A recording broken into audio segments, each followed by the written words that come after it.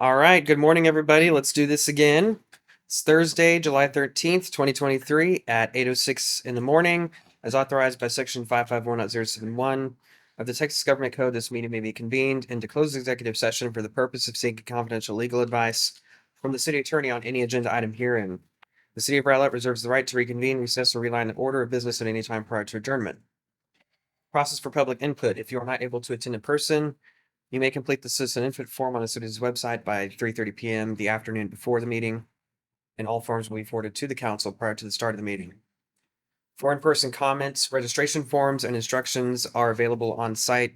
Only agenda item specific comments will be accepted. And our first item is public input. Does anybody, ma'am, I saw you raise your hand first. You'd have 3 minutes. Just state your name and city of residence. Morning,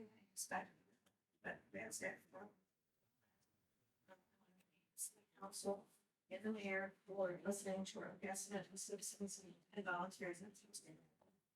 We are thrilled with the mission of the board of bill.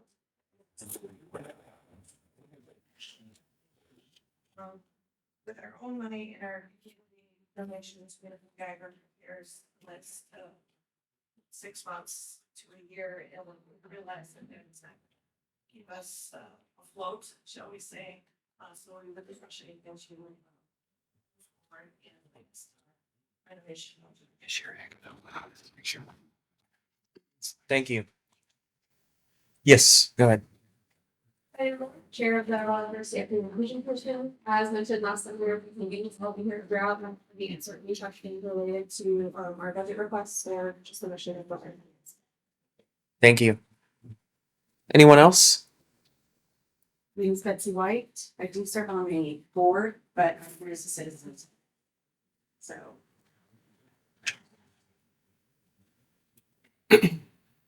I've lived in Raleigh for 24 years. I grew up in Farmers Branch. I'm looking for a place to buy a home, set down roots. When we wanted to raise a family, we felt confident in our decision all those years ago. We were right. All of my family has passed away except for one brother who lives up in the East Coast. Raleigh is my family. We've raised 3 amazing kids here. Part of them being so amazing is the community in which they've grown up in, the friends we've made, the influence on them has helped make them who they are. I believe in our elected city leaders. I think this is the best council we've had in the 24 years we've lived here. I trust city staff and know y'all will listen to guidance from them on how to continue to move forward. Rowlett's growth in positive ways, putting what's best for the citizens, current and future, at the forefront of every decision. As a former police officer, my trust and respect is harder. I come off as lighthearted and I know I talk a lot. But make no mistake, I'm always listening, watching, and paying close attention. Quite frankly, I'm shocked my beloved city is at this juncture with the budget. A budget that affects 72,000 plus people and hundreds of employees. If this council could count on tax-based revenue in 2 years on a project that projects that 23,000 people a day in 2 short years for a project that doesn't even have a piece of rebar in the ground yet, is shocking. The tax revenue generators were supposed to be part of phase 1, yet the opposite has happened. We're seeing the effects of that. I ask each of you and all the departments that have had to go back and revise their budgets that first responder budgets be approved. Their budget, their needs are non-negotiable. We have wise and tenured chiefs and Chief Howard and Chief Denny. Listen to them, give them what they need. Yes, infrastructure is vital, so are services, utilities, public works. They're all very important. When seconds counts and lives are on the line, I want the best funded and best equipped, the selfless first responders racing to answer the call. Yes, the condition of our roads, the cost of our water, trying to relieve traffic, etc., are all important, and y'all all hear about it when people are upset or it goes wrong. But no one's life depends on those services. Someone will not die, literally, if their trash pickup is running 20 seconds behind. Thank you for this opportunity to speak and taking my comments seriously. I appreciate each and every one of you in this room, boards, commissions, volunteers, employees, and for all of the people who don't say thank you. Thank you for all that you do, each and every one. Thank you. Anybody else? All right. Our next item is opening remarks and review of goals. Oh, good morning, Mayor, Council. So I have the task of kind of setting the table today for what we're going to do. You know, last time we met, our former city manager, Mr. Funderburk, we asked him to deliver you a message, kind of as to the state of things, and I'm going to really kind of talk more about that. And so I'll start today talking about the state of the city's financial condition. We are okay today. I want to kind of put that to rest. Fiscal year 23 will end just fine. Fiscal year 24 will be just fine. There's no question about that. The sky is not falling with respect to any immediate need or concern of the city, relatively speaking. But we asked for a pause, not for fiscal year 24 or 25, but really looking forward to the future, because I think if we only look at our budget in the small confines of one fiscal year, then we're making a mistake. And so when you look forward to fiscal year 28, then we've got a different scenario. And so if you go from fiscal year 25 to fiscal year 28, unfortunately, our projections are showing us spending down our fund balance from approximately $15.6 million to about $2.6 million. And that's over an 83% reduction in our fund balance. Obviously, that's concerning to every one of us. And so the reason we asked for pauses on spending and other things was to allow me time, being relatively new to the organization, to kind of look at the state of everything. And obviously that's going to take more time than what we have had to this point. But it has given me a sense that we can stave off such a dramatic reduction in the fund balance. I'm working with the finance team to kind of strategize. I can tell you on a high level, it will require some realignment in how we budget certain items. That's not a bad thing necessarily either, by the way. It may require some additional fees in the contemplation of those fees in future fiscal years. I think as inflationary pressures continue, as the cost of goods and services continue to rise, and of course, as needs continue to grow, they have to be supplemented in some ways by market relevant fees, etc. What those are, before anyone were to go and take that and run with it, we don't know. I'm just talking at a very high level, years to come, things that will stave off this depletion of the fund balance. And so I say that to say, yeah, if you look forward right now, the projections are not favorable, but there are absolutely things that we can do that are not overly dramatic, not overly impactful in a negative way to the organization or to the public, that can really stave that off. And so I want to make sure I'm clear that yes, we have to be very, very conservative in what we look at and how we spend. There's the need to grow, however, and I think we can still accomplish both goals of both growing and ensuring that we don't overly deplete our fund balance. We're going to have to be very judicious in how you do that. And so for my part, what we're going to do, this is really just a first and probably a series of conversations that we will have with you. And so you'll be presented later on. Wendy's going to show you some revenue scenarios, and you will select one of those for us, which will ultimately dictate how much excess reserve funds you have available to dedicate towards enhancements. And it could go as little as towards the negative or as high as $1.7 million. You get to determine that, and from that, therein, you can determine how much you wish to dedicate towards enhancements. I would ask that you not dedicate all of it, as part of the objective is to kind of squirrel away some of the excess revenue to help offset what we're going to have to encounter in future years. So part of what we're going to do today is you'll get revenue forecasts. You'll hear presentations on water rates, sewer rates, and of course, conversations on some of the mid-year items that you appropriated, but we put a pause on. And so with that, I'll answer any questions if you have any, or we can begin with the rest of the agenda. Any questions for the city manager? I have one question, and I know it's hard to plan for the unknown, but are we looking at the possibility if our legislator changes the Homestead Exemption Act? Because, you know, some of the numbers I've seen bantered about, that could have some serious impacts in terms of what we have to deal with. Rest assured, without any specificity, that any change in property tax will have an impact on every city's revenue.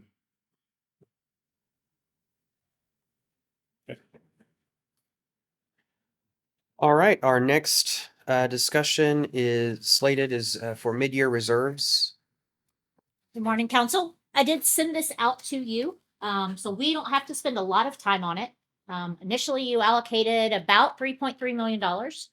As of 7/5, we took your mission, go forth and do the projects, and we did that. So as of the beginning of July, we had spent about 2,466,000 of that. I don't have exact numbers on every single project. Some of them I did. We had saved about $27,000. We were able to do the police utilization study for significantly less expensive. So there is about 800,000, 798,000 that is remaining unspent or unencumbered. Somebody have a clicker? Sherry, you have a clicker? It's just 2 slides, so these are the projects that are either in process or completed. Staff is here. They are more than happy to answer any questions. I know you guys got this ahead of time, so you've had a chance to review it. Most exciting for me, the pedestrian crossing signs downtown, the bases are in place, so their concrete is doing its thing, and they'll be installed both downtown and at Faulkner and Rowlett Road. Half court basketball, we had not started that, but we had done a soil test. So that is the $6,100 that you see here, and the rest of the project is on the next page. Sidewalk at Paddle Point, the asphalt repairs, the Rowlett Road and Hickok Signal. Flock cameras are in process. The power to the medians downtown that power the lights is done, but we had not yet started the other. So this is what we had started. And then these are the projects that at the last meeting when council said, time out, let's put those on hold, that were stopped. The half court basketball, you see that's a little different than what was originally allocated. The permanent power for the downtown green. The toll house improvements, those came back to council at a council meeting because they were already in the works of getting the bids. So we had moved that down a bit. And then the Christmas tree, the new Christmas tree for downtown. The culture of employee engagement with Gallup. That was another one council had a discussion about. The FEMA overruns to work on the trailer for our emergency management department.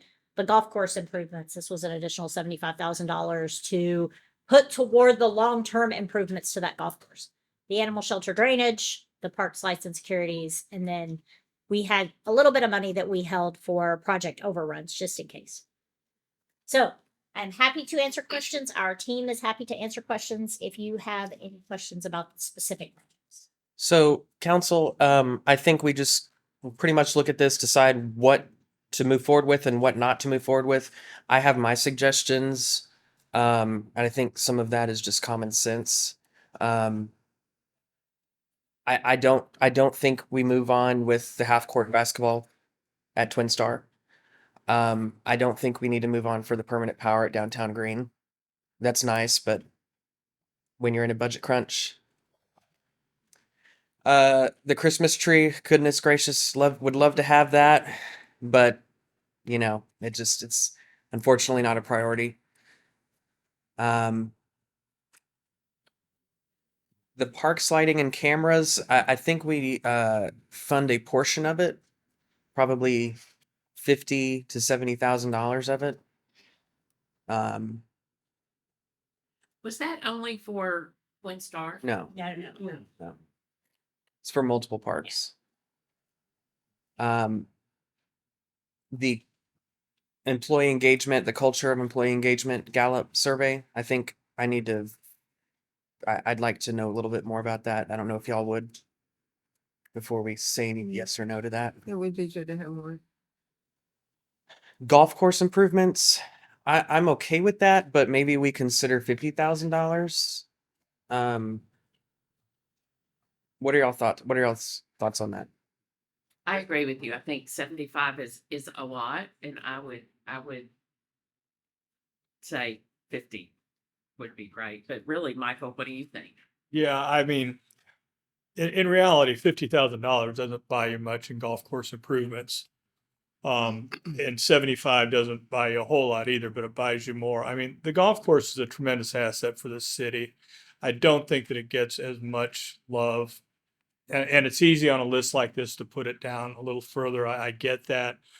But I don't know. I just feel there needs to be a little more of a,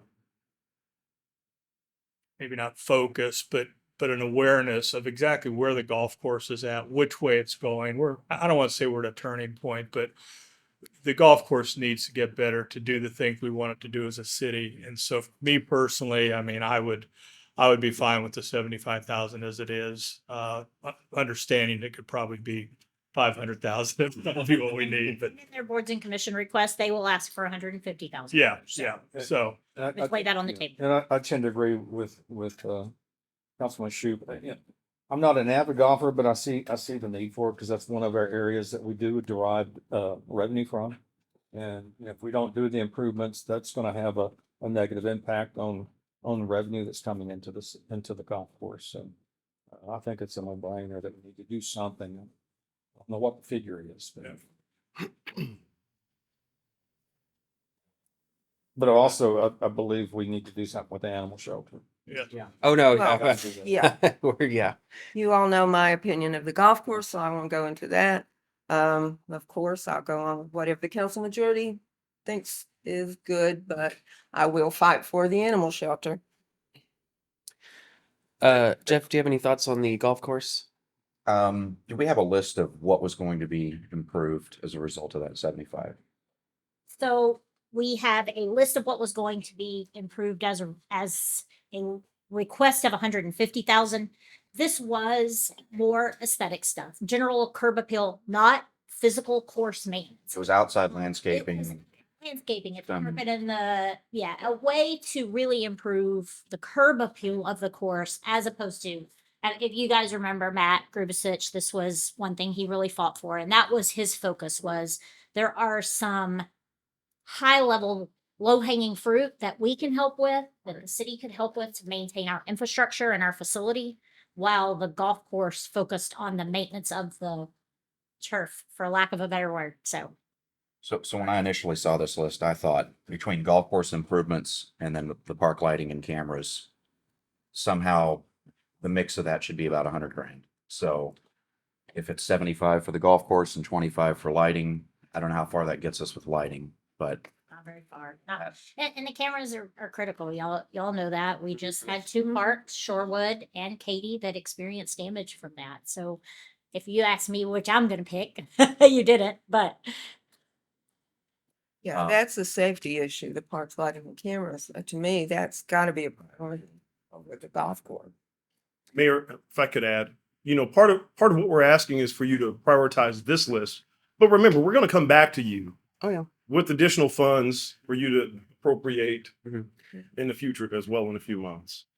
At And- least that's the goal. Yes. I'd like to get this nailed down though, so that there's no more questions out in the public about what our intentions are with this list. So, di- the culture study, as far as I'm concerned, and huge proponent for company culture, organizational culture. I think it's very important. Richard in the past has done kind of an internal assessment, culture assessment. He's driven that program for a long time. I don't think it's unreasonable to ask him to do that another year with hopes that next year or the year after we can have the funding to be able to put toward a true Gallup survey to make all that happen with an outside third party. But for now, I don't think it's necessarily a priority that we need to move forward with at this time. I agree with that. so I think between the park sliding and cameras and the golf course improvements totaling 100,000 is a fine idea to me.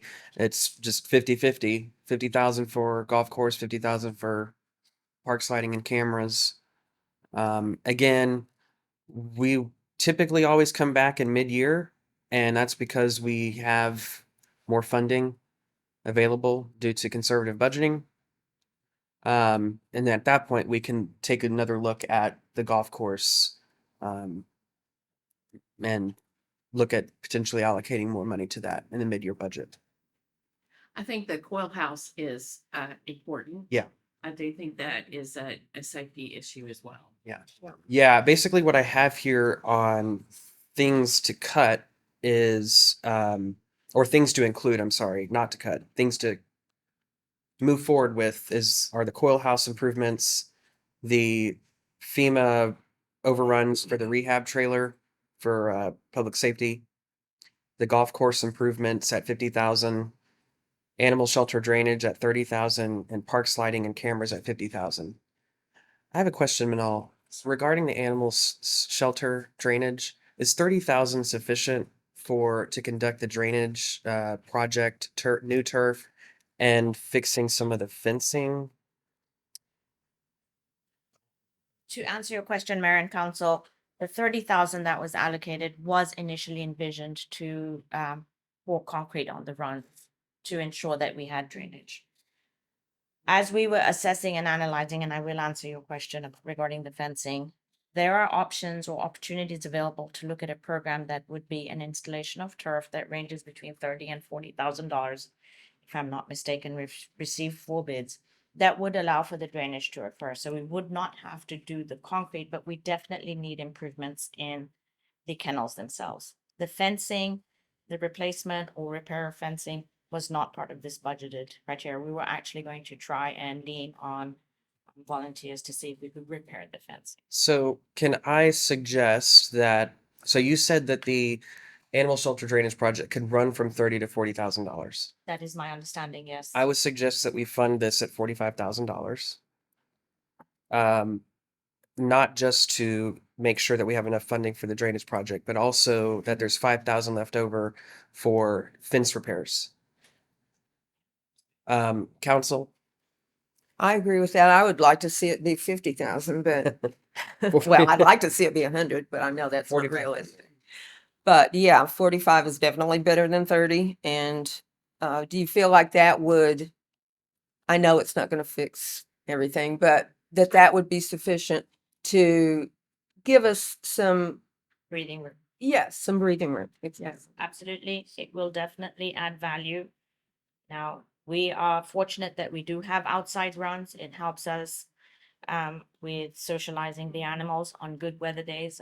Obviously, depending on the weather, they do not utilize that area. But dogs we did have turf in the past. Might not have been 100% quality, and they have dug that up. But we have a solution where we'd be able to immediately repair if something's come up, and the installation methodology will be far superior than what's out there now. I would also like to add that if, when the project is done, you have cost savings from the project, hopefully you do, that those savings go back to the animal shelter Yes. and not go back to the general fund. Understood. So you can just tell us to appropriate this for use for animal shelter and that would be sufficient. Okay, And then we can address whatever needs arise. perfect. So I have no issue with that. I think that's a great proposal. Angie, can you give me some idea whether or not the 50,000 for the cameras would be sufficient to accomplish what we? Joey. I can. Aaron, do you want to talk a little bit about that?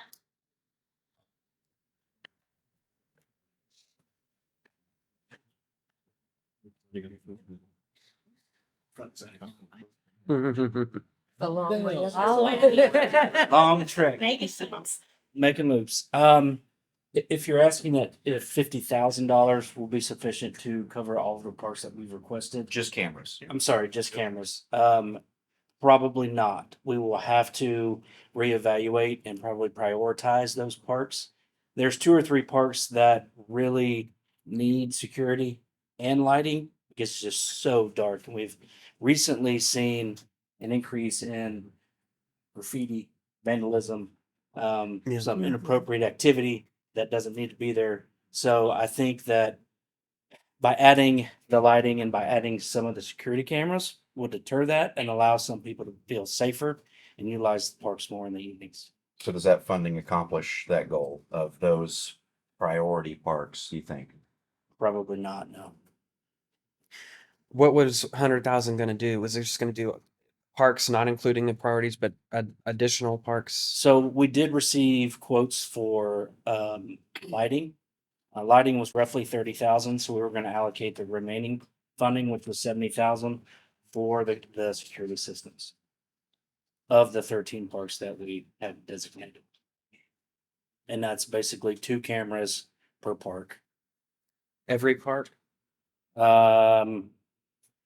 Yes, with the exception of the nature trail. So lighting's 30. I would maybe another 30 for cameras, so that'd be 60. Well, I think the cameras are more important than the lighting. Oh, I do too, but So I would go for the 70 for the cameras and just not do any lighting. Just We can adjust the lighting. or okay. do as much as you can for that. We have a plan B for the lighting. Okay. So $70,000 for cameras. Council? The guy's question real quick, the surveillance cameras, are they just surveillance cameras, running tape, or are those live cameras that are monitored? We have both. We have ideas for both. I'm gonna have to work with Joey to see if there's some ways that we can actually make some of those function. But we are in the process of doing research with one company right now. But they would not necessarily be monitored 24 hours a day live. That would be, Yes. that will not happen. No. So I have a question about the Coyle House. $75,000. Is there any way we can shave any money off of that and still do a good job? Ronnie? I think that's probably the bottom. We saved it all the way down as much as we could now. So that's pretty much just takes care of that deck outside and everything. That's about it. I would like to circle back to the golf course. I hate to be a broken record, but it has been neglected for a long time. And right now we're at about, I think we've saved about 530,000, give or take. I guess with the change to the animal shelter, probably about 520, 515. If we could save $500,000 out of this and get the golf course up to 60 or 65,000, I would feel better about the situation. I don't know.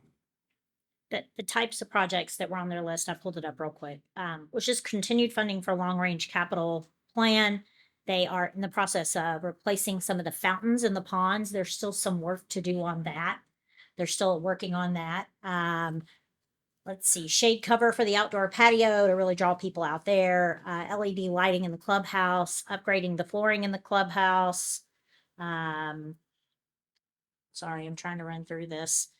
Improve landscaping behind the clubhouse as you're sitting there in the grill area. Improve lighting in the entry area.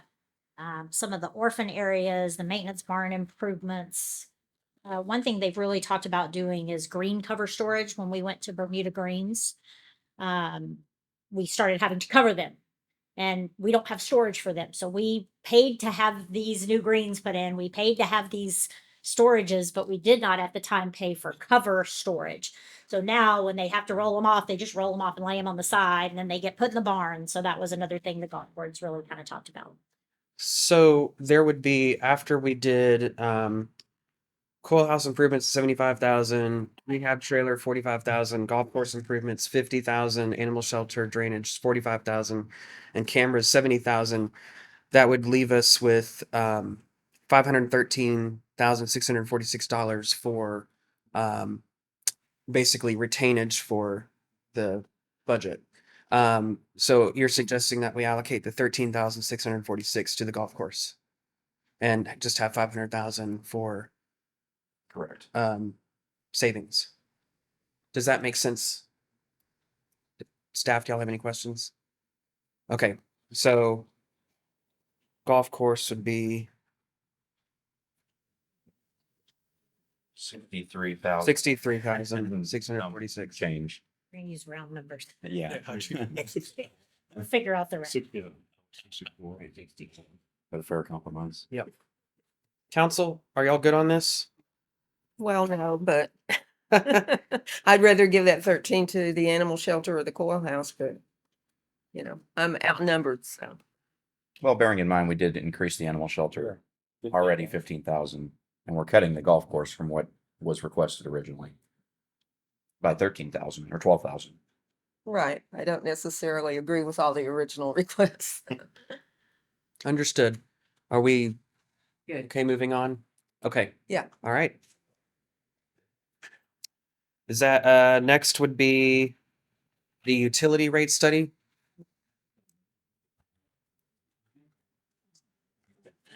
Council, if I can just, one, introduce Don Jackson, and two, provide an update. Ronnie is here too, Public Works Director. We wanted to talk a little bit about the wastewater meters and some of the costs that we've seen and give you some background information as we have this discussion today regarding utility rates. Wanted to apprise council that just recently we have seen what I'm calling true numbers from the meters that were installed in the floodplain along the creek that then tie into the Gardens wastewater system. From February to May, the meters that were installed are actually giving the true readings. And I'm going to preface this now with saying that prior to that, we were assessing and reinstalling and reconstructing some of that infrastructure that tied into the Gardens system, the wastewater system. During the course of that time, we were receiving estimates of what our usage was. But now that we've installed the new meters, the numbers have changed. And due to INI, again, those water meters are in the floodplain, so we have some INI that does impact that. But the numbers have been relatively high for the months of February through May.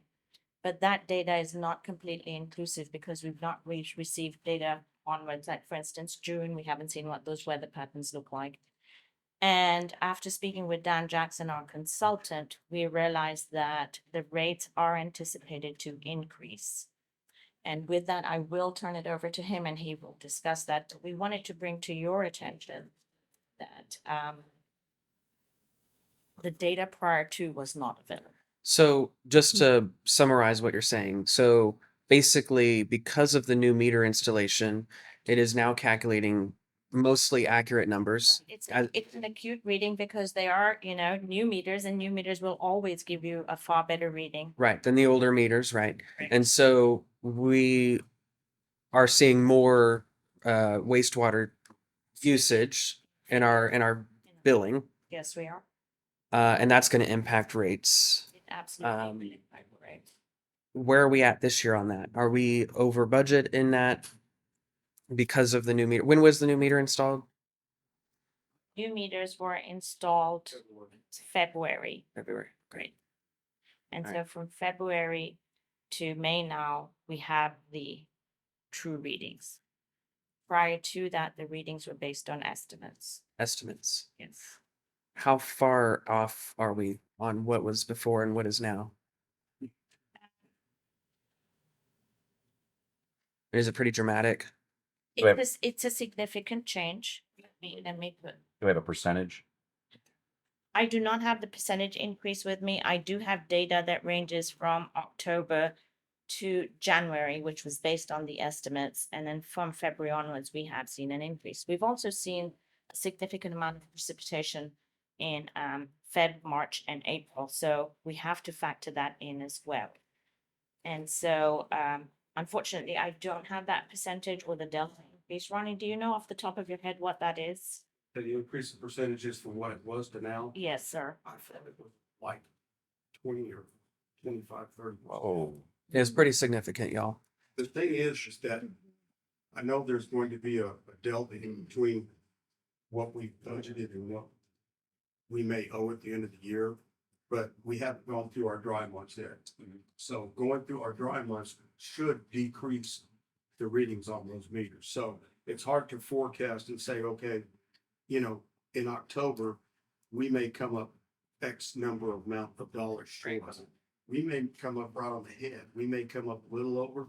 It's hard to say right now, but with those meters reading the way they are with few rain events, hopefully, that are catastrophic like we had earlier in the season, we could come out fine, really close to it. It's a possibility. Right. so these were not factored into the discussion we had last month. They were not. And that's why we're before you today. Okay. Welcome back. Thank you. It's always good to be back here. I just want to briefly summarize the results of the presentation that I gave you last time. Obviously, you've seen it before. We don't need to go through all the slides again. I just sort of want to cut to the chase. But before I do that, I just want to reemphasize a couple of things for anybody who wasn't here last time. The first thing is when we talk about water and wastewater rates, both for the city of Rowlett and the Dallas-Fort Worth area in general, they're going up. They're going up for everybody. The average utility is raising its rates 5 to 6% every year. And so water and sewer rate adjustments are an unfortunate fact of life. That being said, the city of Rowlett's rates compare pretty favorably to other cities here in the Metroplex. This chart right here shows, compares monthly charges for 7,500 gallons of water and wastewater service, which is about the average usage for a residential customer, between Rowlett and other DFW cities. As you can see, you're right about where you expect to be. You're a little higher than some, you're a little bit lower than others. And I can tell you that the vast majority, in fact, probably every single one of those cities is going to be increasing their rates pretty significantly in the next several years. This chart was not always this way. Several years ago, Rowlett was towards the high end of the Metroplex, but you all have made some difficult decisions. You have also managed to lower your bill, your base charges a little bit, and so your rates are much more favorable today than they were just a few years ago. Also, people here in the city have been using water much more prudently over the last 10 years. When I first began providing rate consulting services to you all, we, in conjunction with the city staff, did implement that inverted block conservation rate structure. It has been extraordinarily successful at getting people to use water more prudently in this city. In 2011, the average customer used 10,079 gallons a month. Today, that average is 6,943. That's a 30% decline. So, water is a precious and diminishing natural resource, and the policies that you have adopted over the last decade have really helped lower the average. It's gone steadily down. Now, of course, it's going to bump up and down a little bit due to weather patterns, but for the most part, the trend has been very, very good. Why am I here for you today? This is probably one of the main charts. Why? The North Texas Municipal Water District is your supplier of water. You buy all your water from them. They have announced that over the next 10 years, they're going to be implementing rate adjustments of double digits every year for the next 5 years, between 11 and 15% rate increases every year for the next 5 years. You have no choice but to pass those rate adjustments through to your customers. And they're claiming that by 2029, the rate adjustments will be more moderate. Well, we'll see. But once again, all of the cities in this area buy from North Texas. So you're going to have to adjust your rates to pass through these charges. Everybody else is also. But this is one of the primary drivers for why your rates are going up. And this right here is your average costs. As you can see, right now it's costing you just a little bit less than $40 million a year to run your water and sewer system. That number is expected to hit about almost $70 million by 2023. The blue portion of the bar chart is North Texas and Garland. You can see that it becomes a much greater percentage of total costs over the next decade than it is now, which is what you would expect it to be. And that is what is driving the need for your rate plan. So when I was before you last month, I recommended that the city follow the rate plan that was put in place last year. On the water side, it would result in the following: no change at all in the base rate for customers with 2-inch meters or below. So if you're a residential customer, your base charge of $22 would not change. The only change would be in the volumetric rate, where we recommended a 6% adjustment in each of the volume blocks. That will continue to be the case for this year.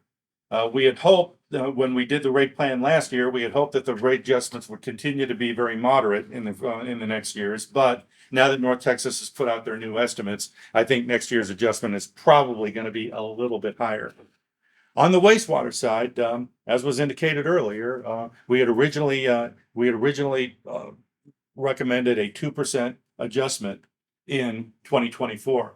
Unfortunately, due to the increased usage that we're forecasting from the new meter, we think that that number is going to have to be nudged up a little bit to 4% this year. It's only a one-time adjustment. After that, the rate adjustments can go back to the 3% that we were recommending earlier.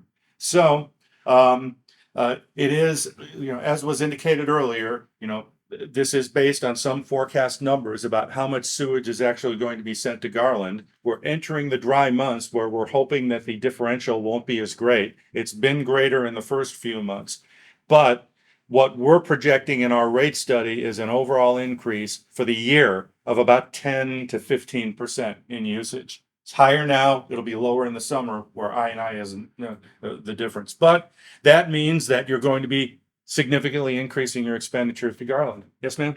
I don't know what, yeah, I don't know what I&I is. Oh, I'm sorry. It's called infiltration and inflow. What happens is when there's a big rainstorm, all the runoff, some of the runoff will leak into the wastewater, the sewer system. And that mixes with the other sewage in the collection system, and then it goes to Garland.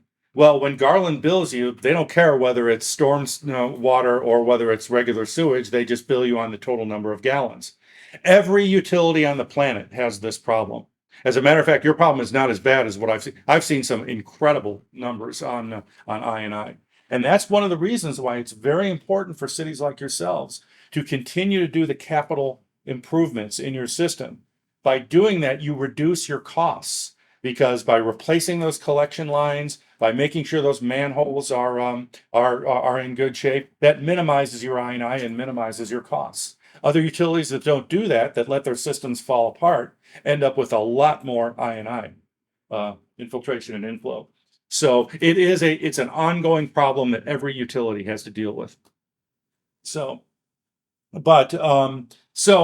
bottom line is no change. The water rate structure is what we recommended last month, and the wastewater rate structure, we're recommending a 4% adjustment as opposed to 2%. The next 2 pages at your leisure, you can take a look at the actual numbers themselves. What people really care about is what the impact is on an average ratepayer. And that's what this final slide will show you. It shows you that for your average 7,500 gallon per month residential user, they right now pay $122.46 for that service. Under this plan, their monthly bill would go up by $4.79 to $127.26. Last month, the adjustment was about $3.80. So it's just about $1 more than what we anticipated last year. And that's the one-time adjustment. As you can see, the adjustments are probably going to be similar or a little higher in the next years, just simply because of those North Texas increases. But the bottom line, from a percentage standpoint, that's an overall percentage increase of about 4% in the monthly water and wastewater charges. So that really is all I have. I just really want to emphasize that due to the fact that you are growing at the rate you are, and that so many changes are occurring into the city, it's very important that you continue to do these annual updates, not just for the pleasure of getting to hear my presentations each year, but more importantly, to that when changes occur, you can adapt to them very quickly. Like when North Texas comes out and says, oh, by the way, we're going to increase our rates a lot more than what we said we were going to last year. You've got the ability to adapt to that and ensure that your water rates cover all of the costs of providing service. So with that, be happy to answer any questions you have. So between water and wastewater, it's a 4% increase. Yeah, overall, for your average ratepayer, it's going to impact different people a little differently. Yeah. But I think with taking the impact of a 10%, 11% increase in water rates from the water district and the new readings from the meters, I think 4%, while not great, we're still absorbing a lot of the pain that we otherwise could be pushing to the end users. So I had a question. Why is North Texas increasing that significantly? Do you know? Do we need? Oh, that's a question that's been asked by a lot of people. $50 million. I don't work for North Texas, never have, never will. But it's my understanding that one of the big things that's driving the increases is their capital investment. They're building this new lake, this Bodark Reservoir, that costs quite literally $1 billion. There are discussions that there's going to be another lake built within the next 5 to 10 years. You know, when you're spending 10 figures on a lake, that's going to increase your costs. Growth is extraordinary in this area, and they've got a plan for it, and they've got to make sure it's properly serviced. They also have told the member and the customer cities that their chemicals costs have skyrocketed, their electricity costs, well, everybody's has. But I would say the capital costs are probably the major primary reason. So at one of their meetings, board meetings that I attended, they had a consultant conduct a study on future water demands, and they had a pretty sobering um, piece of information based on the study that by 2035 they would run out of capacity to service all of the water district entities, customers and members. So they're now in a rush to find a place to build another lake because it took them 15 to 20 years to do Boat Arc. Absolutely. So now is when they need to start planning for the next lake after they just opened Boat Arc Lake. But you know, we also have cost increases every year due to inflation, and we absorb a lot of that and make sure that we're not, you know, breaking the people's bank otherwise. But they're an unelected board, and there's 26 of them, so they're not held accountable like we are. So that's just another tidbit. So in reality, they probably ought to be planning 2 new lakes. Yeah. To be that forward looking. Mm-hmm. The second lake should have started planning 10 years ago. Yeah. It was a pretty sobering meeting. I think everybody's eyes popped when we saw the numbers based on future demand, future growth. It was pretty sobering. So that's probably where that came from. It's thirsty California. And there's one important. One other question. Sure. There is one really important thing to keep in mind. Without water resources, Dallas-Fort Worth would not be what it is today. Right. We do not have the groundwater to service anywhere near the amount of population that we have in this metroplex. So as painful as it is to pay for these lakes, we wouldn't have what we have without them. No, I certainly agree with you. One other question. You talked about our water usage has gone down. Yes. Significantly. So what do you attribute that to? I think there are several factors. One is you long ago implemented what's called a conservation rate. The more people use, the more they pay. That provides a financial disincentive for people to use greater amounts of water. Water's there if you need it. You just pay more for it. So if you're paying more, then maybe you say to yourself, maybe I'll water my lawn twice a week instead of 4 times a week. So that, in my experience as a rate consultant, those have, for all my clients, those have been extraordinarily successful in getting people to conserve. You can have all the public hearings and all the flyers you want saying that we gotta conserve water, but when you put a financial disincentive in place, that gets people's attention.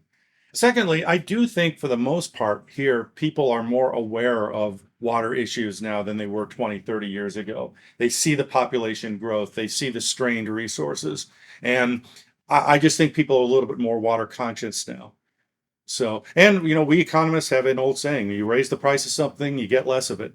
Water is more expensive today than it was 20 years ago. And so, yes, there will be reduced demand.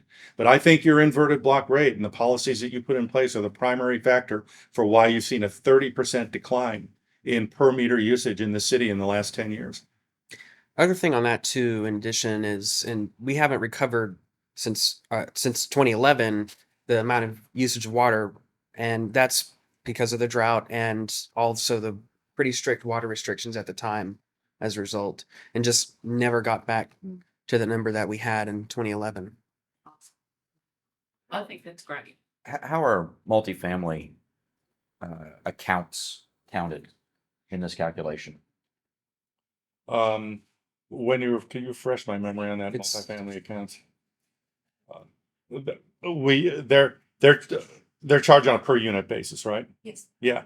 So You get a multifamily unit, let's say you got 20 units, they're charged 20 minimum charges for residential customers because of the thought that they're 20 residential units, so they each pay a minimum charge.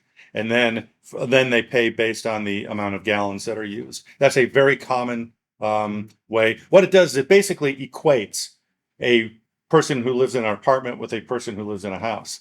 The advantage of the person who lives in the apartment is that they generally don't have any outdoor water usage. So when you say consumption per account, is an apartment complex one account, or is an apartment complex X number of units accounts? It would under this factor, it's just for the residential. Your multifamily is actually in a separate category. Got it. Okay. So this is just your single family residential. Because that was the first thing my mind jumped to is we have a different type of housing stock than we did in 2011, Yes. pretty Oh, yeah. significantly. Mhm. But if that's not the case, then that makes Mhm. makes sense. Just gonna say the common area is gonna be the commercial parts. The units are the residential rate. How many years have you been doing these assessments for the city of Rowlett? This is my 14th year. So, and I appreciate it. Well, Willowden does assessments for, I mean, gosh, nearly every city in North Texas. Yes, we do. We work for about 35 cities in the DFW area, about 110 cities in Texas. Our office in Plano works for 200 cities around the country in Arizona, Oklahoma, and we work in 5 foreign countries. Work in Fiji, Palau, Samoa, Kiribati, Saipan. So, I mean, they have water issues too, and somebody's got to handle them. Might as well be me. Well, it's good to know where your favorite. Council, any other questions? Just want to say thank you for all the information and the very succinct and very informative presentation. Thank you very much. All right.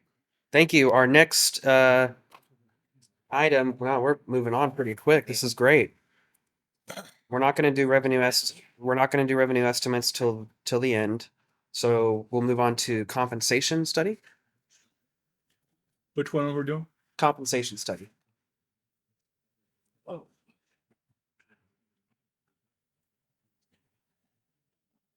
Don't open it up just yet, would you? Oh. That's right. Is that okay? Or Yeah, we move that. Just for now. my favorite HR director. The The one and only. I'm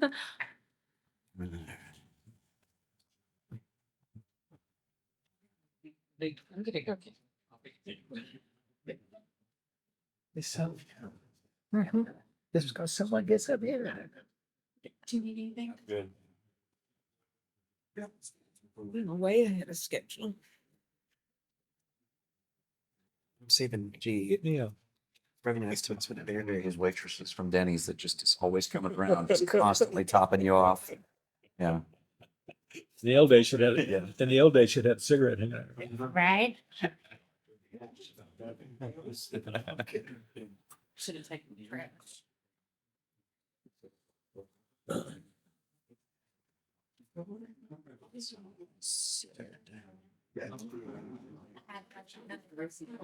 Yep, I just wanted to hide some. That's okay, because we tend, especially. Thank you very much. Appreciate it. You were a fan. I've been for years. Yeah. Never once. Stand up. Listen. Are you Take a break or you go. I'm ready. I just wanted to adjust a couple of things. Richard, don't you love trying to cram all these spreadsheets into a PowerPoint? It's the worst part of my job. That's Not really, but As an Alexis. and I didn't have Does hate it. I didn't have the benefit of her last night at 11:50 when I found a mistake I needed to correct. So, but I got it. So, all right. ready? Yep. Rollett's pay philosophy. So I'm going to briefly go through some history. I will take as little time as I possibly can, but I want everybody to have context. Our goal here is to maintain a fair and equitable compensation system that pays people based on internal job requirements and external pay comparisons with our regional area. So basically, we want to make sure we pay people for the job, not for the person. So I'm going to explain a little bit of that as we get in here. We need to balance the desire to provide competitive salaries with our fiscal resources, attract and retain talent to better manage employee turnover, and equitably adjust employee salaries to move the variance as close to 3 to 5% above zero. This is a change from the first 5 years that I did this, because our previous goal was to move as close to zero as possible, not to be above the variance when we measured. So that is a change. Just want people to note that that one item has moved since we started what we were doing. In 2016, We went out for an RFP to find a compensation consultant, ultimately selected that compensation consultant. And we built the plan that's in place today by going through and reevaluating the value of every single job that the city had at the time.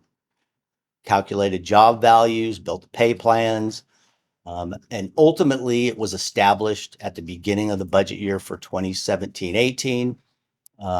And we put it in place and adjusted salaries accordingly. Every single March, April, we go back out and measure a sample of all of our positions. We always measure all of the sworn positions, so all of police and all of fire. And then we implement pay adjustments based on this meeting and council's desire on an annual basis. These are the 18 cities. They were chosen prior to my coming to work for the city. We've used them now to benchmark for 8 cycles. Probably 9 if you go back to the 2013-14 study that they did that they used for 3 years. You can kind of see how they represent sort of a cross section around the Dallas-Fort Worth Metroplex. Some of them are much better off than we are, generally speaking, and some of them are not as well off as we are. Pretty good balance.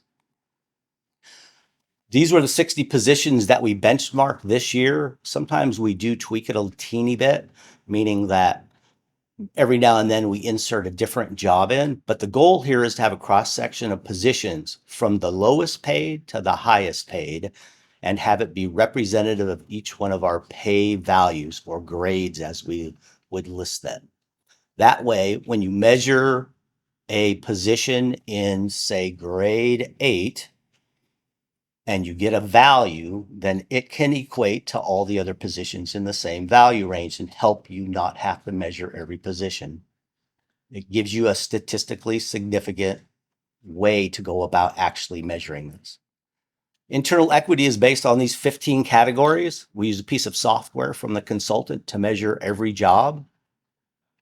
It comes up with a point value, and then based on those point values, we place you into an actual range. And I'm going to show you a picture of that here in just a second. So every job is valued here. That way we value the job, not the person. A lot of times we have a tendency to value the person and not the job. And not that people aren't valuable, because they are, actually. And we want to pay them as much as we possibly can. But at the end of the day, we need to be fair. So this is how you maintain compliance for hopefully being not biased by paying for the job and valuing the position, not the individual. So this is just a snapshot of one of the pay range groups. So this is 8 through 13. We actually have ranges from 1 all the way to 30, and there's not somebody in every pay range. Some at the top don't have actual employees in them.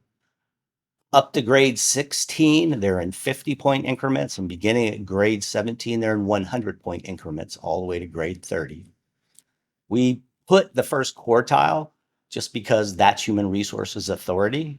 In other words, that's our authority that we can go up to when we pay somebody past the first quartile. It's up to the city manager, assistant city managers to approve those pay adjustments or increases, or how we offer somebody money when they come into the work, to make sure that we just maintain a fair workplace. I always look at internal equity. First thing I do, second thing I do is look at their experience to try to make sure we're placing them in a fair spot. This is the public safety pay plan. It is steps. Communications is here because we have steps for communications up to the midpoint. So just 5 steps. That was how we get them pay adjustments faster to try to keep them, and have been pretty successful in not having extensive turnover since probably 2019, 2020 in the communications section. And now the ugly slide, and I have a better representation of this. So we have the variances every single year when we measure in March or April.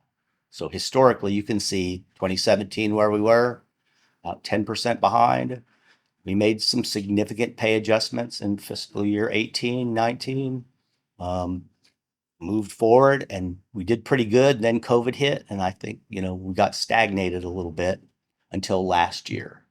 If you look from between fiscal year 22 and fiscal year 23, you can see last year we made significant progress when we remeasured against our peers. Essentially, they're moving at the same time we are, they're giving adjustments at the same time we are.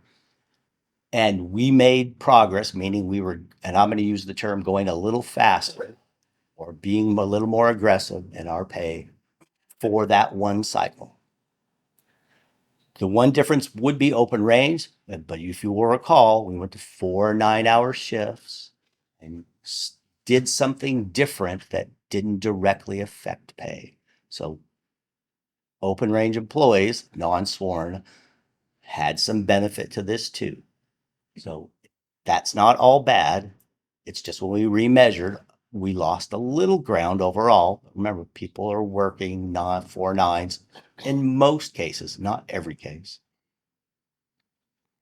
I think this is better representation as a picture. You can kind of see the flow. 0 being the zero variance. We've not ever measured once where we were actually above the 0 variance against the 18 cities that we compare to. But you can see how far we were when on 2017, how we made progress, COVID hit. We sort of, had to manage through that COVID. And then next, you can see quickly we moved in a pretty good place going into this last year. So when I measured again, it looks pretty good. This also represents where we look graphically when I measured this time. So you can see which cities average pay is less and which cities average pay is more. Police were about 4.5% off the average pay for those 18 cities.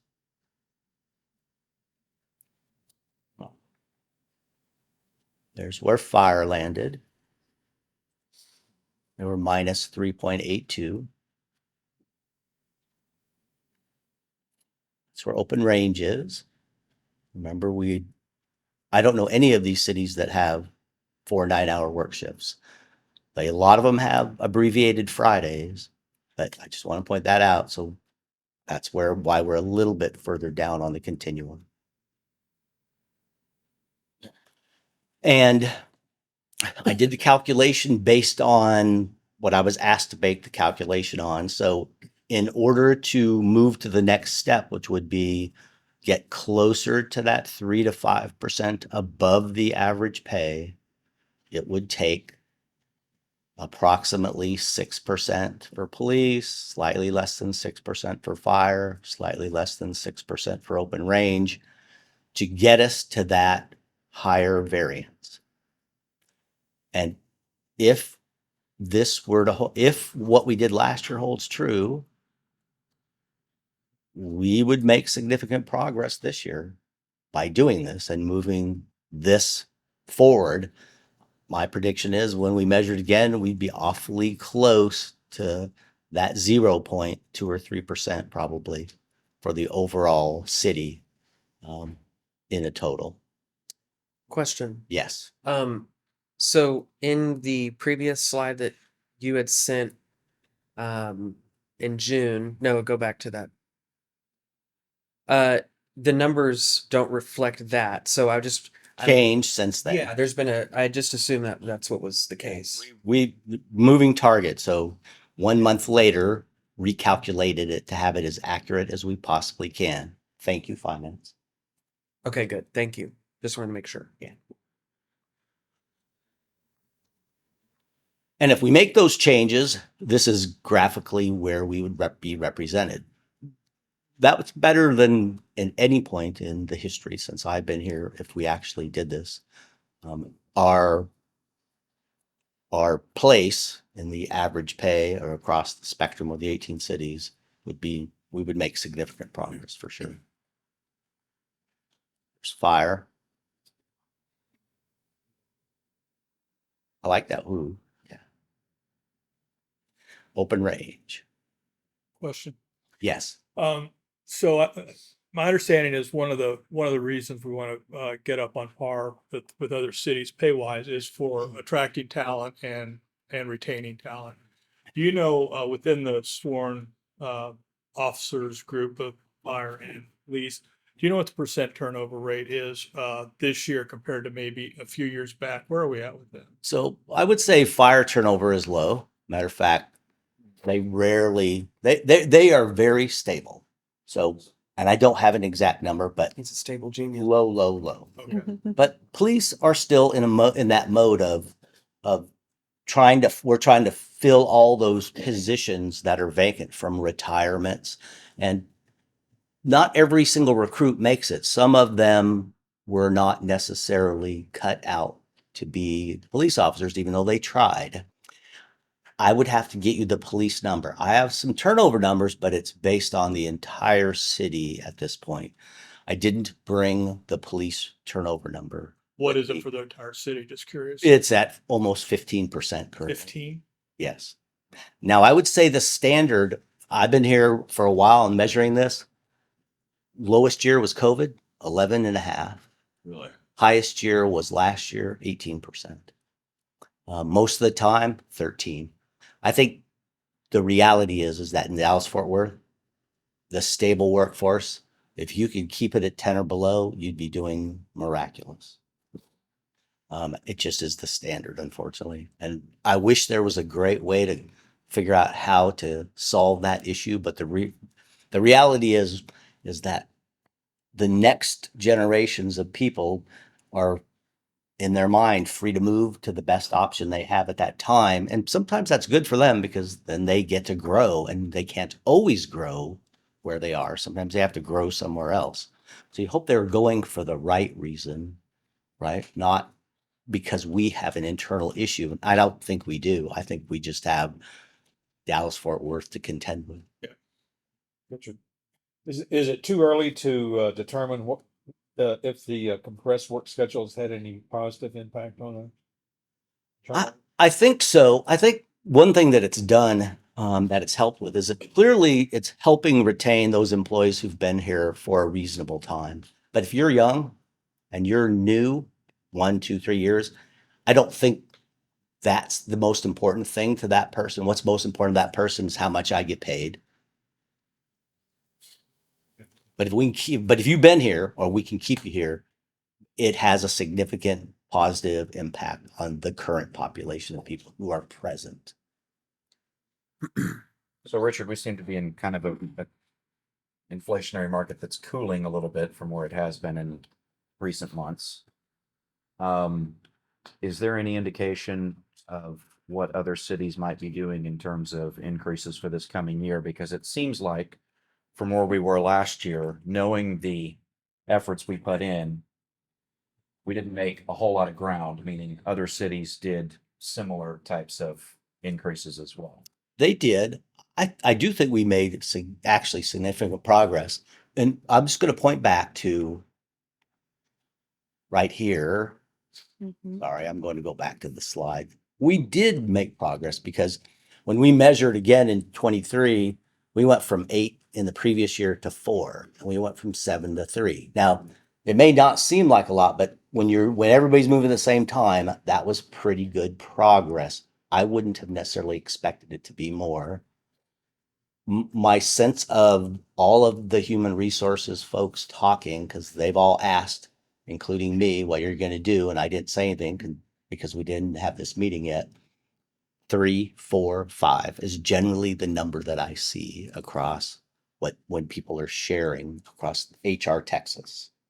And that's what I'm seeing on SHRM for the private sector is companies are budgeting for a 4% increase in the coming year. So I think that's fair to say somewhere in that realm. Yes.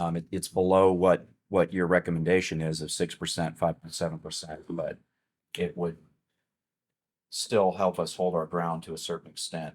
But anything we do would be better. That, we want to do as much as we reasonably can within our ability, of course. That I'm pointing that out because that moves us forward based on the goal that was set a couple years ago. If it changes, it changes, and I understand that. But for now, that was portraying, of course, what we had planned to do, which was try to get to 3 to 5% past the variance when we measured.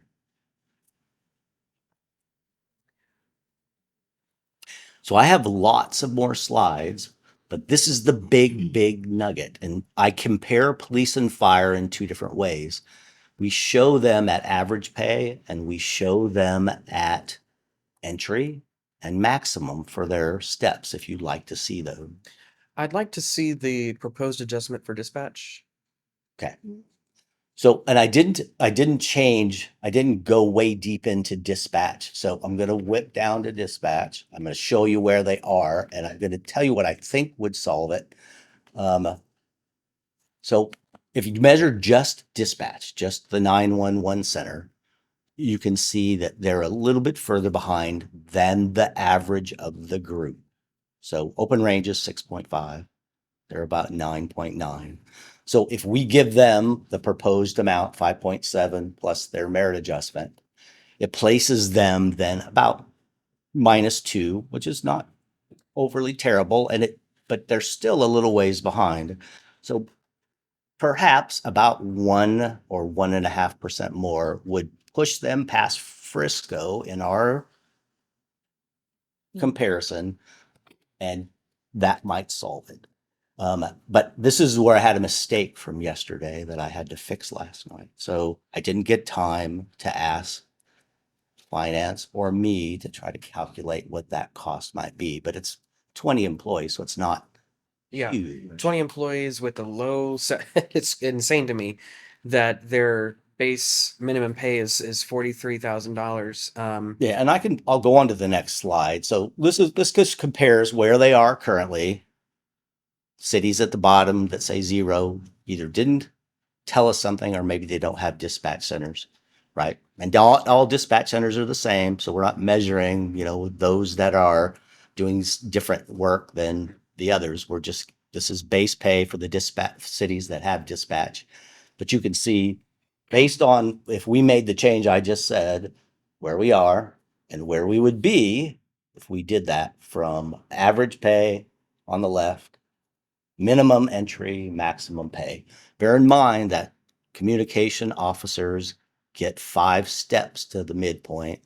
Most employees get 8 steps to the midpoint or 8 increments. So they do move faster once they're here. So on the overall the proposed adjustment, the overall market variance after the proposed adjustment would be negative 2.4%. My suggestion would be to get that at 1%. Which would cost. So if you get to 0.82, it's about 1.3. The additional raise would be 1.3%.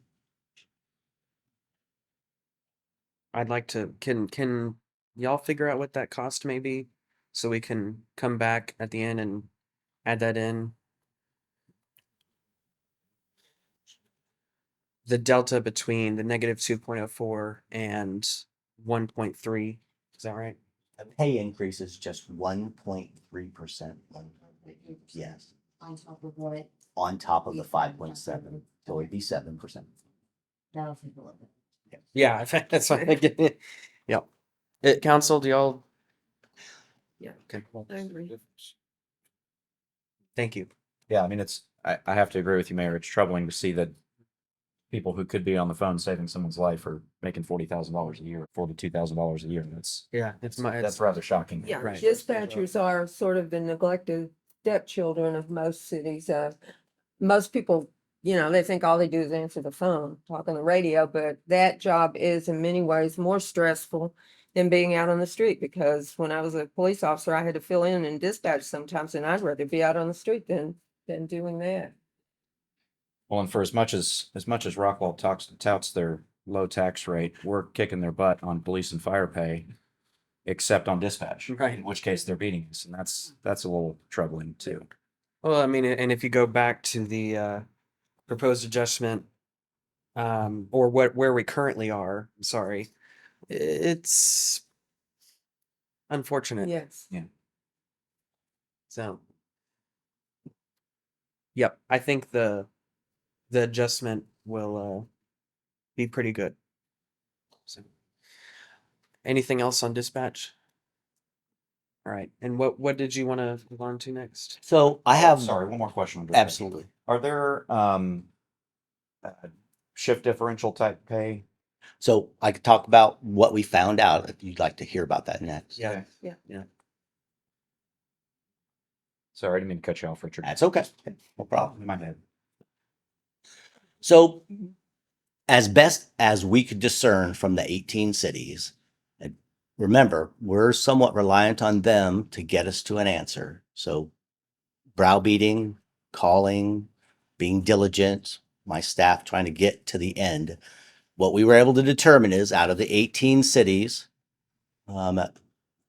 3 had shift differential that were basically stipends anywhere from $400 to $3,600. So most of that was based on shift, right? So I'm working nights, or I'm working, some of them called it deep something, but there was some variations, and it was widespread.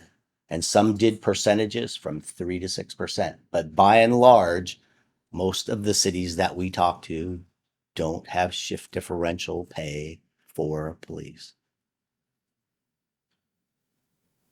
And we're talking about, And I look for a shift differential or anything, but really this is all focused on police. Fire obviously doesn't have shift differential that I can see. Chief But- Denning, do you have any experience on this? Yeah, there's, of course, different options. We only have day shift and night shift. It's not uncommon for cities to have, anywhere from 3 to 6% additional for officers that have to work a night shift. If there's a mid shift, like in the case of Garland, that could be half of that, so it could be 4% for the mid shift. It's an additional incentive for the additional impact on the officer's life, working those late night 12-hour shifts. And getting feedback from staff, we have roughly 65% of our department working in patrol division, and half of that is on the night shift. So I think that it is a way to address being lower than being on paper, being slightly higher than some of those cities, but as Richard mentioned, there might be a few of them that are offering that after they offer that and maybe language pay or whatever other incentives they have, they're technically actually higher than us, even though on paper it looks like they're low. Mm-hmm.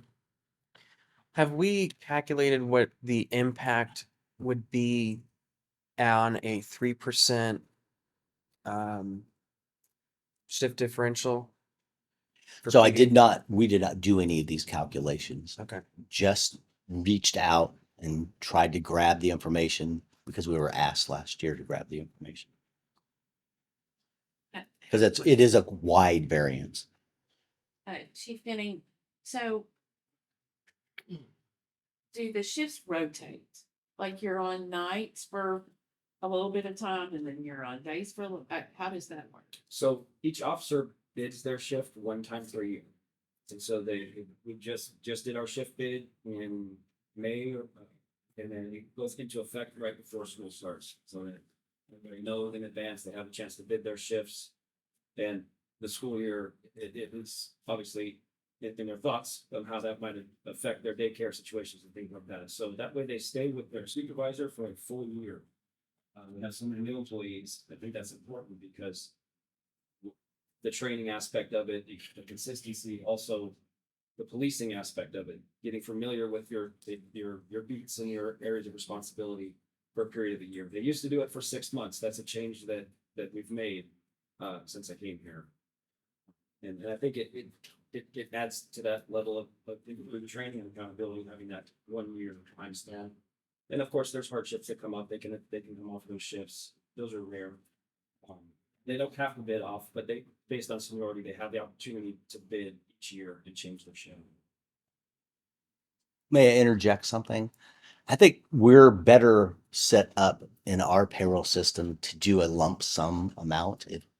If we decide to do this, we don't do too many percentages of pay that I am aware of. But what we do is I have, a certain certificate level in police and fire, and I get 75, 150. It makes it easier for us, I believe, if we were to decide if we're going to do something, night shift gets $100. or whatever that may be versus trying to build a percentage on top of their hourly rate. Not saying it can't be done because it can, but for us, I think it makes it a little bit easier. I think Well, I think that's more equitable too, because then everyone getting that shift differential gets the same amount rather than, because people will be at different salaries and different steps. Of course. And however, and so that's just, I think it's easier in our world right now to not have to build in a percent of pay. So Mayor, I would say if council thinks this is a priority, we let David run with that and decide what he thinks he could or could not do based on that. Well, Rough I idea. think we also look at language pay and tuition assistance reimbursement. I think that maybe we this year add those two, and then look at shift differential in a future, maybe next year. That's fair. Because if you look at the language pay and tuition assistance, we're like, Yeah. it's ridiculous, We're in the minority. but by far. For tuition assistance reimbursement, there's only 2 cities out of the 18 that don't offer tuition assistance reimbursement. We're one of them. Yeah, so when I asked about shift differential, I'm glad we're covering it for the departments as a whole, but I was more talking about dispatch because those people are sitting there overnight as well. And it could be, I did not find that. Okay. Okay. I think that'd be a good priority for next year. Yeah. But if we roll in the language pay and tuition assistance reimbursement this year, I think that, that's a good step this year to take. Next year, we look at shift differential. And the additional pay incentives we currently have in place, Richard, are the for dispatch again in particular, intermediate telecommunicator, advanced master, and then a dispatch training officer. All of those apply to dispatch. Is that Yes, correct? Okay. correct. So there are some We incentives do have already for- a fair amount of these pays for police, fire, and some of the other groups. That's right. Yes. So we are, as far as fire and police go, we're pretty comparable to the other 18 cities. There might have been one that paid slightly higher, but there's some that pay slightly less too. So, council, are y'all good with that plan of going ahead with tuition assistance reimbursement, language pay, letting the city manager know to put that in his proposed budget, and then we can look at shift differential for next year? Yeah. Yeah. Okay. Could I interject 2 things? Yeah. So my guess on language pay is we'd end up at around 30 employees, Mhm. be about $35,000. So that's a guess. There are actually around 15 we already have designated on the phone list who are sort of the go-to person. Would this just be PD? So I was thinking this would be citywide. Okay. I mean, I think that makes We're asking a person to be the go-to person. Yeah. Utility billing and some of the other. Yeah, there's a lot of front-facing operations that's very valuable. That people already do this. And that's, as you part say of their- roughly kind of around the $35,000 range? I'm speculating 30 people, $100 a month, about $36,000. I'm guessing around 30. Now it could be off because I just know what's on the list, and I thought through it's probably double that, really, in all honesty, because I know there are going to be other people in police and fire that are doing it that aren't on the list because we don't list every police officer and firefighter on the telephone list. So is there a test or something for proficiency in the language? I would recommend that we use a company that establishes proficiency. And we already do that because the court has already put this in place for their employees. When the previous judge was here, she wanted it. And we already used Berlitz to do the valuation and set the stage for, is their competency at the level we need it to be at? And we'll get a certificate back when they take the assessment and know that they can actually do what they say they can do. Yeah. I suggest that we start this year with the $80 per, and then look at future years, maybe increasing that Okay. language pay. That gets us kind of at the average. That'll work. And then city manager can plug that into his proposed budget. And then just You to go ahead point, and clarify, what exactly is he plugging in? The pay raises? So this would, It's in there. this is not included, and so what we have to play with option A through F in terms of how to move forward, the language pay and tuition assistance reimbursement is not included in that. So this would be an enhancement that the city manager would have to include in the proposed budget, if we were going to go with language pay and tuition assistance reimbursement.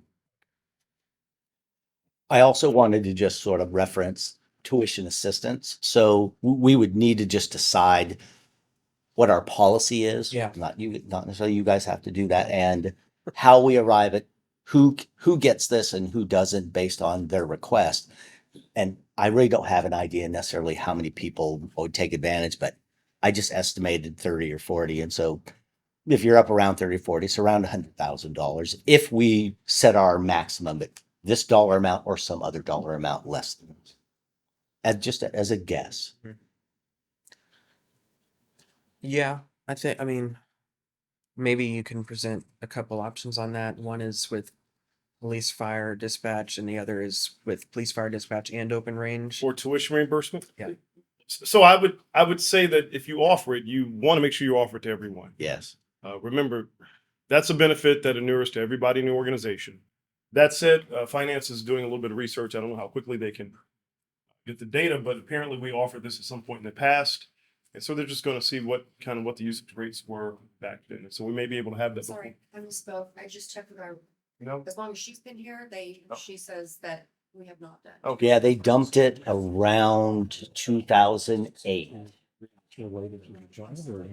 Goes all the way back to Mayor Harper. Something I'd like to see whether or not we go with this overall tuition reimbursement, which I assume is going to be like college, degree Correct. plan. I'd like to see reimbursement for those recruits that we hire who have put themselves through the police academy and paid for it themselves. And I don't have strong feelings one way or the other, but we didn't delve into that at all. So But that's something I'd like you to check into. Yeah, I think, let me offer this. Right now, I would say that if you want to include this in the budget, we'll find a way to include it, some amount. With respect to the policy, I'd like to hold that for future discussion. I think there's some things we'd like to research. I don't know how applicable that would be relative to most cities' reimbursement policies or even the equity of that with respect to any other position.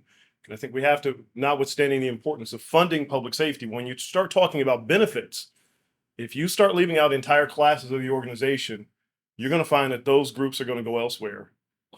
So I'm not saying that leaves them out. It just says, well, what if I paid for my college degree before I got here, which enabled me to get this job? Logically, it's the same rationale. Why didn't you reimburse me for my bachelor's? But it's a much smaller amount. Well, it is, but it's not about the amount. Going back to Mr. Jones's point about the position, it isn't about the person per se. It's about the position. And in this case, it's about the rationale of which we would apply this particular benefit.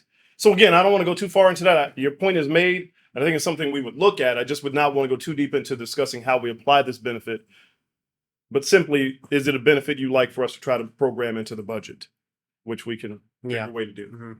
Yeah, I think that this conversation is one for another time, and we have more details to go off of, more options to be presented. So would you like for us to plug in an amount and use that up, or try to come back later on during this budget season and see what we can come up with an amount or an estimated amount? It's going to be difficult to estimate not having any baseline historic data. So Yeah. we're going to just be shooting from the hip. I don't even know what number to give you. Understood. and we don't either. Right. So we can come back later on. I just want to make sure that this is an option that seems to be of interest. And before we do final budget stuff, we can come back and tell you what we've kind of come up with and the rationale for that number, whatever that is. Yep. Okay. That'd be good. I understand this is rough. I'll have to go back and revet it one more time, but roughly about 23,000 to add that extra 1.3% increase to dispatch. Okay. And there are some programs similar to, like, if you go and get your certification, you get what you need to be a police officer first. It could lend itself to helping people repay student loans, come here and stay for a certain period of time. So they kind of go hand in hand if you create a program ultimately where you're assisting people in whatever skill set they had to go out and get before they came here. So just to get broad, and I've seen how other groups, municipalities have broadened that to try to emphasize even police and fire getting college educations, right? So if you come here, we'll help you pay back or pay for those things you needed to do while you were here. So that way it gets spread out across the entire organization in some fair way, if that's ultimately what the choice is. If we do help with that, I'd like to see some provision that they have to stay X number. Of course, and usually you don't do it until, year one, you get a nickel, year two, you get a dime, year Let's three, you get pull a that discussion off. Until Of course, yes. Yeah. All right. Anything else you would like to see?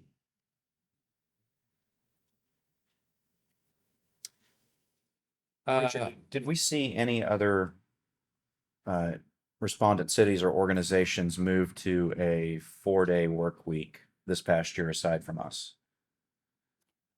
That you're aware of? None of the ones that we work with. What they have is most of them have they're working full 40-hour shifts, even if they went to a 4-day work week. So not a 9-hour shift. Some of them are doing 4 days and then a half day on Friday. Or 410s. That's right. But I have not seen anyone else go to a similarly situated situation that we did. So we set the stage for other people. And I've had a lot of people reach out and ask me lots and lots and lots and lots of questions, provided them with our information, but I have not seen one. That doesn't mean there isn't one. I just have not seen one.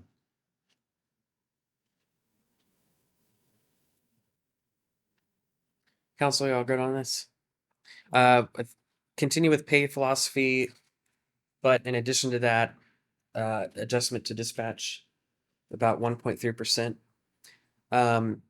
Look at implementing the language pay and reinstate tuition, and then come back for further discussion on the tuition reimbursement to discuss how that's going to look like and the cost. Richard, any costs for the language ways that involve employer, are you estimating how many? So I think we'll end up around 30. That's what I put in here. Yeah, the 14 on the phone list. That's right. And I figure there's probably at least 4, 5, or 6 others in police and 4, 5, 6 others in fire, maybe a little more, and maybe 1 or 2 in the city we don't. I think This thing, because they're not on the I phone. think you'll be surprised about how many there are in PD. I mean, There are a fair amount. we have in PD. What was the question? How many bilingual do you think we have in PD?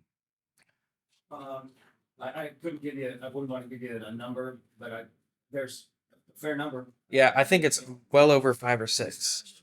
Record personnel. Yeah. Almost all of them speak Spanish, and quite a few officers and other languages as well. Yeah. I think there's probably 20, 25. in The PD. key is you only reimburse them if they're using it as a part of their regular ongoing job duties. So some of this has to be assessed. too. Gotcha. It's not Yeah. just because I can. So if someone's proficient in Mandarin, that's probably not going to apply. Unless we're using it. Right. And we might be, because I know sometimes there are a couple languages that we need help with from time to time, but you wouldn't just pay somebody because they can. You would pay it because they're doing it on our behalf as part of their ongoing regular Do you duties. think this is something that could be put into place mid-year so that we have time to study this and go through that, proficiency test, and then have the real number of people and then put it into place? Sure. Yeah. What do y'all think? I mean, that gives them more time to really study this program. Then by mid-year, we're ready to go. Because if we're going to start this in October, there's no way they're going to be able to. So here's the thing: if you fund it for us, we can start it whenever we're ready, Yeah, right? that's true. There's no obligation to start at October 1. It's not like the base salary. Right. So if you just fund us an amount, which if you're comfortable with 30,000, 30,000, I think. and is we'll reasonable. kind of update you as we're ready to implement. But I don't think we expect this to be something that's not Fair done enough. until probably mid-year-ish. So. Fair enough.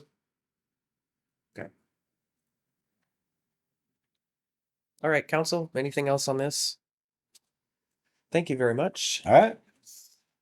What time is it? 9:40. We'll take let's take a 10-minute break. We'll come back to the 5-year CIP. So you'll just. All right, go we're with that back now. from our break. It is 9:53 and we're moving on to the 5-year CIP update with Manal and Ronnie. Yes. So we're gonna go through each item if that's how you want to do it, or unless you want to start with specific questions. I'm leaning on you, council, to see what is the best avenue for you to hear this information. Council, we've had this in our file for a while. Do y'all feel like we should go through every single item or just hit the ones that y'all have questions with? Maybe an overview, a brief overview, and then questions. Okay, so Ronnie can go through the capital projects, talking about the general fund for 20, the line items. We won't specifically delve into each one, and then from there we can talk also about the facilities as well, and we'll look at each title block and discuss those. So Ronnie and I will tag team through this. You want to take it away, and then I'll dive into the other ones. Yeah, too. these are from the GEO bonds Mhm. that were released in 21, and that gives us our funding for concrete pavement replacement. It also funds the Merritt Road Interconnector, which is the road that will connect Merritt there, and has been in much discussion. That has the piece that has Jackson Shaw on it. I believe that Got it. they're funding part of it. It's also funding part of the design for Miller Road and East Industrial Street. East Industrial Street was taken off there. If you notice, it's still on there. East Industrial Street is being done with the money we got from Fund. DAR. Correct. So, and then if you go down to the next block of, it's also general fund bonds, series GEO bonds, it talks about up there. It has the municipal facility in it, the animal services facility in it, and Hereford Park, which were approved by the voters this last year. So, and then the grant projects follow that, and that's the CDBG projects that are given to us by government money. Right, that's the federal HUD funding we've received. And then, of course, through that, we've subdivided how those would be disseminated through public facilities and public services. Recently had that. Right, we've already had that conversation, and you'll be hearing that at public hearing in August too. Yep. And then, as Ronnie mentioned, with some of those prior projects, we've got the props that were recently approved and what those allocations look like. And of course, the other roadway constructions that we've mentioned. And then even now down to our maintenance program. Our maintenance program, you see all the different categories there, and that mainly is funding all of the public works things that come out of public works, the enterprise leasing program, the foam injection for the streets, crack seal, and so on and so forth, all the way down through the 50/50 sidewalk program. It also funds the arts program, arts maintenance, park improvements, East Industrial DART reimbursement, which is the money that is going towards the that DART gave us for the road, and the sidewalk replacement that's income based. The part that's darkened out right there is monies that we expend every year for income based. Both the two top ones are income based. The next one's the income based, and the housing rehabilitation is income based. So those are. So question about the 50/50 sidewalk program. How much have we used already to date? 100%. All of it is. So clearly they're, it's being used. Yeah. How much do we think, I guess the better question is, when did we hit 100%? About a month and a half ago. So halfway through the year. So it's probably, if we're going to increase it, if that's what we want to do, it'd be 100,000. If we've already spent half, 50,000. We made it about 2/3 of the way to the year. If it was the end of May. Yeah, the budget, yeah.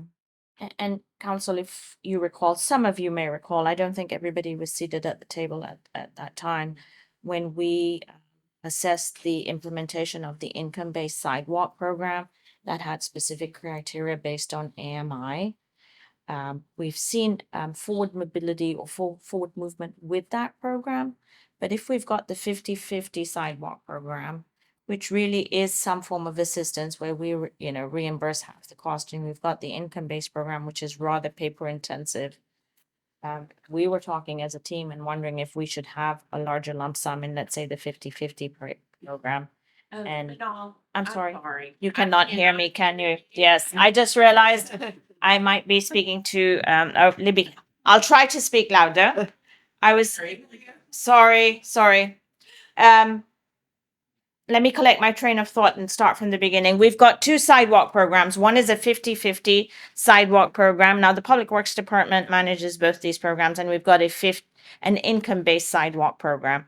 The income-based sidewalk program is a relatively new program where we have specific criteria or threshold depending on how much funding you would receive from the 50,000 allocation to repair or replace your sidewalk.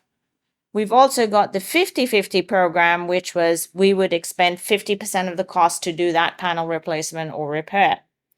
The thought is, given that the 50/50 program is extremely popular and we utilize those funds very, very rapidly. Now, we would execute on saying, yes, we will do this, we will perform the work X date. So there is a lag time in when you see the acceptance of versus the construction work. I understand that. With the income-based program, it is rather intensive in terms of paperwork and what have you. And we've not seen it to be as popular as was first envisioned. And the thought is if we can enhance the 50/50 sidewalk program and look at that option opposed to the income-based AMI threshold. Do you think that do you know how much has been used to date on the income-based sidewalk replacement? It's getting close to its limit too, but it takes a lot longer to do that one because of the paperwork. Even the 50/50 program, at some point in the future, I think we should probably have some type of discussion about some type of fee related to it. We go out on about 60, 80, or 100 calls and we get about 5 that actually take advantage of the program. Although those 5, multiply and we wind up using all the money. But if you look at that over time, we dedicate a person to go do that.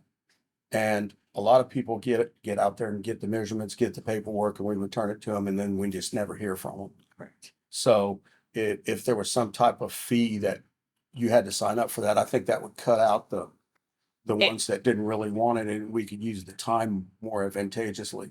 But both of these programs run out of money early in the year because the sidewalks are just needing repair in the city.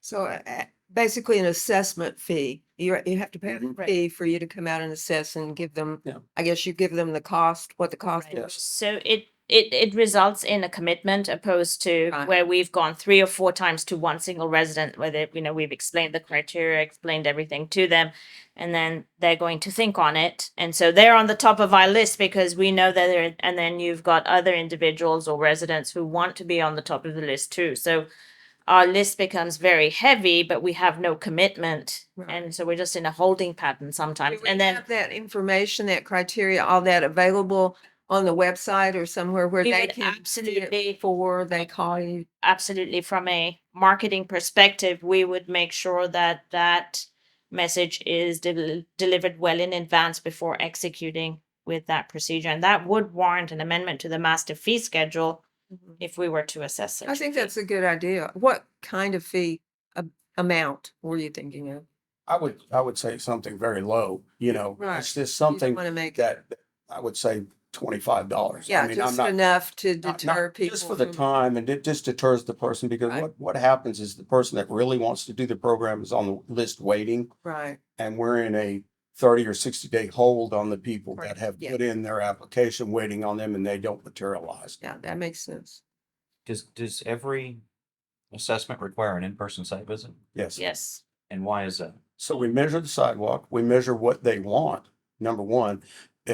If it was up to me, we would do property line to property line. But a lot of people are saying, I just want this small segment. Yes, and we try to deter that as much as we can, telling them if you just do this small segment, we'll be back next year again, doing the segments next to it. So we get pretty good responses on property line to property line. But we do occasionally have the ones that want to leave out the lead walk, you know, and I mean the part that goes down to the street for some reason or another. And, you know, that's what we're trying to deter, because that lead walk is always a mess. It seems like it'd be a lot more efficient to just say, that's the policy we have, is we do your entire sidewalk. That's part of the program, is we do your entire sidewalk. It doesn't require a site visit because we can look at a satellite image of your map and get a rough estimate. Yes. And most properties probably have about the same square footage of sidewalk, generally speaking. If excuse me, go ahead. No, Councilmember Winget, one thing we have to take into consideration, why do we conduct a field visit? Because if there is truly a trip hazard or a safety issue where there's buckling or a change, then we have to address that rather expeditiously. So that imagery would not assist. But the frontage of that, of the lot is definitely advantageous, because then we can absolutely correct for the frontage of that property, which you're referring to, which means if we had a combined pot of funding, then it would be easier to knock out the entire frontage of the property, because then it becomes a question of, well, I'm only willing to pay for one panel because I know that's the 50% that I can afford. But if you had a little more resource, then you're able to actually have a positive impact on a sidewalk improvement program, opposed to, you'll still piecemeal, but it would be less piecemealed. Now, see, I would say on my sidewalk, like, I need one panel lifted. And the people next door to me probably need a panel lifted. And I would think it would be more, we could get more sidewalk fixed if we just lifted the panel, each panel, instead of replacing property line to property line. Correct. And in addition to that, a very robust education program to help people understand why their sidewalk is sinking. If you don't water your trees, correct, it is very likely that your sidewalk is going to shrink. But how many people that are listening would know that that's the problem? Because I guarantee you, when I moved into my house, I had no idea. Not watering my tree will make my sidewalk fall down. Nobody told me. So I think that I would much prefer that we repair what needs to be repaired, and that means that maybe my whole street could get repaired, as opposed to $3,000 or $5,000 to replace my one sidewalk. correct. And I agree with Lisa on that. I think you should, if part of it is perfectly fine, I don't think we should make them. Correct. You're absolutely right, which is something Ronnie and I failed to bring up, is when we conduct that field inspection, we determine, is it a foam injection? Are we going to lift the sidewalk up, as you've mentioned, or that panel, or those two panels? Does it warrant replacement? Can we, shave down a piece of a lip that's extending that would prevent trip hazard? So all those factors come into play, and that's when that assessment happens to determine the cost. As it relates to community engagement and making sure that we deliver the message on, did you know if you did this, the life of your sidewalk would be extended? And those times, that's definitely something we can look into. Maybe we call it the sidewalk rehabilitation program. So- instead of a replacement program. Yes, Yes. correct. And So- that's what we've generally called it from. So bear with me on this. So concrete pavement repair. That is typically, my understanding, panel replacements on typically major thoroughfares. Yes. Yes. And those panel replacements are a full depth reclamation. And basically it's a brand new section of the road that could last up to 15 to 20 years. My suggestion is that we take out the 439,000, shift 50,000 of that to the 50/50 sidewalk program, shift about $200,000 to $300,000 to asphalt rehabilitation overlay, and the rest to the sign replacement pavement marking. Now, here's why it would be more strategic to do that, because concrete pavement replacement can be bonded. And we already do that. We do that $1 million a year out of the 2021 bond.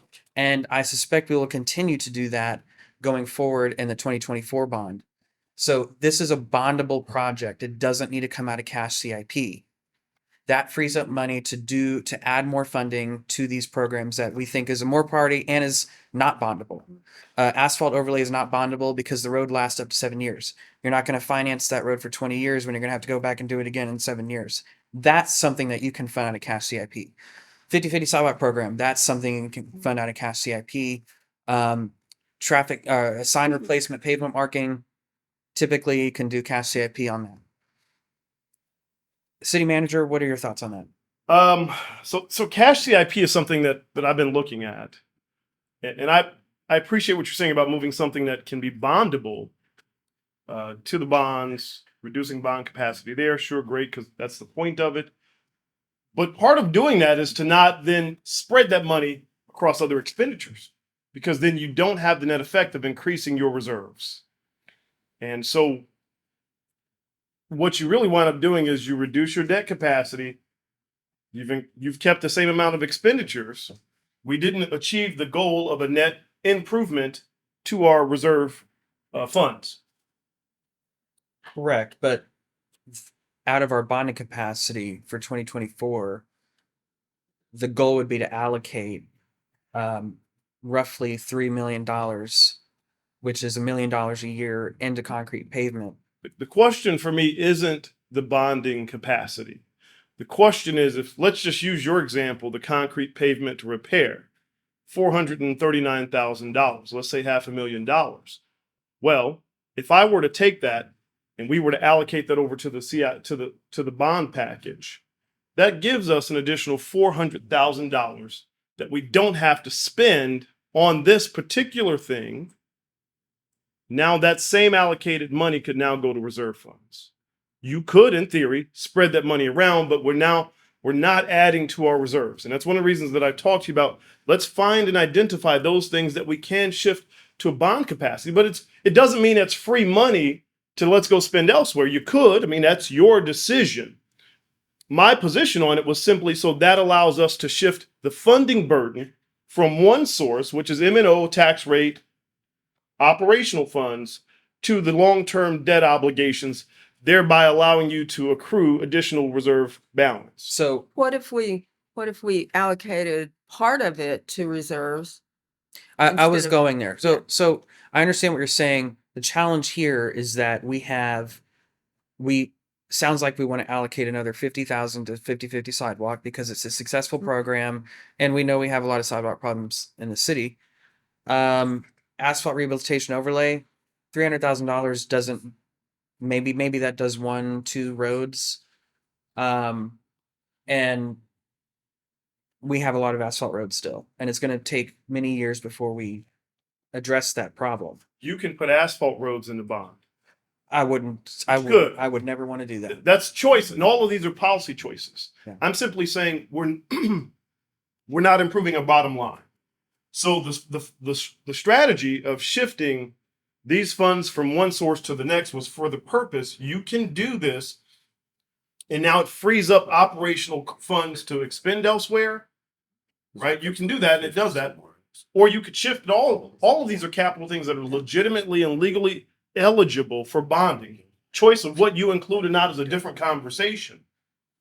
Well, it's more of a strategic question. Of Well, that's the point. what should be bondable, what shouldn't be. Well, Asphalt should not be. I don't know if I would respectfully agree with you there. Cities do it across the state. I don't think it's the right thing though. You don't finance something that's going to last 7 years. And I don't necessarily disagree, but if you do a 10-year note, you could argue that they are. I'm not a fan of asphalt. The point is, I don't want to argue about the asphalt because this is about the funding structure. That's all this conversation for me is about, the funding structure. You could pick any of these that legitimately qualify for X bond inclusion. But then if you spend that money, then we don't have the net impact of raising our reserves. That's the only point I'm making versus moving it over, irrespective of whichever of those categories it is, and then spending that money. We now didn't increase our reserves for a general fund. So understand what you're saying. Again, I go back to we're wanting to increase some of these funds. So how do we do that? Well, you only have so much money. Right. Now you can do this. So again, I'm not arguing against doing it. I'm offering my caution because that's what you pay me for, right? When I talked to you earlier today and I said, hey, there's some things we can do about shifting the funding. As you know, this is one of the things that we could do. We weren't going to propose doing it now. You can do it now. But remember, long term, and you actually get to decide what you think this impact is going to be. I'm just fulfilling my obligation to say to you that, remember, when you do this, this is part of that strategy we were going to implement to try to increase this fund balance. There is definitely a need for additional revenues. That can be done in a number of ways. It can be done by shifting some of this, having it off. Those are truly policy decisions. So I'm not injecting myself into that part of it. I'm just making sure that I'm being clear, because I said there's a strategy for increasing the fund balance, of which this is part of. And so thereby, by not moving that $400,000 to that reserve, by shifting this expenditure to the bonding, you're now basically reducing our ability to add to that fund balance.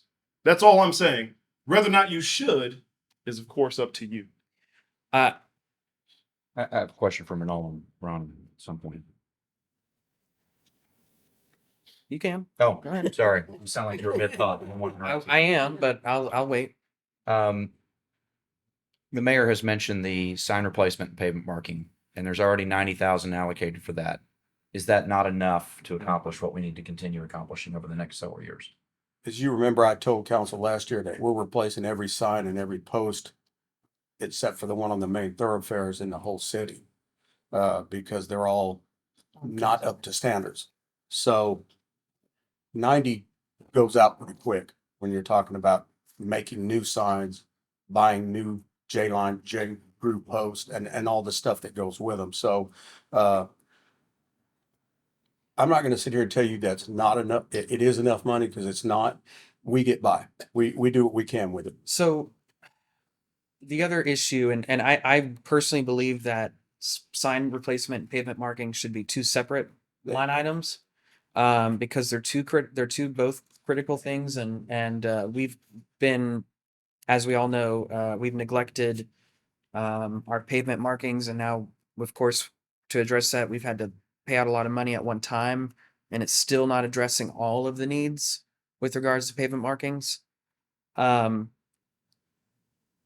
So my suggestion would actually be to separate those two items. That would be fine. How much of the 90,000 are you using on pavement marking, or are you using all of it for sign replacement? I can use that whole thing in one intersection. Pavement marking is not cheap. It's very expensive. So going through the process that we're going through right now, redoing everything in the city that you mandated, is going to take care of a lot of it. The thing is to keep up with it, not let it fall behind like it did. And I think, if you had 30 to 50 in pavement marking in there each year, and maybe 30, maybe to start off, just to give it to see where we're at, because this is going to cover a whole lot of Rowlett, the pavement marking that is being done. So all we're going to be doing is just doing, the odds and ends, and then the ones that don't get covered, which aren't going to be very many. So we can keep sign replacement at 90,000 and then $30,000 for pavement marking. Separate those two items. I think that would be a good place to start and see how it works. And we're going to be very frugal going out there marking stuff in the city anyway. Thank you. I have a quick question. Is there a map you can direct me to that shows me what is asphalt and what is concrete? I think there's a GIS map. Yeah, I think the GIS maps show asphalt and concrete. We will send you the link. Yeah. Thank you. I didn't realize we had that much asphalt. Well, yeah, unfortunately we do. And the problem is that $300,000 does maybe one or two roads. Maybe. And keep in mind, these roads need to be replaced every 7 years. There is $300,000 doesn't even scratch the surface. I remember we had to allocate $500,000 last year with excess reserves to asphalt because he couldn't do one project with this amount of money because of how much it would have cost. So because of inflation, price of labor, materials, the project cost of 300,000 may have been sufficient in previous years, but we've not grown that line item and since I can remember being on council, which is not keeping up with inflation. So I do think we have to increase that fund.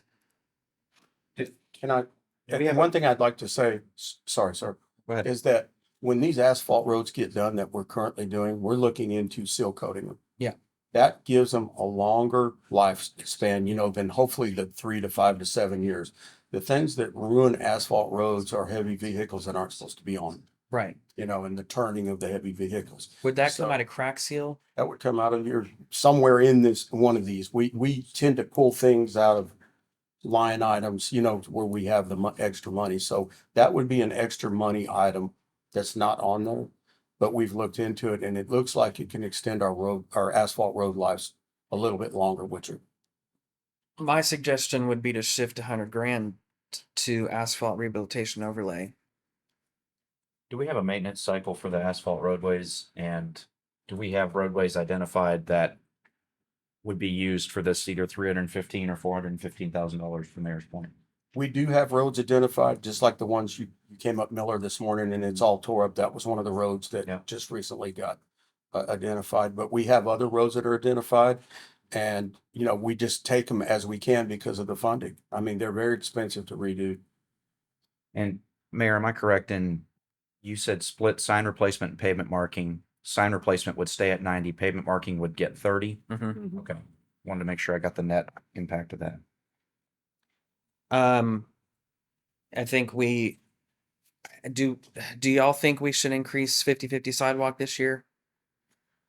Personally, No. with it being kind of more of a, I use this term loosely, discretionary item. Yeah, you're right. And the situation that we're in, I really have reservations about increasing it. I totally understand the need and I understand the frustration our residents have with their sidewalk maybe not being up to snuff.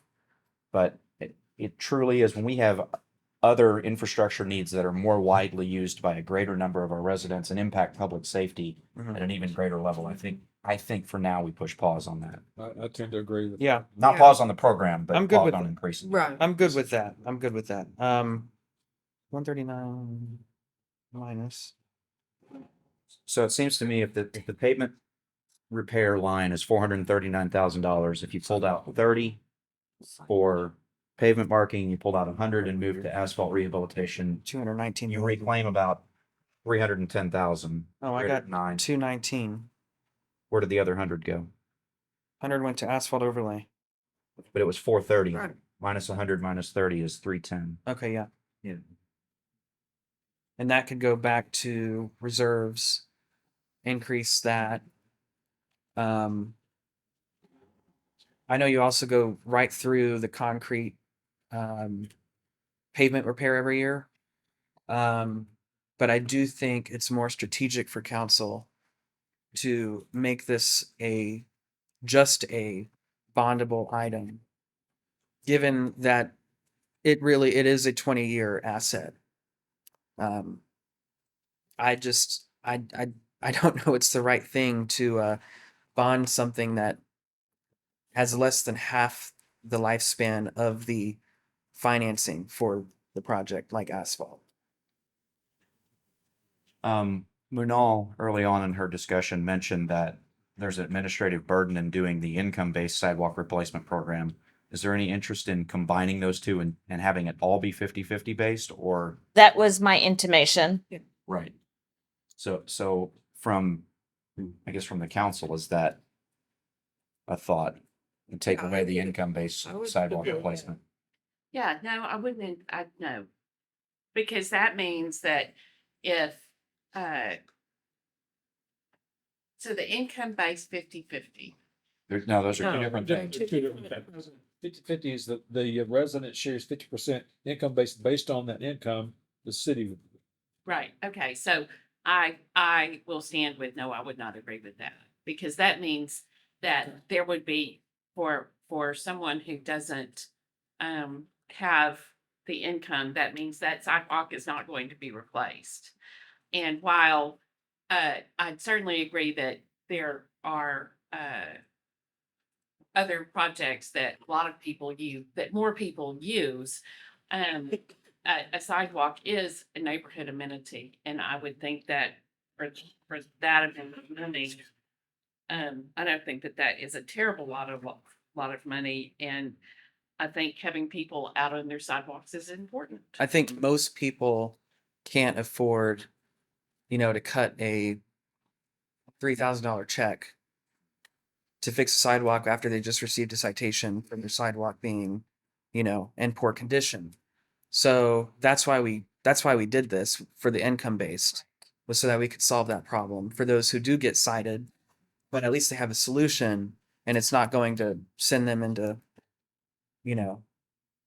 a negative balance. Yeah. And I agree. I'd like to reserve that opportunity for us to be able to do that for those. Yeah. 'Cause we've got a lot of folks that be able to cut that kind of check. Yeah, no, most people can't just, when they get a citation, say, okay, here's your, $3,000, So then $4,000. with the bad sidewalk because they can't. And their neighbors. It's not just them, Yeah. it's also that whole street. How many applications do we receive or have we received in the past 8 months?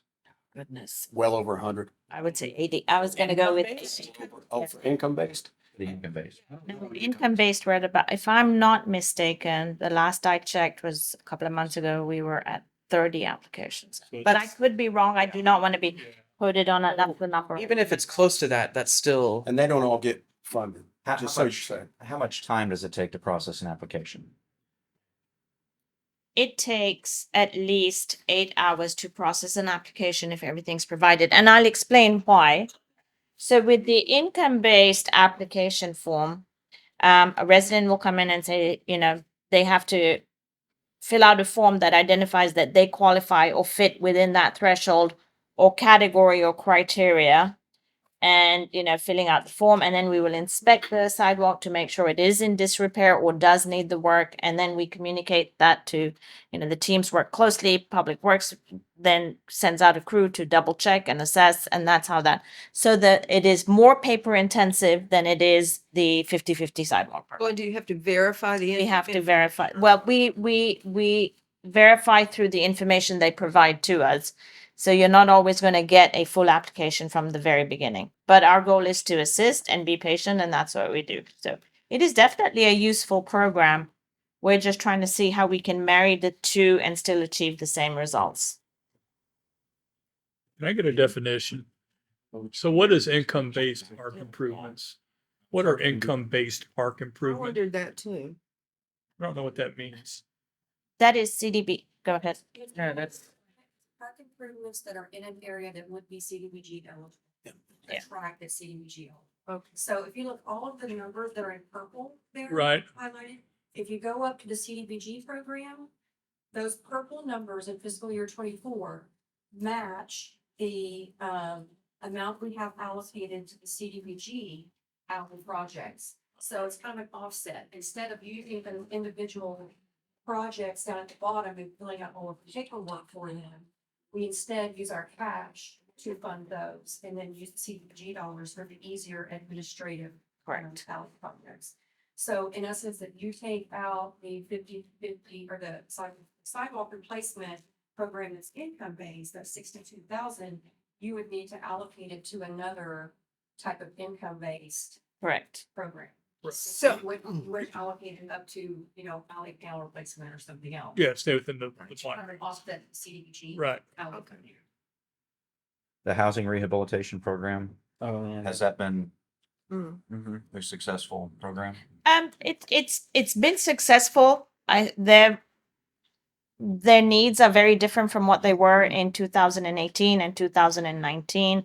They had a larger sum of money that they were working through, and their wish was to have a much lower allocation so they could actually achieve the modifications that they were making or the assistance they were providing. But it's been successful with Habitat, no doubt.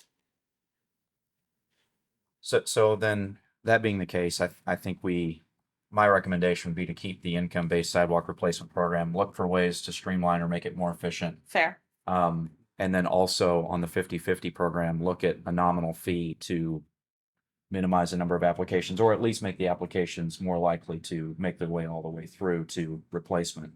Noted. If there's that administrative burden. Yeah, that's a good idea. I would be in favor of that, absolutely. And then look toward the future, toward increasing that 50/50. 50/50, correct. Yeah. And Mayor, can I add, I left out one thing on the concrete pavement repair. That's a primary funding mechanism for our concrete crew that we have, that's done over 100 concrete repairs this year. So if we cut that a lot, that will cut what they can do. That's where they get their funding from. And those are those individual places you see, like right here at the EOC, we had a place out here in the parking lot, they did that. Do they use all of the 430,000? No, they don't. So But they, how much do you think they use in concrete? a couple of 100,000 or more, you know, and that's just, remember, that's only been enacted this last year. If I could offer, just leave whatever amount you want there. Because really, if we can start shifting the burden next year, we'll be just fine. So if you want to parse it out like you've done and leave the balance there for that, I don't think there's irreparable harm. So that would leave about 309 in that account or in that fund. Correct. Council? Okay. The city manager says that's okay. Yeah. I just think that, you know, we're going to have additional conversation. Oh, yeah. So if any of this proves to be incorrect, you'll know. And Yeah. you'll come back. If Right. any of the assumptions we're making here today are wrong, I'll let you know and we'll come back and adjust. And that also next year we'll know what will be approved as the 24 bond. That gives us a better basis to make some of these decisions about shifting some cash CIP to bonds. So, okay. And council, if I can, I'd like to plant a seed about the arts maintenance program, the arts maintenance line item in particular. And I'm not suggesting that we make any change for the coming year, but for future years. This year, it's very likely that we will have to repowder coat one of the pieces. The piece at Fire Station 3 called the Responder. It was apparently very routinely hit with sprinkler heads, and the powder coating is very dull. So there's work underway by our library services manager who's working on getting that repowder coated. But that's going to essentially probably eat up the entire maintenance budget for this year, or a good portion of it. And with the number of pieces that we have and what we've quoted in the past, we're essentially, 10,000 is going to be pushing the envelope of what we can actually accomplish in a year. And the maintenance of these pieces ideally needs to happen twice a year, particularly the Spirit of Rowlett sculpture, which is painted and not powder coated. It requires more frequent attention. And then the bronze pieces that we have, both in front of the library as well as the Synergy piece at Veterans Park. And then the forthcoming piece that we'll have at Fire Station 2 right out front here will require some attention as well once we get a maintenance program for it. So in the future, we might want to look at what we need to do to increase that funding, because they are capital assets of the city and we need to make sure we carefully. I think in the future too, when we fund these art pieces, we need to look at what their maintenance cost is going to be, the different types. Absolutely. I know that the Arts and Humanities Commission is in the process of drafting a public art program that would identify all the policies that we put in place when a piece is accepted. Part of that being maintenance, Good. a good understanding of the maintenance schedule and requirements and what that cost might look like. We do put the maintenance out for bid, and that within the bounds of what the piece is, what is required for the piece. It could be waxing, it could just be a general cleaning. We try to maintain that. It's challenging with the funding that we have, but I know that you often, or the commission often asks for public input on which pieces they want to choose. And, the public tends to just go by, that's the one that looks good. without considering that. That's something we absolutely need to consider. And honestly, powder coated pieces are great because the powder coated tends to last a long time. Right. This one piece in particular, just being in front of Fire Station 3 and consideration was not given for which way the sprinkler heads were going when it was Has done. that been adjusted, the sprinkler? It will be adjusted as part of it. Yeah. Has been done. Oh, okay. Before we move forward from this section, I just want to recap, and make sure I got this right. We're going to remove the 439,158 from the concrete. No. No, not him. Reduce. Reduce. We're only going to reduce it. It's going to basically end up being $309,000. Okay, I thought we were going to keep that in general fund. Well, yeah, we've changed our mind. So we're going to take 130,000 out of it, 100,000 towards asphalt overlay, and then 30,000 towards the. Pavement marking. Yeah. And we're Well, gonna we- split We the need two. to separate, yeah, Right. yeah, separating sign replacement, that's gonna be 90,000. Pavement markings will be on its own list, and that's 30,000. I think it's important those two are distinctly separated so we can track. That's the rest. And to that end, Ronnie, I know you mentioned that when you have a need, you kind of go where the money is to make it happen, but if we can better delineate where this money's coming from so we can identify for future needs, because if we're running out of money in the fund consistently, but supplementing that with a different fund, we don't really know what the need of that fund is. Exactly. We normally do that in our concrete and our asphalt, but on our other line items, they pretty stuck in there. Are we good on this part, council, the general fund maintenance program? We are. I wanted to Yeah. jump back up if I could quickly to the three bonding items, the general fund, the ones that basically got approved during the last election. It looks like about 10% is approved for the first year's funding. That's all for design. Is that correct? Correct. And okay. Okay. That's all. Okay, now the utility fund. Yeah, Sorry. go ahead. So facility improvements is $200,000. And is that a reasonable amount for facility improvements? Because I think that we need to seriously look at what it costs. It costs so much more to nip a problem in the bud than it does to let it fester. So I'm very concerned that facility improvement number is not big enough. I think we allow some further evaluation on our facilities maintenance program and then come back to that next year to see if we do need additional funding there. Yes. Mayor, let me just give you a quick update on what facilities maintenance is. Facilities maintenance was set aside a couple of years ago by Brian to address specific items in the facility. It doesn't tie into our facilities maintenance program at all. This is for like redoing something at the police station, where a capital improvement at the police station, or a capital improvement at another building, the coil house, for example, those type of things. Window replacement. Window replacement, which those windows will be in probably at the end of August. So those are all projects that were picked by staff back then, and we look at Not maintenance, more Yeah. renovation. Yeah, I was gonna ask Renovation if projects are- improvements was the same as maintenance. with the age of the buildings we have right now, to say 200 is enough, it's not. Oh, yeah. But we pick the project strategically and we try to needle them down as much as we can to a budget to where we can get more than one project in a year. Right now, the police department, our fire department's, building is going through a renovation, or will start going through a renovation, $179,000 renovation out of that 200. That was one project, that ate up the majority of the money. So, some of the coil house money just got spent, and it was over a 3 or 4 year period. So the window replacement was doled out over a 2 year period. So that 200 is what you have to look at and say, this is what I want to do inside any of my facilities. I know. Understood. That Makes is not sense. maintenance. Right. Makes sense.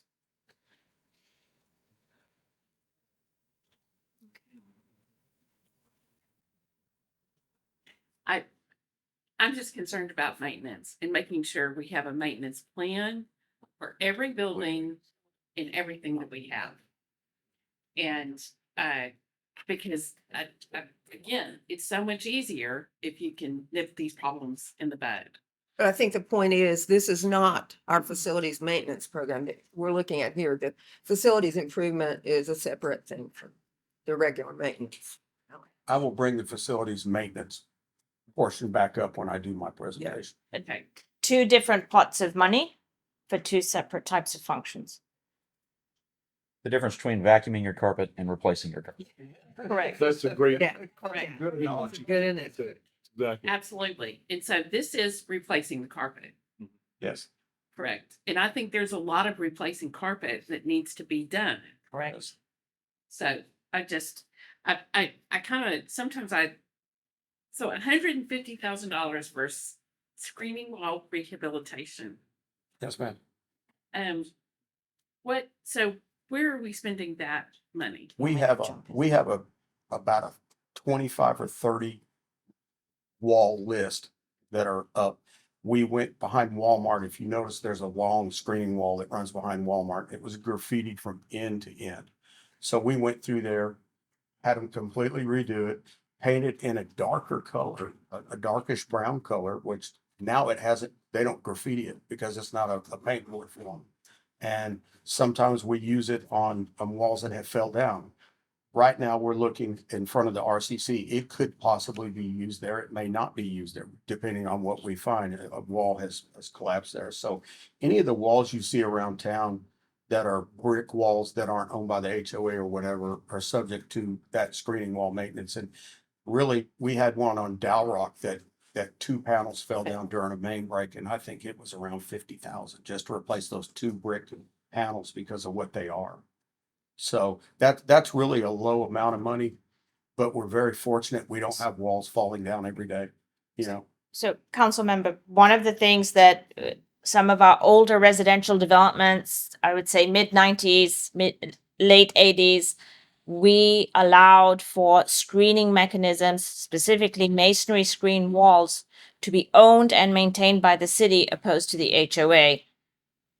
And what's happened is a lot of that frontage along Dalrock Road, a lot of other frontage properties, we have seen that we are to own and maintain those walls. And the purpose of this line item was to develop a strategy and start determining how to improve and what can be done to minimize the impact of this old and failing infrastructure as well. And there was one entire section of wall, I mean, entire of it, down Miller that was fully replaced with this fund. So that kind of stuff happens. Car crashes. Yep. Has there ever been any thought given to removing them? I was gonna say, is there a mechanism to either remove them or change them to a different type of material? You can always change the Like a material, fence or something. but have we given any thought to that? With this alignment, yes, absolutely. We're assessing alternative mechanisms to ensure that we do have the separation of right of way versus neighborhood and determine what is the safe and best practice. That's what we're looking into right now. Maybe allowing some other way to mute Sufficient screening. sufficiently, right? And some of them are sound versus screening on alleys. You know, you have rear entries and some of those, especially along Miller and that, you know, that wall, if it was down and let's just say we used a live screening wall, you could see right into those folks. Yeah, that's why I would use caution and how you applied using a different product, because sometimes the brick wall may be the most necessary product for the long term. So So is that brick wall that goes down Kirby in that neighborhood, is that part of that as well? Yes. Because that seems like that's always falling down. I don't know if it's the soil or what. Around here with the expansive clays, it is. So There has been a shift away from masonry screening Correct. walls because of the soils here. They fell at an inordinate rate, and so builders, developers, and cities are moving away from the large masonry screening walls and moving to alternate materials that accomplish the same. You can do combination of a berm, for example, if you have the sufficient ratio for the slope and those types of elements. So we will be assessing that now. Yeah, it seems like they just replaced a good section of that wall on Kirby last year, and then now there's like another big section that is down. So. and you could replace it with a nice wood fence. You know. But to the point, I think we're assessing that. Correct. We're going through that. So now the screening wall that's on Dow Rock, the live screen wall, Oh, is that going to be, that's Parks. well, I don't know who, that's my question. Yeah. When is that gonna be addressed? That's a live screening wall, which was, it comes out of a whole different funding mechanism than this. And I believe that is Parks that does that. Aaron is nodding back there too, so he'll be able to assist. Is that part? About right. So. Talk loud. Yes, we are currently devising a plan. It's recommended that we don't plant anything right now because of the heat. Yes. So it's going to be a fall project. So the guys have started kind of thinking about what they're gonna fill in those areas to make those improvements as well as fix the irrigation. So it is on our radar, it is on the list, and hopefully in the fall we can get that taken. My question is, why is a brick wall in this and a live screen wall in Parks? They are both screening mechanisms. And so I do think that the funding for Dow Rock should be out of this and not out of the Parks maintenance. So in fairness, many years ago, there was a portion of the tax amount, and you may remember exactly, Mayor, what that was. Todd Gattell was the mayor at the time. He specifically set that aside to move toward some screening wall, some live screening walls, was funded through Parks to be able to do that. With that, Parks just assumed the maintenance of those as we went forward. This has always been a completely separate line item that was for the masonry walls or different other walls around town, but there were specific dollars. I don't know if there is still funding in that original screening wall. There was a little bit that we used over time for maintenance that continued to kind of filter in. But that is why there were two different ones and how one became just masonry and one was live screening. Well, it makes sense to me because Parks takes care of landscaping and plants and trees and so forth, and this is a plant. So Just a little bit of history of how it was set up the way it was set up.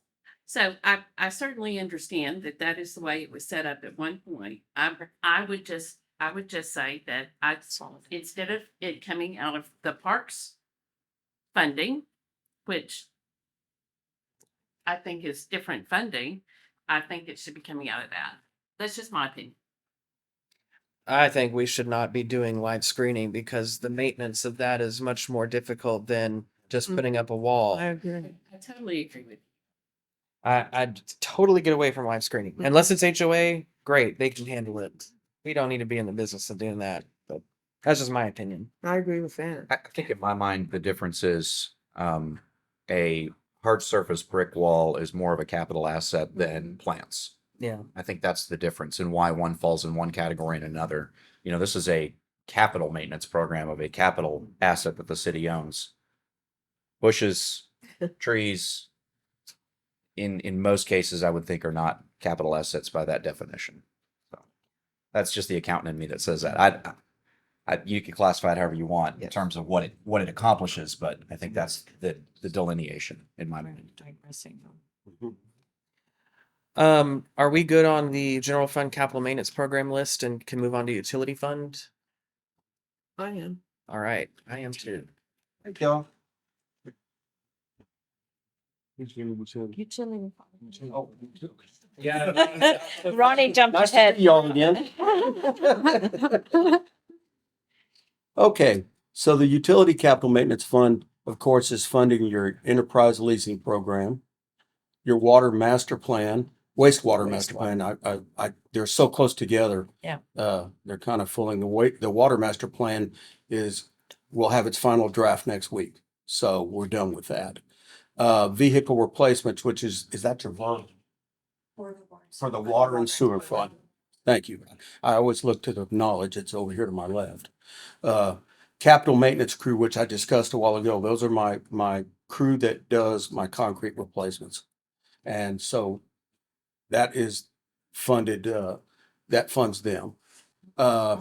Lift and pump stations, that's just repairs and maintenance on the pump stations. We are not slated, it looks like, for sanitary sewer evaluation till 26. Manhole rehab and SCADA and so on and so forth, all the way down there. Meter replacement is in there, as you noticed. And then down near the end, tower and tank maintenance. I know that could possibly be a question for you, why it's so much this coming year. At our main pump station on, well, I just drew a blank. That's what I'm trying to remember, the street name. Anyway, our main pump station that has our high and low pumps in it, we have a failure of one of our ground storage tanks. Castle Drive? Castle Drive, thank you, sir. So we have a failure of one of our what, huh? Our elevated, our ground storage tanks, it had a beam fall in the roof this last year. All right, it's still fine as far as water consumption out of it and everything, but it's something that we have to address immediately. So it has been looked at by the engineers. It is being vetted and put out and bid to be repaired. If you remember a few years back, its sister tank right next to it had the exact same thing happen to it. So this one we caught a little bit earlier, going in and doing our yearly maintenance through a video. So that's why that has been increased to 400,000 versus the other years. We inspected the other beams within the tank. Yes, they have all been inspected at this point. So when they take that tank down, they'll redo all of the beams and everything that's necessary in it. Normally we'll find holes in the floor and stuff like that. I mean, it's just stuff that go along with steel tanks. So when we put that 400,000 in there, we use that estimate from the last tank. Did you say holes in where? In the floor. The floor where? In the floor of the tank. They're steel tanks, so they get pitting in them and they start, getting holes in them and stuff, and they take care of all that while they're in there. And recoat it. Does that affect water quality? No, sir. Okay. Not at all. If it affected water quality, it wouldn't be online right now. No. The next three are elevated storage tank paintings, which Cheezel will be our first one in 2025. I don't think it's been painted since they put it up. And those are quite expensive. You start getting into them. And I know I've already heard that they want the logo painted on the one that faces the high school logo. So that'll be part of. If they're going to pay for it. Yes. Okay. That's the one across George Bush. Yeah. Okay. So, and then our geo project water and sewer components, that's in there. So this really funds a lot of the stuff we do in public works for the most part. Question. So we've talked previously about the magnesia hydroxide for our lift stations. Yes. That eats acid and also that in essence eats the smell.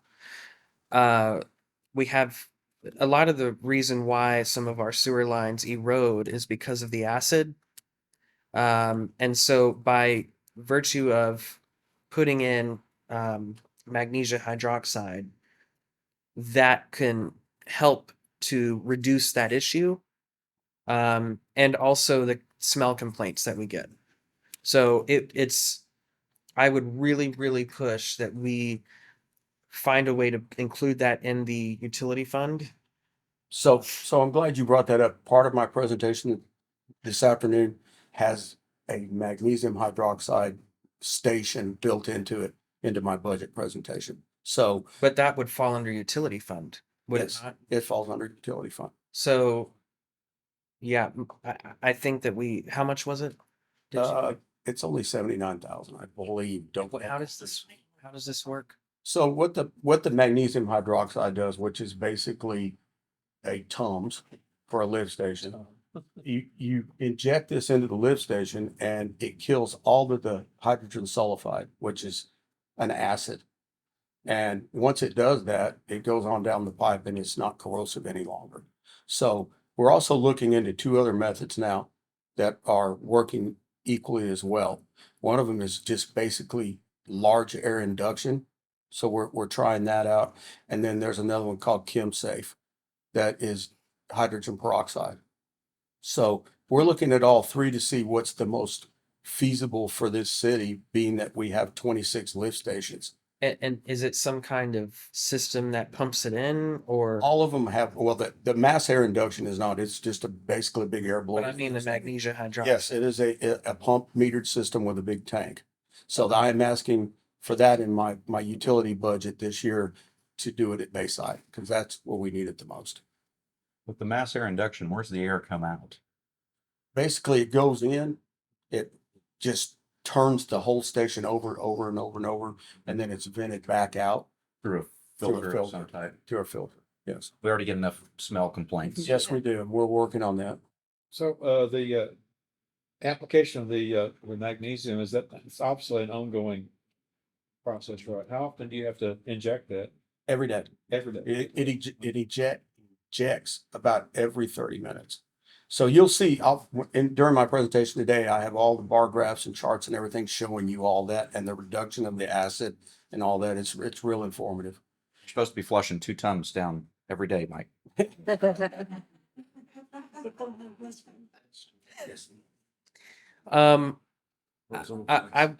I would $79,000.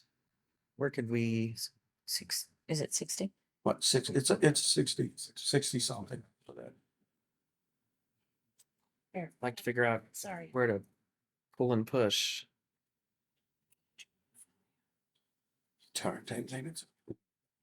What if we just tell you we want it in the utility fund and you figure it out? That's the easier way to do Yeah. it. Okay. Please. Let's do that. Y'all figure it out. Thank you. There you go. Yeah. All right. Anything else on the utility fund capital maintenance program?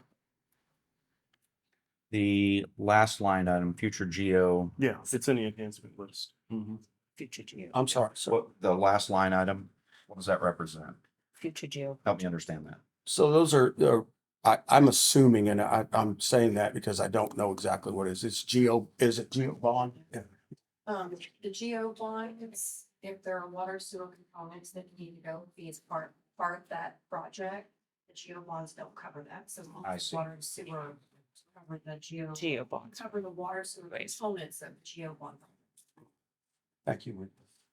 So how do we arrive at those numbers? Are those based on historical trends? They were as capital leases and other savings. We just kind of apply it there because it's an unknown in the next bond election. We don't know which projects are gonna be approved. So in each one of those years, we anticipate savings in the CIP program from one source or another, and we just kind of put it in there as a plug number.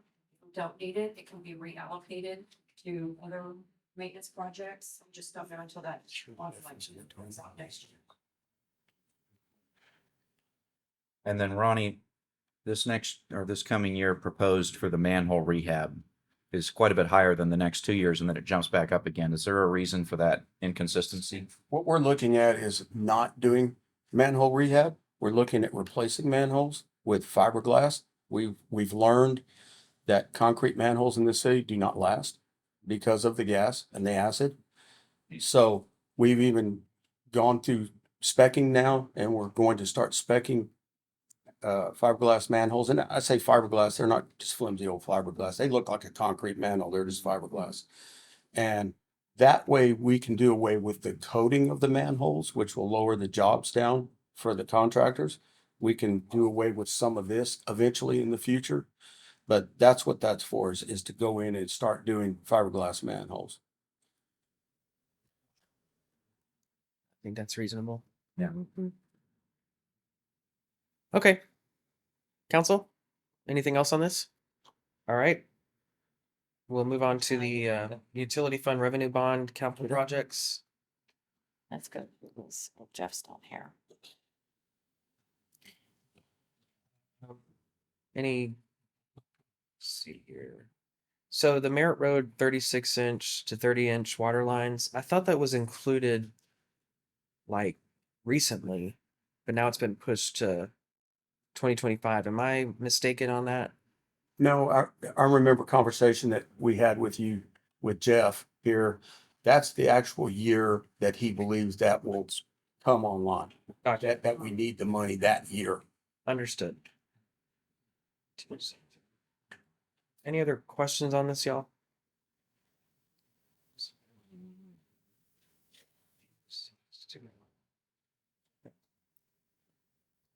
I don't.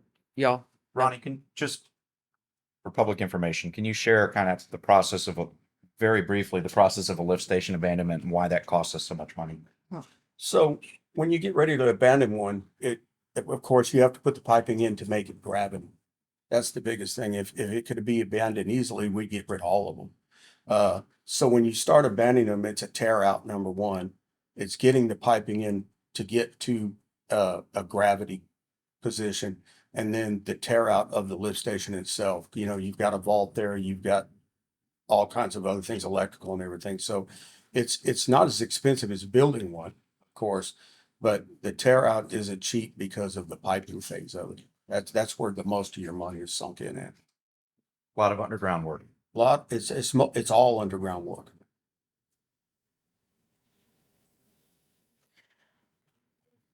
okay.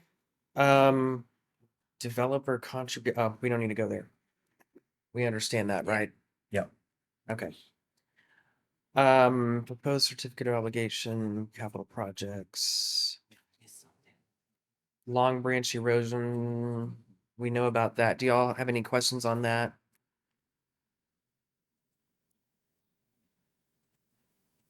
We're not doing any of those projects for quite a while. Right. And what is the status of that, of the Long Branch erosion control? I mean, for 2023, did they finish the part that they were planning on? The study was completed and we've picked an option to make conduct the necessary remediation. The whole row has. And particularly behind the Long Branch apartment complex, for lack of a better name. Is the city responsible for both sides of that? You know what I'm talking about? The residences of. Yes. Yes. So no, this is actually at, this component of the study is actually at, I wish I had an aerial. Further It's south. south of Miller, And And- east of Rowlett Road. correct, Okay. right, And it runs behind Scott Drive. correct.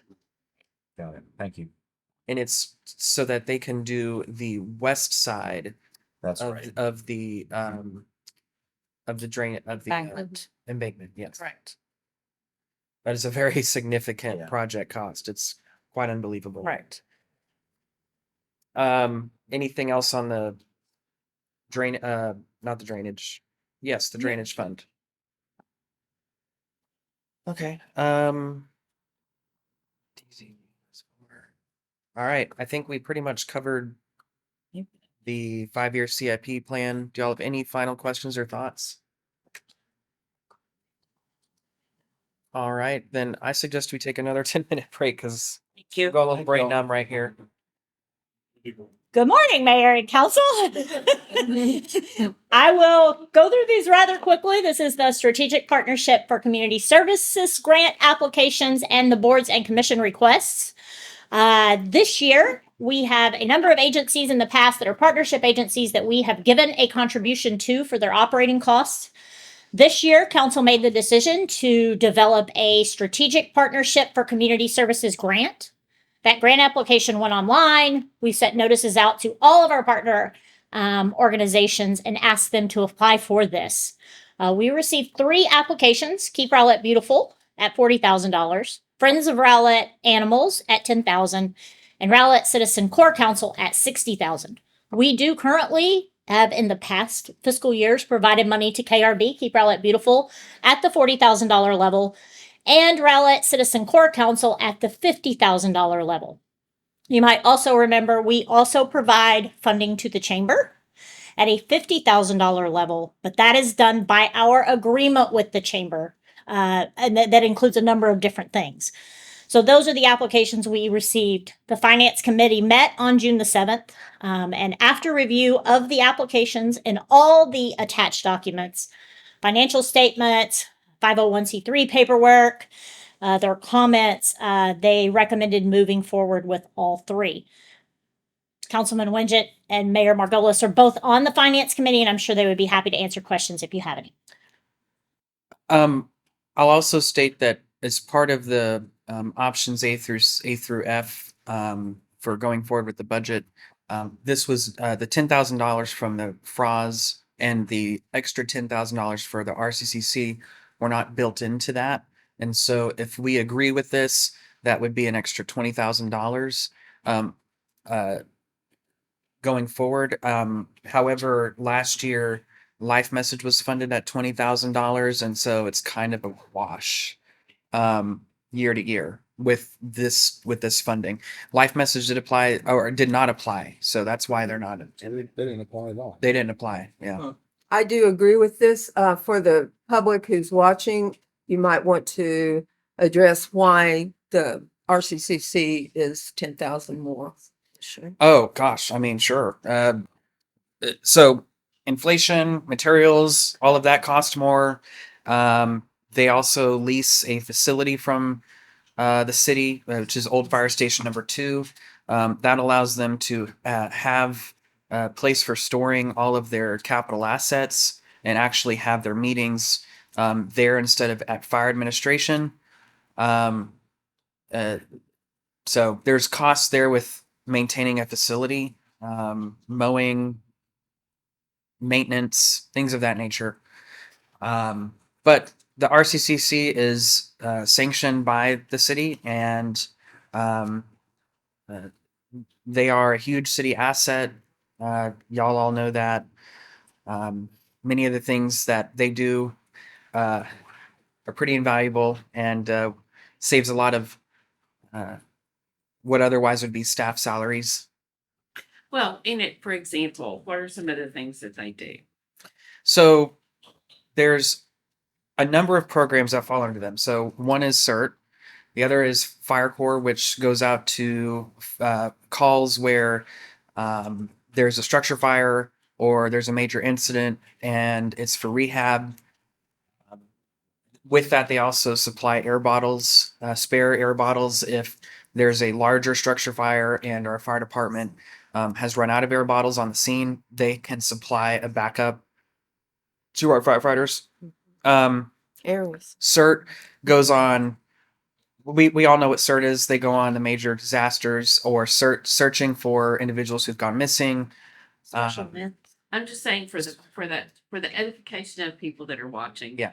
You know, as the tornado went through my neighborhood, I can guarantee you that having CERT there was really, really CERT was there that same night, almost immediately after. I think that funding it at that level is awesome. Yeah, $60,000 is a big bang for our buck. You know. For the number of volunteer hours that we get. Absolutely. Yeah. Yes. One of the things they do an excellent job is they manage their Explorer program. Yeah, I was getting there. Yeah, so Nationally recognized as well as we get explorers from all over the state here. Just a few months ago, we had the Explorer games.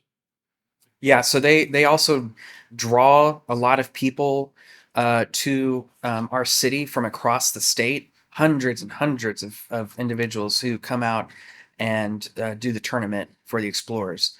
So it's Fire Corps, CERT, Explorers, Aries, and Scouts that are under the RCCC umbrella. Oh, and East Tech CERT as well are under the RCCC umbrella.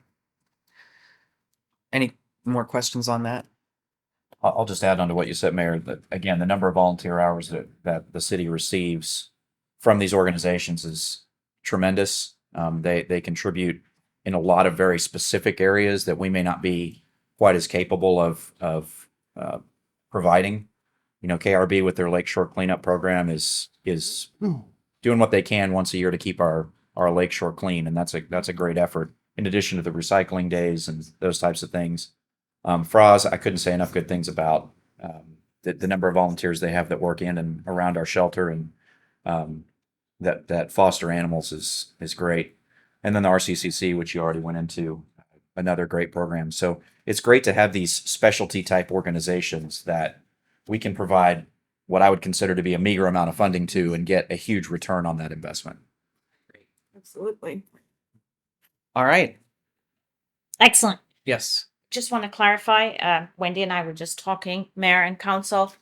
The Life Message line item, it would not be an offset. One, it's not funded in 2024, and two, it was a CDBG offset. And these are not CDBG. So I just want to Understood. clarify. It did come out of the general fund last year. Yes, yes, It did, but it was the It CDBG would- offset. Right. It was one of those purple programs. so, Yeah. on the spread, right. And we could reduce the cash funded outlays by 20,000. No. And that would be the offset, but the life message is a million offset. So this would be an additional request. Yeah, and I was Just trying wanna to put it into clarify. perspective that Okay. Got it. Okay. Wanted us Yeah. to. No, no, not at all. No. Okay, the next group is the board and commission. So as you know, we have a number of boards who have made additional requests. We have a couple that have requested the same amount they've had in the past, and we'll talk about that very briefly as well. The RDEIC has asked for some additional money to do events. The Martin Luther King Day Parade, the Juneteenth event and pageant, and the Pride event. Can I also add some clarity here? So this year, staff is more proactive in that before the funding requests were just for the events themselves and not the staffing as a result of them. And instead, the staffing costs would have to come out of overtime. And so this was a more strategic approach, which was to include pretty much all the funding that an event would cost. This is how much it is. And so most of that money you see requested there is staff overtime that would have otherwise just come out of the general fund and it wouldn't have been shown here. I just wanted to provide that perspective. So this is totals right at $30,000. The Golf Advisory Board request, we talked a little bit about this earlier in the year. They repeated their request this year for $150,000. You can see there their list of projects that have been the golf board's prioritized list of projects for a number of years. You will also see that we have several either in process or that are completed. So they have been ticking away at these projects with the money that they get for each year. They will, over the summer, late summer, August is their next meeting, start reprioritizing whatever funding they have going forward from there. Arts and Humanities Commission, this is simply an increase to their budget request. They are asking for $5,000 increase in their budget. $1,400 will go to prizes and judging fees for the contests that they administer. $950 for Rowlett Sings. $2,000 for the Gary Alexander Arts in Education Cultural Arts Grant. $650 for award ribbons and polo shirts and badges. And then the continued support at $50,000 of the public art program, Which is in the cash CIP. which is in the cash CIP, and that is something we have done in the past. Parks, this is just continuing their request. They received $4,000 last year. This is just to continue that request for marketing materials, promotional giveaways at events, refreshments, meetings, Youth Advisory Council. Also, I believe this is what they had last year, $7,300, Youth Advisory Summit Trip, Special Event Council expenses. This is a budget increase. So in the last year, the Rowlett Police Department has taken I'm not sure what the right word is, from the RCCC, our Volunteer and Police Service Program. And Mike assumed that, Chief Denning assumed that into his budget and into his operations. And with that, they are giving up a small grant that they received from the RCCC in either $1,000 or $2,000. So what they are asking for that program is a budget increase of $5,000. They currently have 32 VIPs. They're actively recruiting. The police team has made some significant changes in how this program works and how you become a member of it. They are expanding their tasks. They volunteered about 4,100 hours in 2022. That's a value of $115,000. They've expanded their duties outside of just, we also receive some money for DART for this. They do ADA parking enforcement in the DART parking lot and different city facilities. Vehicle inspections and maintenance, they've been helping the police department with that, doing house watches. If you don't know, we have a program where if you go on vacation, and I just saw a promotion for this the other day on your Facebook page, Chief. If you go on vacation, you can register your house and VIPs kind of keeps an eye on it while you're gone. The handicap parking enforcement, they also work special events. If you attended Fireworks on Main, many of you saw them there right at the gate, first off the bat, directing traffic. And then, of course, the DART. And DART does contribute $5,000 to this program. This would just be an additional $5,000. It pays for uniforms, it pays for events, it pays for food, it pays for all the good stuff that they do for us. And then you have other boards that have continued to get money. Seniors, for example, seniors are continuing their golf cart program and their DART Pass program as well. So can we start from the first board and commission request and then Yes, move on? we from absolutely there? can. Council, I guess we're gonna just go A through. breakdown of how much of this is that overtime? There is a breakdown somewhere. I don't know where it is. Do we? I'm sorry. Do we have a breakdown of Missed the question. costs of what How is? much of this is that overtime and how much is I comparable to their previous board request? do. Do we know what they requested last year for these? Wendy may have it. Diana might know. What they currently get, I don't know. Our current request was $4,000. Okay. Okay. So this would be really just the additional staff. Okay, the rest, other than 4,000 would be Yeah. the staff. It really is majority staff time. So Okay. security, event security, Right, things of that nature. right. We were spending it before. It's just. We're coming spending out it of a before. different- It's coming out of overtime unbudgeted. It's basically what's Gotcha. happening. But so the intent is, Diana, the intent is to expand at least the Martin Luther King event because was not a parade previously, correct? Yes. Right. It wasn't a parade last year. Right. That would be an expansion because the additional staff and security. Now, if you didn't want it to be a parade, but and council y'all wanted to keep it as the event it was last year, that would significantly reduce that amount because you wouldn't have to have all of the security and traffic control and public works team out there blocking for a parade route. That's y'all's decision.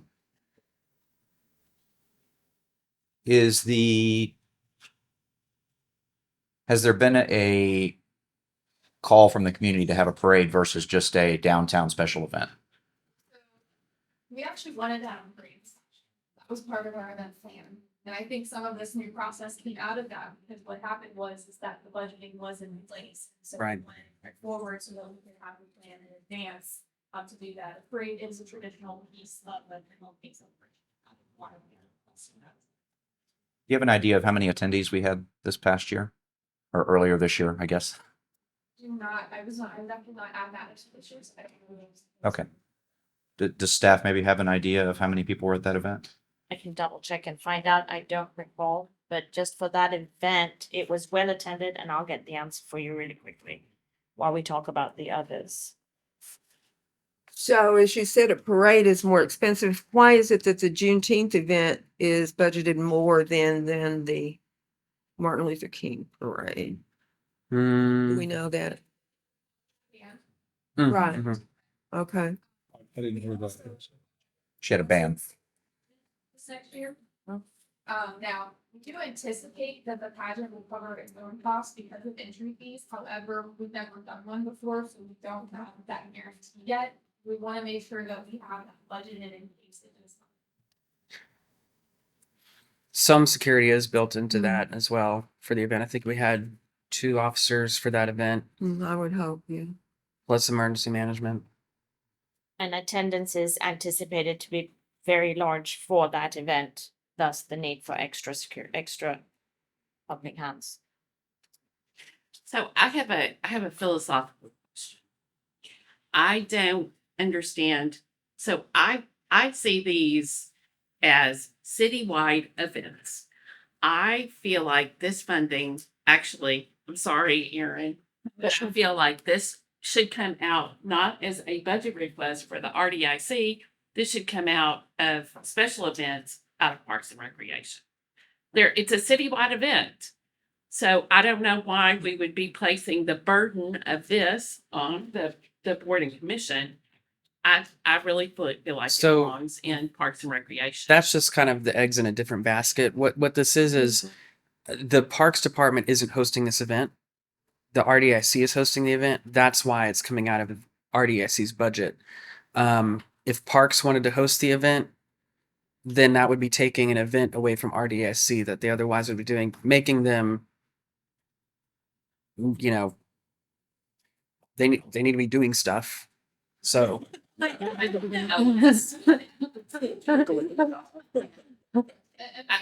we would be more than happy to partner with Parks and Recreation. I think ultimately that would be the goal, is that these would be transitioned to become city event.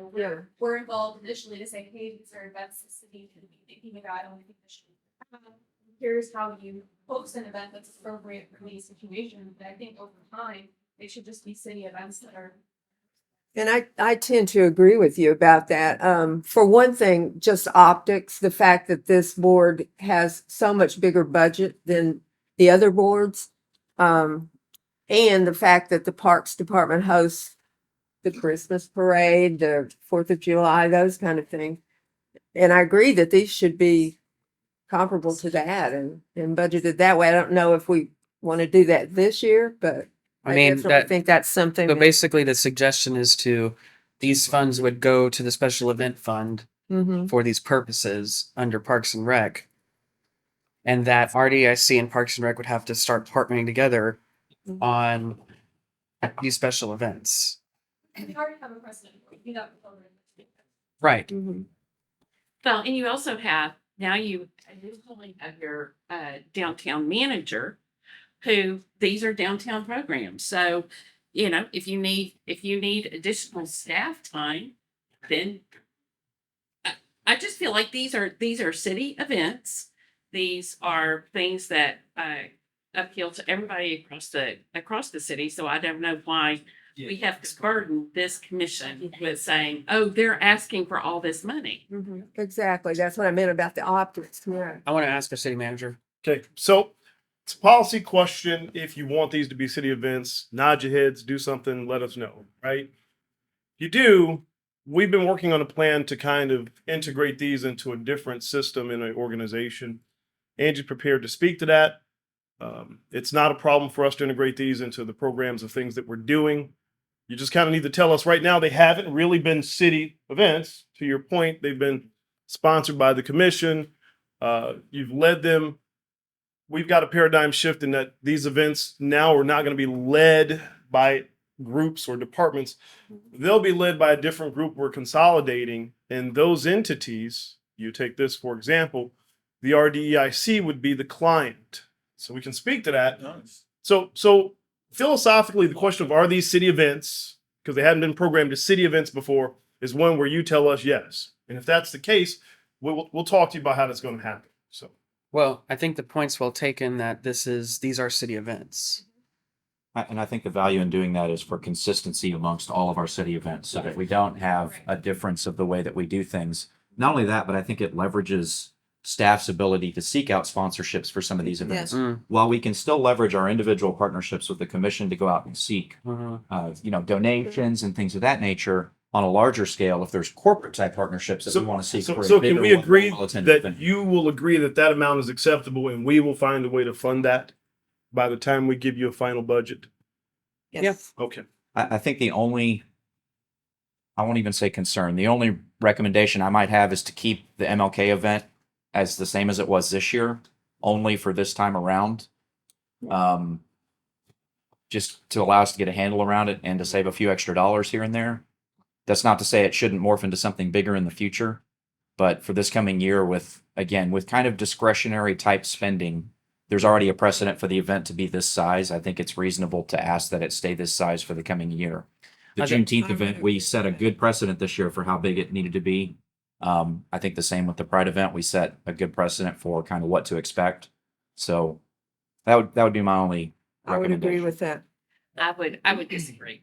I believe that it is an important thing to do, but respectfully, I would disagree. I think $11,000 is not that big of a hit.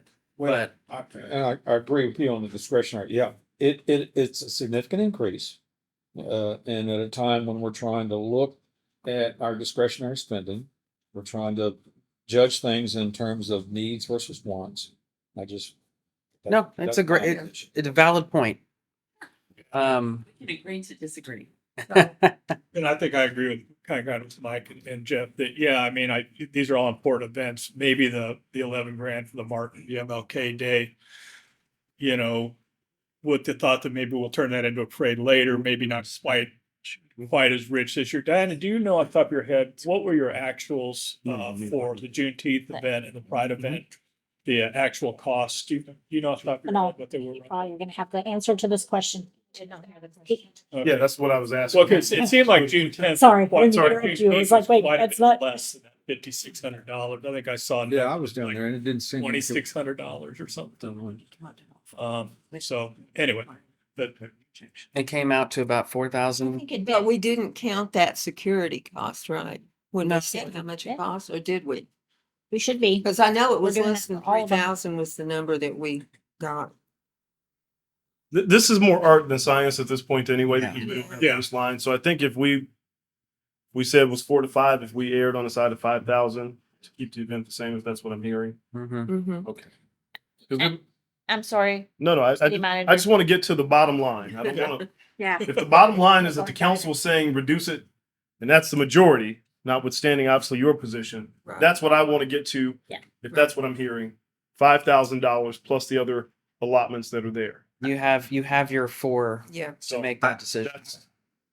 That said, I would like to hear Diana's take on that, if that's a reasonable request or if you absolutely think that a parade is the better way to go.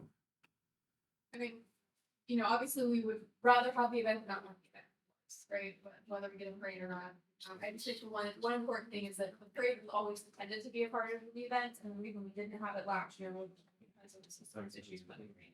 So it was never intended to be an event. So with that being the case, I think staff can work out amongst all the special event funding that includes all the special events that we do. If a parade can happen, we could do a parade. If it doesn't fit within the budgetary constraints of the special events fund overall, then So you're putting that policy decision back Yeah, on David staff, and I don't wanted want that. an answer. I mean, very candid. If you want a parade, you fund a parade, we're going to make it happen. Or if you tell me make a parade happen, I'll find the money somewhere. Even if you only give me 5,000, maybe we'll do the best we can. I just need clear direction about what that event is. No different than any of the other city events that we do. Mhm. Well, I don't want to be putting staff into making political decisions. Yes, sir. I appreciate That's our that. job. Yeah. So council, I think I understand y'all would rather maintain it as a, pretty much duplicate the event as what it was this year instead of the parade.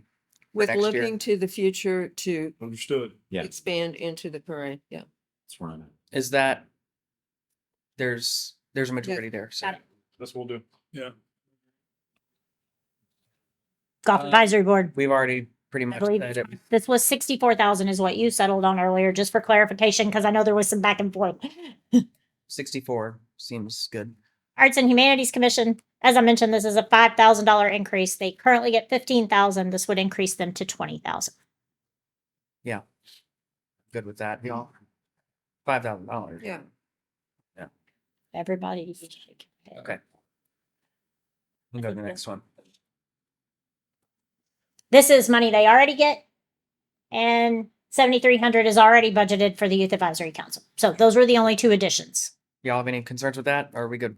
Well, I have a concern with the animal shelter advisory board not having a budget. I've talked to Manal about that and feel like, you know, I don't think that they understand the process and how to, or even that they can request a budget. Or didn't until very recently and didn't have time to really do that. And they don't want a lot of money, but they would like to participate in some of the special events and along with FROS and maybe have a small budget like $1,000 for their board. What events do they do? Are they proposing to do any events or? So as part of, we're working with the Animal Services Advisory Board to assist them in building a work plan that would allow them to determine, they had done that a year and a half ago. We've had a bit of a turnover and now we're rebuilding. Some of the main projects were internal and taken care of, but now they've started to assess, do they have any opportunity for team building, for training, for acknowledgement and recognition, and then site visits of other facilities on how they do things. So they have made a conscious effort to increase their footprint in what they do in their work plan. So are you, If $1,000 is sufficient and would allow us to rent, let's say, a van, or to attend a seminar, or to host a seminar and those types of things, and look at grant opportunities, how to do what to do. okay, anybody opposed to that $1,000? Okay, Previously, prior to the pandemic, we used to do the adopt-a-thon. that was Froz. Was Frost hosted the adopt-a-thon? The animal shelter did a couple. The animal shelter. Yeah, Oh. they did. Yes, that's correct. We do conduct adopt-a-thons. We still do. We still do. Okay. We work with Frost to do those. Sometimes we've done fundraisers and adopt-a-thons. We did we did one with a Neighbor Fest event and an adopt-a-thon at the same time at Public Works just recently. So we try and combine other events to try and facilitate the adoption of our dogs especially. But we do diligently work on these. All right, and we're good with the VIPS budget increase. All right, Yeah, that's another one where it's just an investment into yeah, saving our it officers. was a no-brainer. The volunteer hours. Okay, That is and then that's it. Okay. All right. So we'll now move on to oh, okay. What the budget means. All right. We'll now move on to the revenue estimates. Is that the last one? Yes, sir. Yeah. You want to do it now or you want to? Yeah, and do you want me to explain now what you think my plan is? I'll just go ahead and do that. So, as the city manager has indicated in his opening remarks, our resources this year will be pretty thin, right? No matter what option we choose, because we have to retain a percentage of whatever increase to the general fund that we get. We have to retain a percentage of it. I would hope that it's close to half of what we increase our revenues. Therefore, we really only have enough money to do 4 or 5 things. And in that case, I think that the best way to move forward is to not go through every department's needs list, where every director sits up here, goes through their presentation, and spend about 30 minutes each department. And I think we've just pretty much just cut to the chase, go through these revenue estimates, see the limitations that we are put under, and then look at the priority list that we have and make the decision on what are our priorities to move forward in the budget, and for the city manager to put in his proposal to us and move forward. Any opposition to that plan? Obviously, we'll be able to ask questions on each priority going through, so feel free to ask those questions when you need to. Wendy? Okay. Well, this is going to be a continuation from our previous meeting on our fiscal year 24 revenue estimates. We have had a couple of updates since then, so there'll be a little bit of change, but we'll go over those. As a recap from our last meeting on June 13th, our general fund resources, they fall into 8 categories. And that around 3/4 of the annual adopted revenue budget is typically held by property taxes and sales taxes, vastly the largest amount of our resources. In the last session, we went over the $593,000 increase projection for sales tax next year, a net increase projection in other various revenue sources totaling about $80,000, and an increase projection in transfers in, which will all net to an increase in general fund resources of about $2 million, exclusive of the property tax revenue for fiscal year 24 that we'll discuss. Before we get into the property tax numbers for this upcoming year, I kept this slide in just to recap that over the past several years, we've seen taxable values increase anywhere from 10% to 12% annually. And for fiscal year 2022, values only increased 4%. That was primarily due to a low residential reappraisal rate from DCAD, of 14% when we're used to seeing about 45 to 55% reappraisal rate each year. So to catch up from that year's low reappraisal rate, DCAD reappraised about 90% of residential properties last year. And for this upcoming tax year, DCAD plans to reappraise 82% of Rowlett properties. And along with the rollover effect of prior year capped values, due to the continued strong housing market, our May preliminary DCAD values have increased 15% over last year's certified values. I also mentioned in the last meeting that we expected to continue with record protest filings this year. And just yesterday, DCAD provided a brief update on the 2023 certification that their ARB process began on April 24th this year. And they continue to this day to process nearly 192 protests that have been filed. And to put that into perspective, that number is only 10,000 less than last year's 202,000 that were filed. So they're looking at pretty much the same amount of protests, historic protests that were filed last year. However, they did tell us that they will be ready to provide the certified values for us on July 25th. So we should stay on track.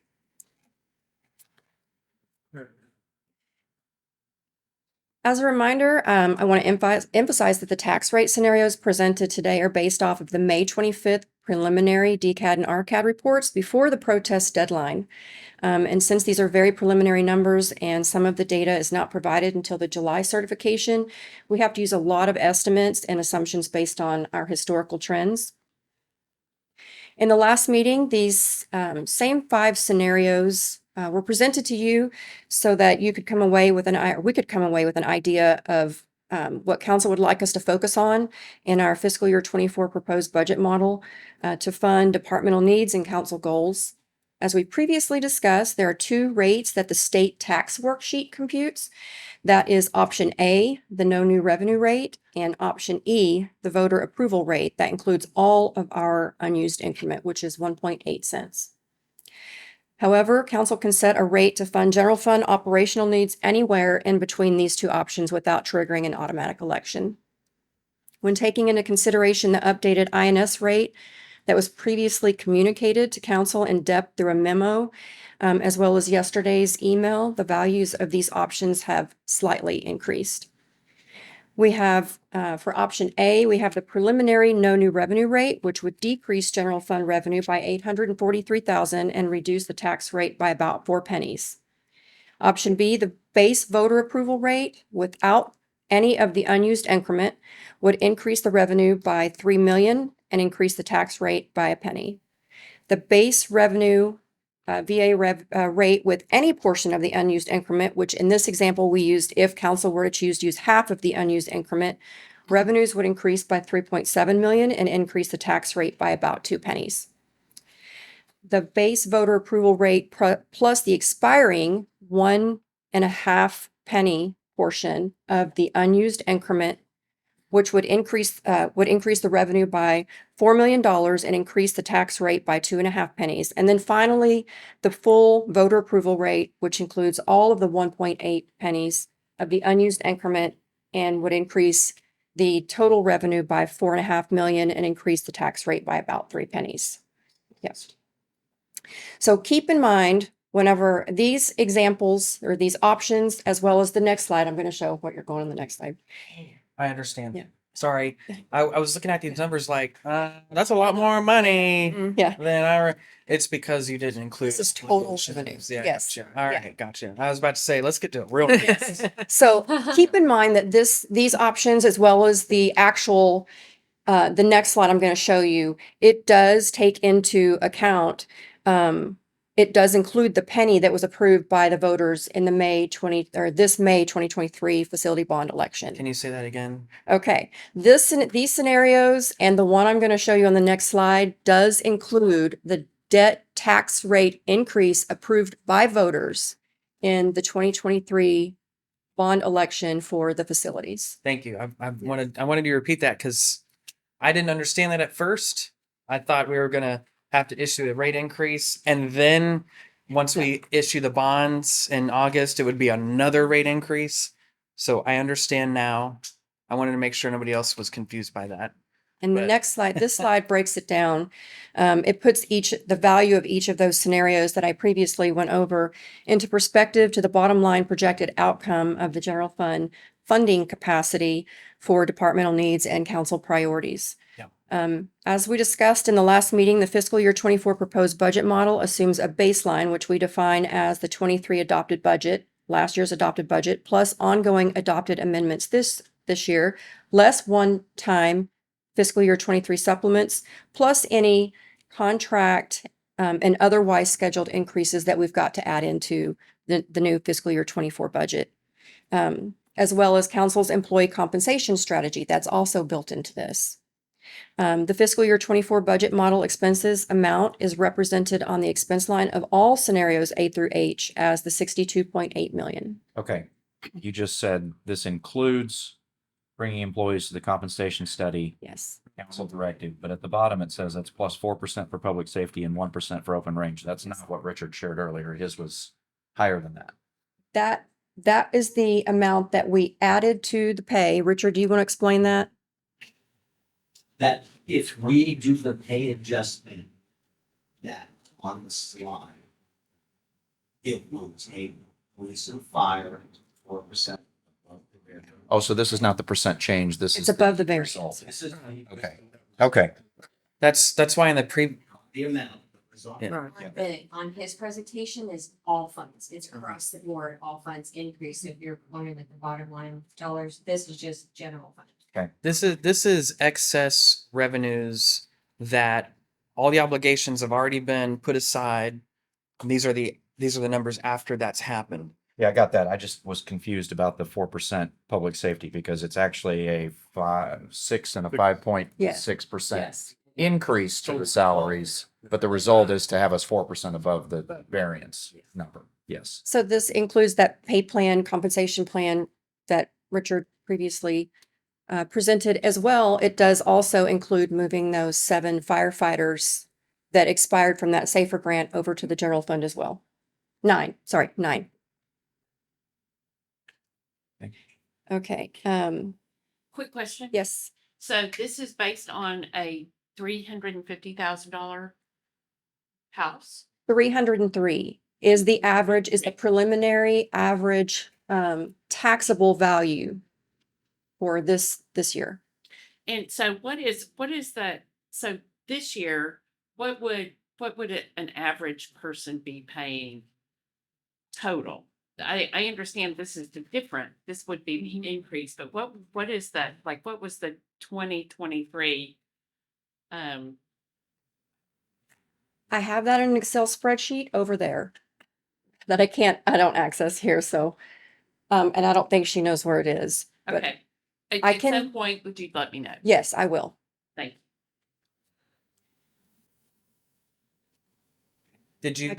Did you want us to make a I was going to keep going. okay? I didn't know if I could. Yeah. No. Maybe while you guys are discussing, I could pull that up for you too. So the model assumes the same revenue across each scenario that was discussed back on the first other revenue sources slide. The only difference between the revenue line of these scenarios A through H is the estimated property tax outcome for each scenario tax rate shown in the previous slide, plus a few additional options. So for example, looking at scenario A, if the preference of council is to adopt the estimated no new revenue rate, which would reduce the current tax rate by 4 cents, there would be a budget shortfall in which about $3.5 million in cuts to the baseline expense budget would need to be made. Let's do that. Yeah. As shown in the green, this scenario would result in an estimated $35 reduction per year to the average residential taxpayer. And you see how that's broken out between the INS, the debt portion, and the M&O portion. On the other end, looking at scenario E, if the preference is to adopt the full voter approval rate, which includes all 1.8 pennies of the unused increment, the projected amount available for departmental needs and council priorities would be 1.7 million. This scenario would result in an estimated $174 per year increase to the average residence, of which $91 is the INS debt rate increase impact and $67 is the M&O general fund operations rate impact. Again, keep in mind, this is based on those preliminary appraisal values that will change on July 25th. And those assumptions that we make each year for these preliminary calculations, but it does give us a general idea of where we're at for the preliminary budget purposes. So this completes the presentation. Okay. I'll turn it over to council now. We can make some decisions. So, the citizens in May voted pretty overwhelmingly on these important projects, which they knew would result in a tax rate increase. Given that, and given the fact that we have a lot of needs, but most importantly, we have to start building a bridge for future years that have already obligated funds. I think the most reasonable, in my opinion, the most reasonable approach to take would be either option D or option C.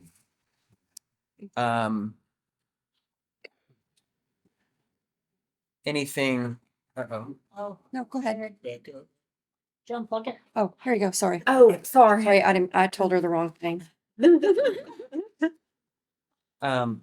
Option B would only provide us with about $300,000. That we pretty much, if that was the case, we would not be doing any enhancements, and it would all really need to go to the funding the bridge in future years.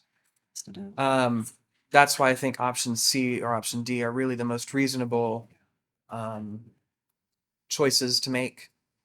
If we were going to go with option D, you really would save about $700,000 for the future budget planning, and then allocate the rest to enhancements. That gives us enough to do 4 or 5 things, which is pretty good, given the position we're in financially. If we were going to go with option C, I would suggest that we retain $500,000 and use the other half for enhancements. What are y'all's thoughts on that? I agree. Those are the two that I had noted here. Of course, I'd rather do C for the sake of our citizens.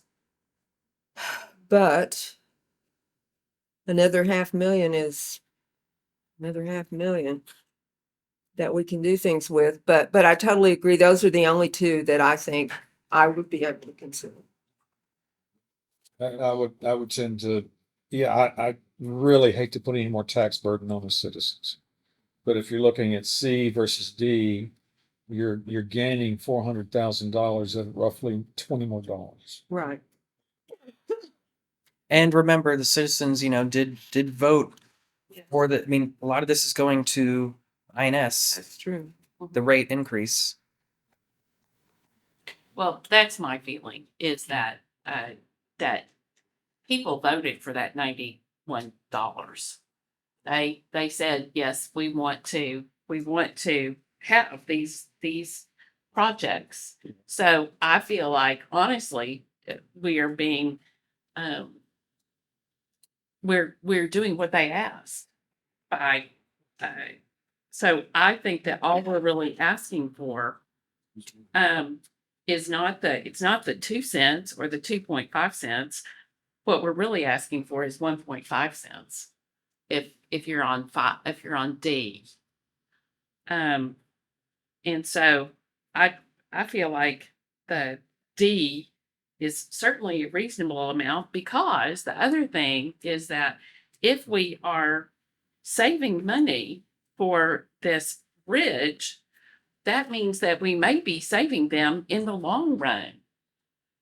That if you see Well, what I'm we're saying? preventing a future deficit where we then have to make cuts to organizations. Absolutely. And so if you really want to look at that D, we're trying to save them money in the long run.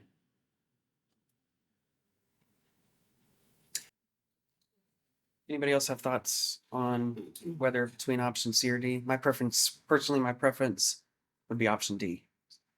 I think my preference is C, and I hesitate to get into it's only $20, because that is a slippery slope where you can say, well, Heck, to option E, it's only $30, and to option F, it's only this and it's only that. I honestly was landing halfway between B and C, but hearing the argument, I respect that, and I respect the needs that we have as a city, and I know we're trying to bridge a gap.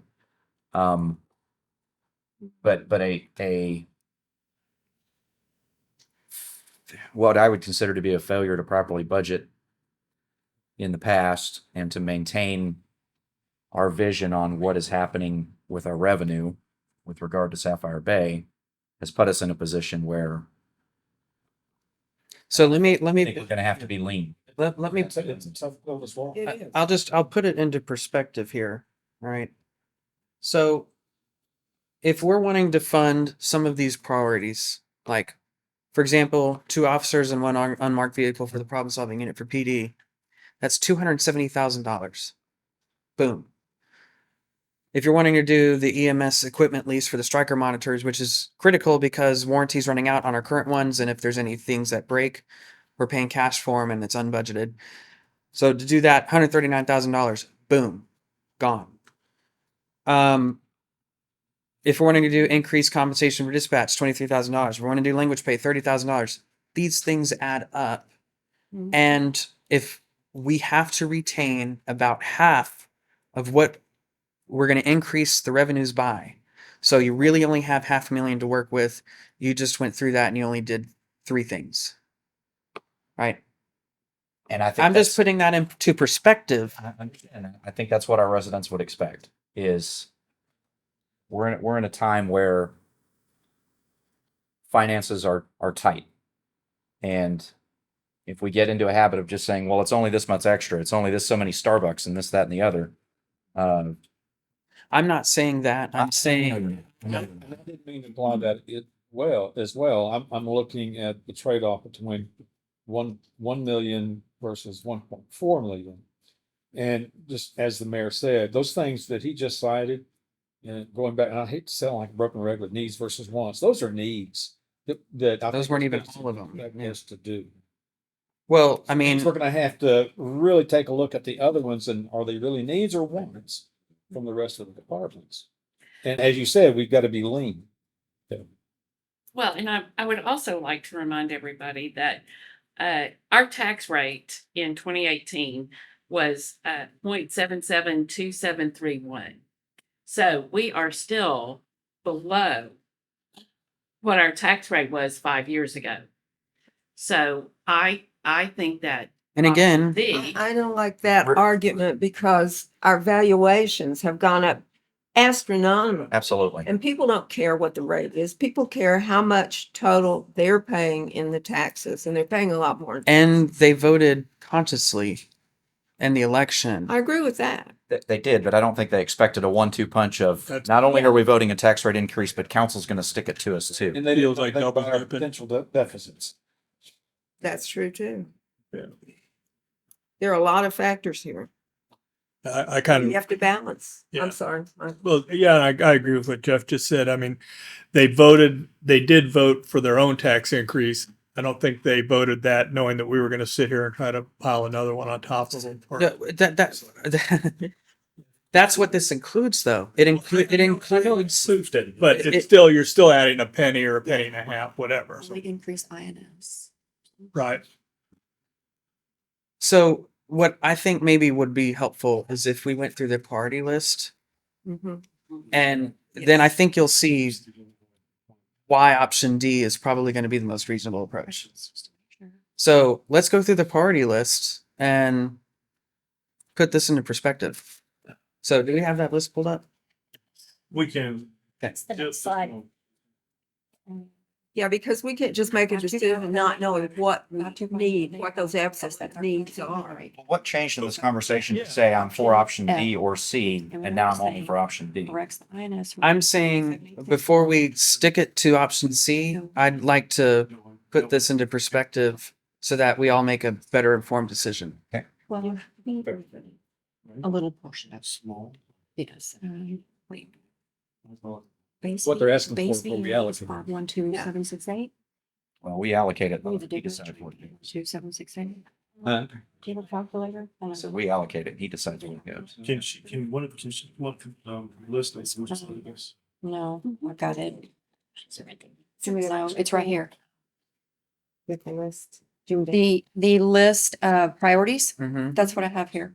You ready to? Yeah. And for again.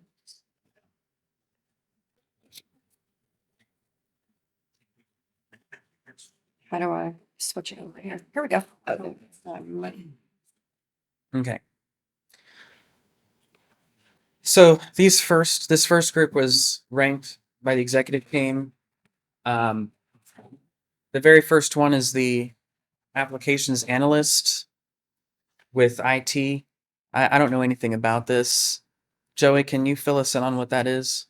Yeah, so, analyst would assist our application right now, we have one person. This is what the verbal approval. Supporting The difference between these two. right now, we have a substantial upgrade on what we're going to need a year. And we're looking at That's very awesome. quote from a consultant and help us do that, and that's our only option at this point. And what this person would do, this person would, right now, Here we go. doing the day-to-day tickets and maintain the application, as well as work on the upgrades that have to be done and any projects that come up. Like changing workflows and things like that when we reorg part of Actually, still access really, but that's. organization. That's Yes. I know. But this position Yeah, it's would been be, about like I said, mainly working on day-to-day support our ERP program, which we're here on upgrades and programs. That's pretty much what that. So this is, It's the difference between that. Understood. Any questions on that? but it says only increase. Public safety systems administrator. So I used to have this position, I used to office at PD, and I was heading to the police and fire. Moving back, direct moving back. And we grabbed two lieutenants that PD and one guy from the fire department. We're trying to train them on doing IT, like for us. To help us fill that void, so to speak. One guy in fire has since retired. There's no one to replace him. One of the guys who replaced he has since retired. Right now, we have one lieutenant that helps us with police, mainly in IT and some fire, like the mold stuff. But the department, my department has had to pretty much take over that extra workload. This would also, in theory, this position would allow the lieutenant that is working for chief to go do police lieutenant stuff unless IT stuff. Chief Howard, can you go into the EMS equipment lease for Stryker cardiac monitors? Replace all of our cardiac monitors, all of our stretchers. Loud. That will replace all of our cardiac monitors, stretchers, and Lucas devices, care clots and everything. They would provide maintenance as well. So right now we have a replacement schedule and we have a maintenance. Still we spend annually. So this program allows a 7-year contract with Stryker. And they would replace all of our equipment with brand new life packs. Anything happens to them during that 7 years, they either fix it or replace it. All the time. So what's happening now when something breaks?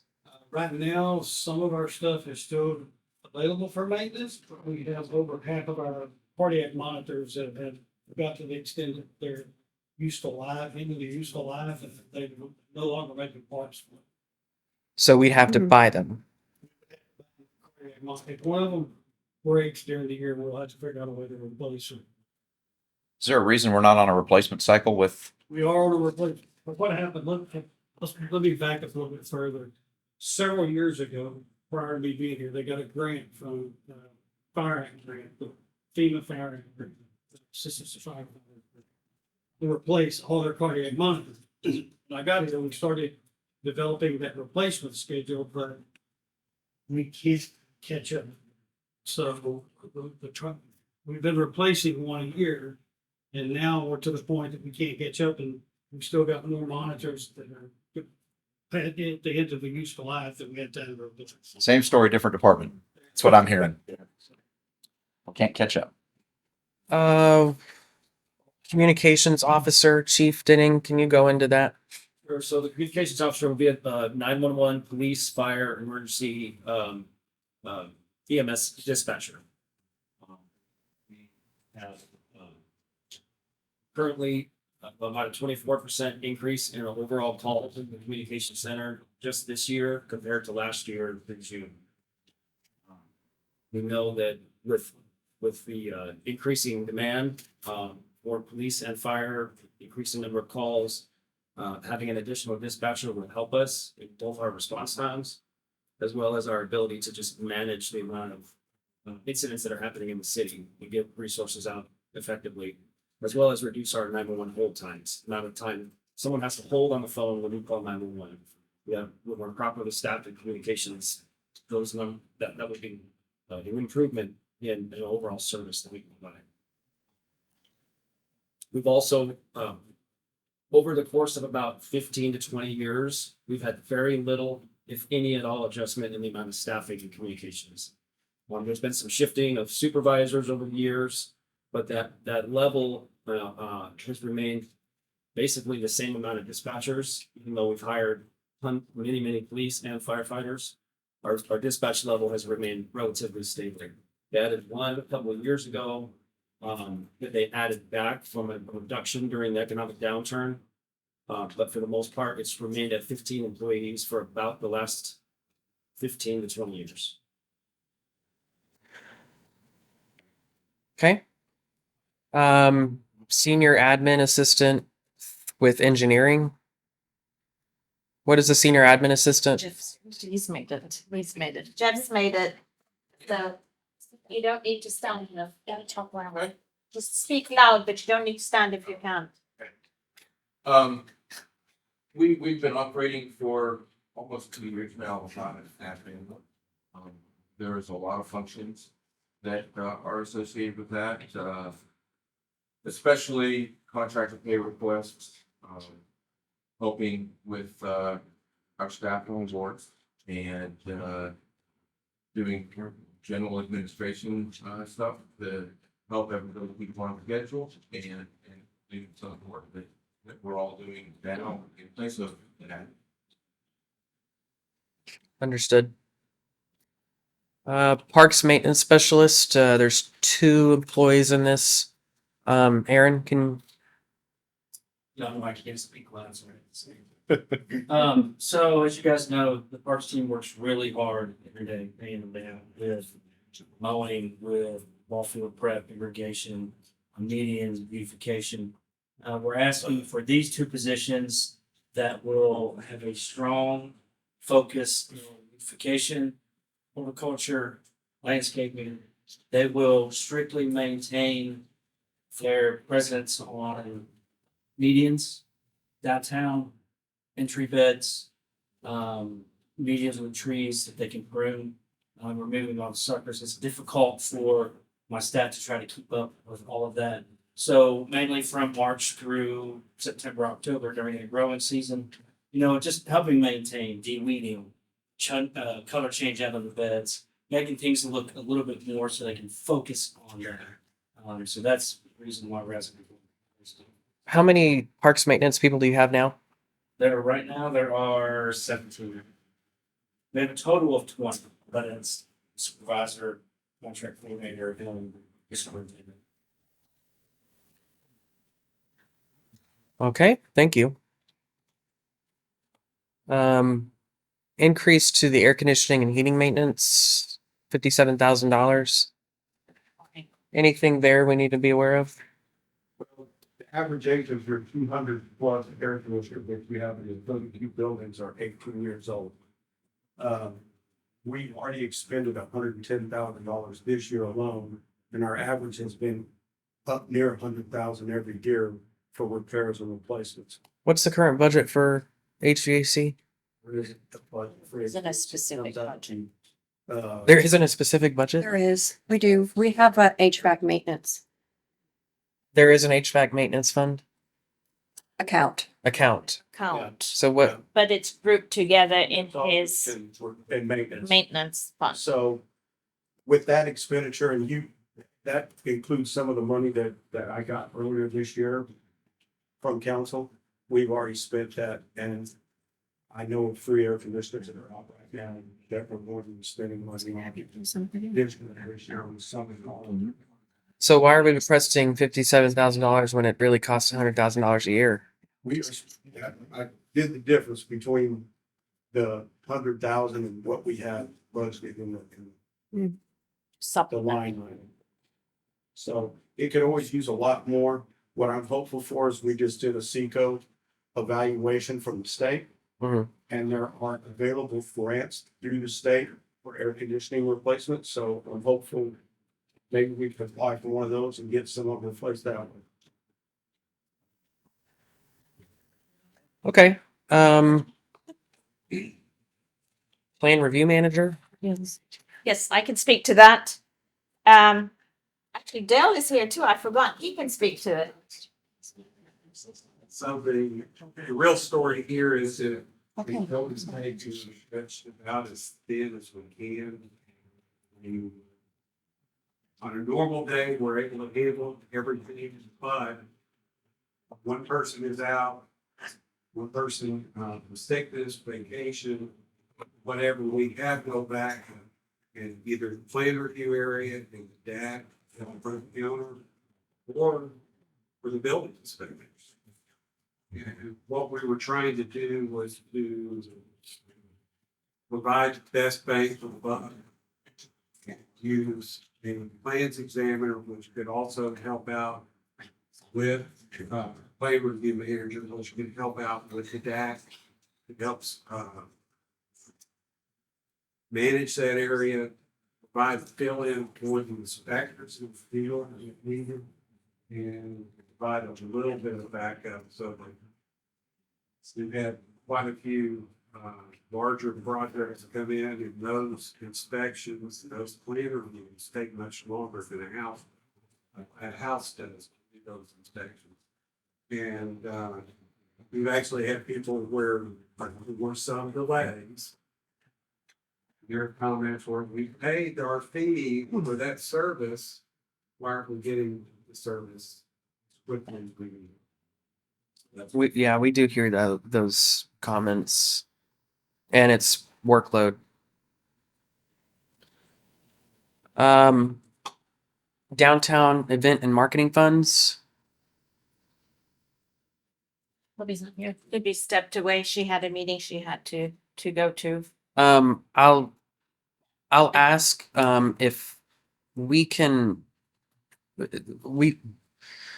We have a downtown manager, but no budget, right? That's what the issue is. We hired somebody, but we don't have a budget for her to do anything. For presentation. So my suggestion would be that we look at maybe this comes out of the incentive fund, which has $2 million in it. 2 million. Sitting there. That way we don't have to allocate additional revenue. It's just pulling from a current fund that already exists. Wendy, correct me if I'm wrong. This was for an event, 2-day event and additional marketing of downtown, right? This is I targeted. pulled up she says, is this the downtown event and marketing? Yes. She said Rhythm and Blues, 2-day event, Mother's Day weekend, 16 blues artists in partnership with Kanon radio station for booking and promotion, barbecue vendors, home and garden vendors. I guess she was going to speak to this Eclipse event on April 8th, placemaking initiative and events, and holiday sip and stroll. These are, I guess, some ideas It that was purely dedicated for event planning. it would include DJs and stage management, 2 stage hands, backline drums, and amps, radio advertising for 6 weeks, and Kanon's social media on-air artist interviews. Thank you. Basically, what this is we hired a downtown manager who wants to do a lot of things. Yeah. That are her job, but she don't have money to do it. Yes. This would address that. Well, I think we can take this out of a different funding source Yeah. as well. So, Yeah. I think if you guys go, okay, we like the idea, even if you don't, we have funding that we can Right. use for this. So this probably shouldn't have even been on the list really in some ways. Yep. Agreed. 2 officers, 1 unmarked vehicle for the problem solving unit. Sir, so, what we've been able to do is find a creative way to increase, our number of sworn personnel, in a more efficient way. These particular 2 officers and 1 unmarked vehicle, instead of having a marked vehicle, it'll be unmarked, because these will be a support function, to be a proactive, team, if you will, that will go out and address specific problem areas in the community in a much more efficient way than we're able to do now by pulling police officers from going on normal 911 calls throughout the day. And they'll also be able to supplement our criminal investigations caseload that continues to increase with the number of cases that we're having. So they'll focus on hotspot areas within our community, as well as work with different HOAs and different groups to help solve their problems. And they'll be much more responsive to our community's needs, rather than pulling from our first responders to address those issues. Any questions on that? The 1 CVE officer, which is a split between general fund and CVE fund. Yeah, so we have 1 dedicated CVE officer that's funded by the CVE fund. And this would be adding a second CVE officer. And the CVE fund would support half of the salary of that officer, or the salary and benefits. The CVE fund would also support all of the equipment, the vehicle that would be associated with that officer, and any expenses associated with that position. So the only impact to the city would be funding half of the basic salary and benefits. Good bang for the buck. Yeah. Really good bang for the buck. And this officer, because it would be funded half by CVE, half of their duties daily would be out enforcing our state and federal regulations related to commercial vehicle enforcement. The other half of their day would be dedicated to general traffic enforcement, complaints from the community related to traffic enforcement, which are many, or city ordinance violation duties. The other half. Any questions on that? Economic development consultant. She's not here, so. No, and this was really to market the North Shore. That was the purpose of this fund, if I'm not mistaken. EMS supplies. Since we haven't increased this line item in quite some time, since 2020, we've had a 39% increase in call volume. Without an increase in this line item. This is for disposable goods that we use day in, day out, quality with. And it's for ounce emergencies for the citizens. So How much are we going? Sorry, go ahead.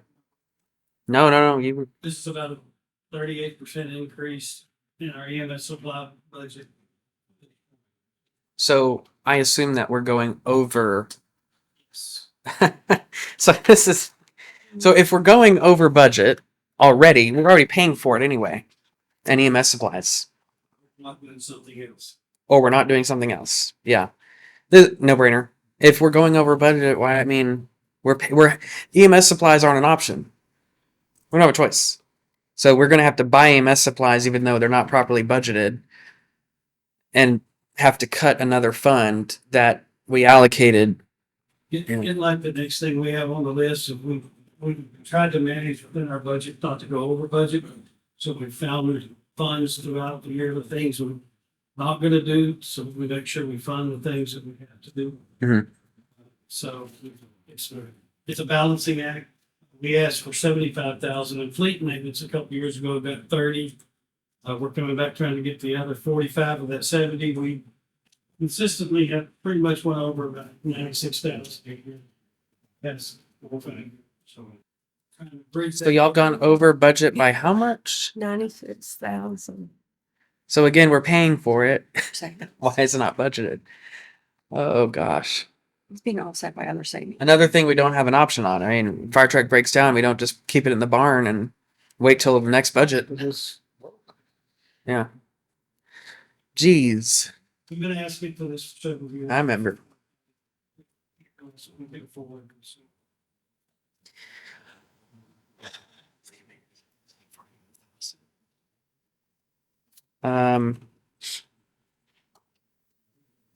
Sorry, I'm writing this down. Engineering consultant for traffic light timing. Oh, okay, go ahead. I'll let you explain, but Well, that was for the timing light study. It was $185,000 for the timing light study for all the intersections where we're going to upgrade the traffic boxes. But I believe we are trying to roll that in with the price of the traffic boxes, whatever funding mechanism we get. yeah, that's what I was gonna say is this would be good to do in the future whenever we allocate funding for the new traffic signal boxes and just wrap it into that fund. It's been a while since that timing was done. The last time we saw it being done was 2012. 2012.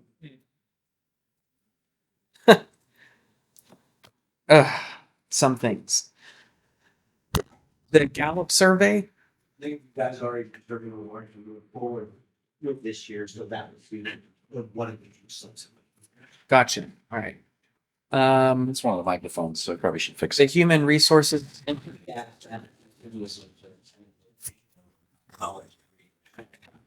It's just give people an opportunity to come in and learn and allow us to have something that's always there. I thought we delayed that one. Gallup, yes. No, the Gallup, yes. The intern. While we were moving a mic, they moved the human resource into intern. Special event marketing supervisor. So yes, so remember we have a special events and marketing coordinator. She does 48 to 55 events individually by herself. On top of marketing, flyers, sponsorships, donations. This position will solely help out with the larger sponsorships that we need to reach out to. Will help with marketing, can kind of help fill in at times to give that coordinator an opportunity to take a breather every now and then. So that position would oversee the coordinator, sponsorships, most of the marketing, and be there as an assistant to help with the coordinator. So if the focus of this position is focused on sponsorships, it technically could pay for itself by virtue of paying for events that otherwise would be coming out of the general fund. Right now, the current coordinator does an outstanding job with sponsorships in the time that she has. But if someone has the ability to focus more time on that, that's how I have the sponsorship. So. Okay, thank you. We're almost done with the first tranche of the list. The next one is deputy marshal additional hours. It's only $2,900. I have their presentation if you want me to, No, I remember what it is. It was for additional hours for their marshals. you have any questions on that? Like the CVE officer we have already covered. That's the part that's coming out of the CVE fund. The one above what's coming out of the general funds. That's just the split. That's the end of the Yeah. top three for the departments that would be funded by general fund. Okay. The other stuff is engineering or coming out of the impact fee, inspection fund. Yeah. Okay. So that's the first tranche. Did y'all want to go individually like that for the second tranche, or just I can, ask if y'all have questions on the second tranche of requests? Do y'all have any questions on the second part of the list?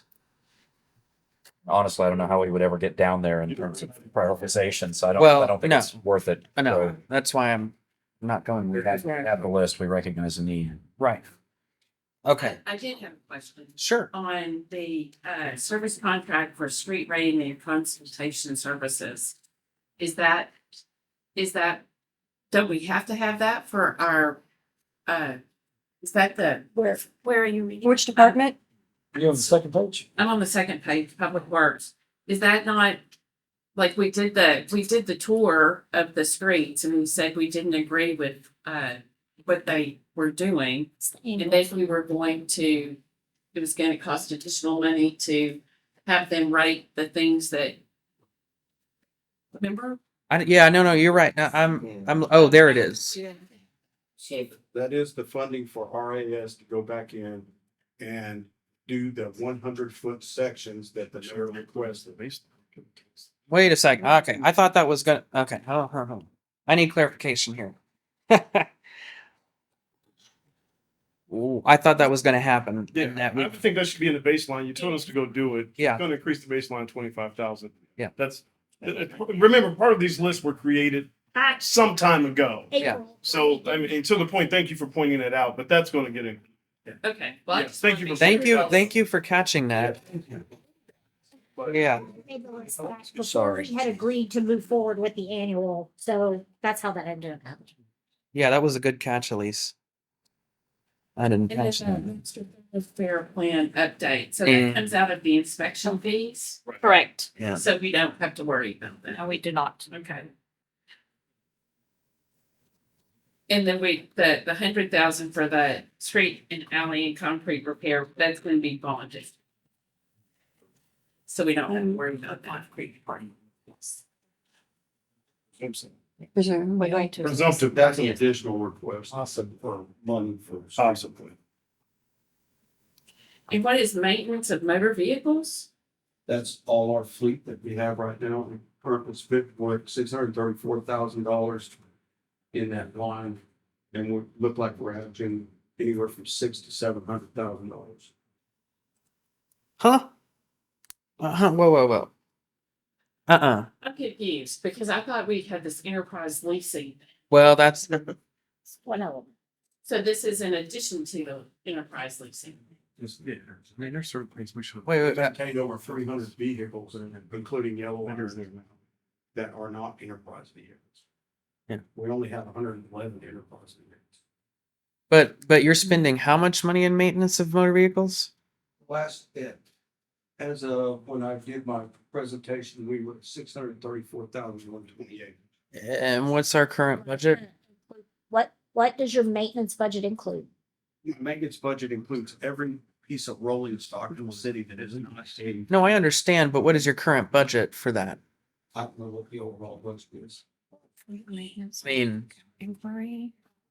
is it 300,000 or? I mean, It's much higher. I think they're looking at something, Ronnie, but I think what he's asking is, are you spending $600,000 a year maintaining yellow iron? Yes. Well, yeah, but then also, what's the current budget and how much are we overrun? We're not We overrunning? don't overrun it. We get it right to the thing. And stop until it just falls off? No. So do we have broken things sitting around because we don't have money to fix them? Okay. Okay. So this is just kind of adding more fluff into the fund. Kept saying that they got Yeah. oil prices, Yeah. parts prices, everything has gone up. 56,900. That's increasing the budget. We asked for money last year in the budget and got turned down, so we were asking again, just like Chief did for his vehicle budget. You know, we have to increase the budget with the vehicles that we Your have. whole budget is not even over $600,000. And then what about the total radio replacement? Are we? No, I'm gonna fall apart. It's one of those things, it's pay me now, pay me later. Yeah. I will get by on it if we do it. We brought this forward last year, police fires, citywide radio. We're still underneath the Garland contract that we went into several years ago, but this is the last year. And the price almost doubled on radios between now and next. We phased it in over several years, but it's kind of like my monitors. Motorola's good about doing something for 10 or 15 years and then, oh, End of life. We're not gonna do that anymore. Those are a monopoly. They could. We're gonna sell you some new radios. So that's where we're at as well. I mean, it's not like we're destitute at this point, but Next year we will. Have to stay ahead of the otherwise people at end of life. we need to start buying so many and replacing them. We either do it this way or we budget so much each year to replace a certain number of radios for new model. If you decide to fund that, council, because that's an option, I would prefer that you fund a smaller amount each Like year 50,000. versus the whole amount. 50,000 for radio replacement. Next year, another 50. Year after another 50. Chief, the total amount, is that 124? That's Or is that just a that's the yearly? lease payment. That's just the lease payment. Annual. Just count the lease. For all of them though, right? For all, it's- So you could enter into leases, you could enter into successive leases, right, to replace. But this needs to be a part of an ongoing equipment replacement fund. Right. Instead of This just, replaces all of them for 10 years. This replaces all of them for 10 years. But we It's should 10-year have, life. but we should have started after the last time we bought radios and started setting money aside until we needed to replace the radios. That's what I don't understand about our accounting system is that we don't ever seem to We did set aside for the stretchers and the, replacement fund that we have a bucket of No. money in now that No. we can say replace the You probably radios. Because No. if we were following that methodology, that's where we would be. exactly. Jeff, in my budget, we had maintenance funds to replace one each year, like a stretcher and a light pack and stuff like that. But we can't get caught up, like I said, we're trying to, we tried to bake that in the cake, but we can't get caught up. Mhm. The radio things, we bought all these radios and we went into all this when we did it, but there was not really a replacement schedule designed to do that. We have some maintenance money to keep them maintained, but we didn't have a replacement schedule. Yeah. We've got to stop doing that. We've got to stop doing that. Where we wait till it's at the end of life and then we say, well, God, okay, emergency. here's about $100,000 I need. No. And you don't have a choice. Not in this case. We can roll it in, which is great. We have some flexibility. But just in general, we've got to get away from that. Total radio replacement is gonna be a little over $1 million. To do it. And Lease. cash, not financing. Cash. Cash, not lease, right? If we were gonna Total amount to either we'll capital lease on or the Cash payment. okay, gotcha. Understood. So the 124 for 10 years. It's a payment for 10 years, I think 4% interest is what we're doing. Understood. Yeah, I think 50,000 this year, 50,000 next year, 50,000 going forward. Radios, again, another thing we don't have a choice on. So we'll buy whatever $50,000 each year we'll replace for each department. It's another thing we just don't have a choice on. Questions do we have? oh, Put them all. Anything else on this, Elise? I'm sorry to be a pain. But, No. No, the I stretcher. think that was it. The public work, the chemical reductions come out of utilities, so that's different. I don't know what the chemical reductions is. That is, That's that's the tones. That's the tones. That's the magnesium hydroxide. So it's already in there. Great. Okay. Well, actually, it's not in there. It's something needs to be added. We already told you. Yeah. Okay. Are we through with this one? I think unless you have any questions I on did have this. a question about the, under human resources, the, diversity, equity, inclusion. So this came up last year and we turned it back. It's here this year. I just want someone to explain, is this a need or is this a want? What happened? What breaks if we don't do this? That's 85. That's a recurring 80. Well, it's a request, so it's not something we have to do. It's that. Yeah. I think given where we are financially, I mean, it's a nice want. It's a want. It's a nice want, but it's not a need this year. And right now we're looking at needs. So some years, like last year, there were some things we could get to on once because we had the money to do it. And this year we're just back down to the strictly needs. We didn't have the money last year. Apparently not. Okay, let's go back. All right, so we can start building on our priority list. I think and some of the things that like we have to have, we can't leave without. I think for me, it's the first the 2 officers and 1 unmarked vehicle, which is 270,973.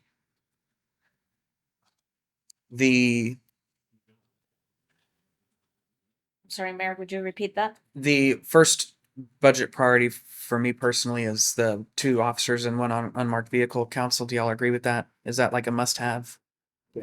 Yes. Yes. Just so you know, lunch is here if you want to break or grab lunch or come back, whatever you want to do, just so you know it's here. We're already in this. We're already in this. We're in the mud now. The 1 CVE officer, it's a good deal. Half of it coming out of general fund. It's $54,000 for general fund expense. Do y'all agree with that? Yes. I say that we put the $50,000. I'm sorry, the $43,000 in for EMS supplies. Yes. In a radio replacement. And the $50,000 for the radio replacement for year 1. I'd like for us to be able to get the additional dispatcher. I think it's down here. And I know Chief Howard stepped away, but Last page, top of the line. if we were able to afford these supplies last year by taking away from something else, do we have another budget line that's extra that we don't need to have budgeted as much as we do? Or are we really sacrificing somewhere? Are we saying, nope, can't do that thing? That would be a question for the chief. So right, I mean, these budgets are malleable in the sense that, they move. Inevitably, with due respect to both police chief and fire chief, to say that they're going to spend every single penny every single year in every single expenditure line item isn't realistic. They just never know which ones. There may be positions that open up that they hadn't anticipated or that may not happen. Vacancy saving. Right. And so it doesn't always, with due respect, it doesn't always mean something extremely important is going to go undone. What it means, though, if all things worked out the way we planned and every position was filled and every task was done, then we might be in a position where something is left undone. And that's why you budgeted, right? You don't want to necessarily count on having X thing not happen or X position not being filled. So I don't want to tell you, yeah, just don't allocate it and we'll get it done. At the same time, you allocating that amount in theory reduces what we can allocate towards the fund balance. But in reality, as long as you don't go just spending every penny, the chances are 20, 30, 40 here will probably be okay. And again, this isn't all going to get spent October 1. We're going to be monitoring this. We're going to come back and talk to you. As I said earlier, if some of our assumptions are incorrect or some of the things that we predicted are wrong, and we're not headed in the direction we think we're going to be, then we'll ask you to adjust. And by then, administratively, we will have put a hold on some things. So there's that. I don't want to say don't budget that because it's going to be the tipping point. And I don't at the same time want to say that they don't have room. They would in reality, but I don't want to plan on that. I'd rather plan that we allocate everything you think that they need. And if we get the luxury of some savings, then we have that luxury. So, Chief, what are you pulling out of in order to make the fleet maintenance work? It's different accountants, but training sometimes, whatever we can. Well, we're already one of the lowest in terms of training per firefighter, so we don't want to do that. It is whatever there is a deficit in. Sometimes you've got 3 positions open right now, right? Yeah. But I don't want to plan for that. So I'm not saying let's plan for that. I mean, I'm just saying that's the reality versus the budget document. That's all I'm saying. So if it's something that is a priority, we'll put it in here and it will probably be okay. Okay. And if not, we'll come back and tell you we're not okay. I think we put fleet maintenance in there, $45,000. Air conditioning, yeah, This week is $57,000.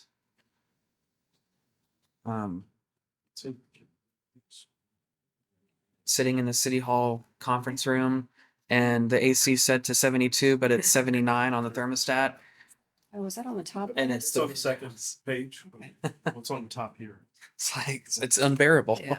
Yeah, right under what's being specialist. Sorry, don't mean to keep make y'all dizzy. I think what we discussed previously in the compensation pay was the language pay of 30, which would be about $30,000, and the increased compensation for dispatch, which was $23,000. Those two are general fund enhancements. Okay, so I made this note on my paper. I'm wondering, because what Richard based his increases off of were the 6% and the 5.6 kind of across the board. If we were to take a closer look at those in lieu of these other kind of pay incentives that we're talking about, is there an opportunity to save something there? I don't understand. Not do the full amount that he's recommending. The salary adjustment? Yes. Oh. Ooh. You're talking about the larger compensation study. Correct. Okay. Well, then you totally disincentivize the incentive, right? The incentive is to have a boost and not take away from everybody else in order to it's kind of like smoke and mirrors, you know? It's like we're making you think you got an increase, but you really didn't. But in a year when he's had conversations with other cities that say, we're thinking about 4% increases and we're going to give 5.6 or 6%, you're talking that's a third more than what other cities are telling you they might give, and perhaps even more than what someone would get in the private sector as well. But we always know that we are well below the variance when we're in next year, right? Yeah. It always happens that way. We're trying He's having to give that amount What? because we're so far behind the market. No, it's not. No. What I'm talking about, part of He's the talking about part, the part of the budget that's built in is net personnel changes with the two asterisks next to it equates to $4.2 million.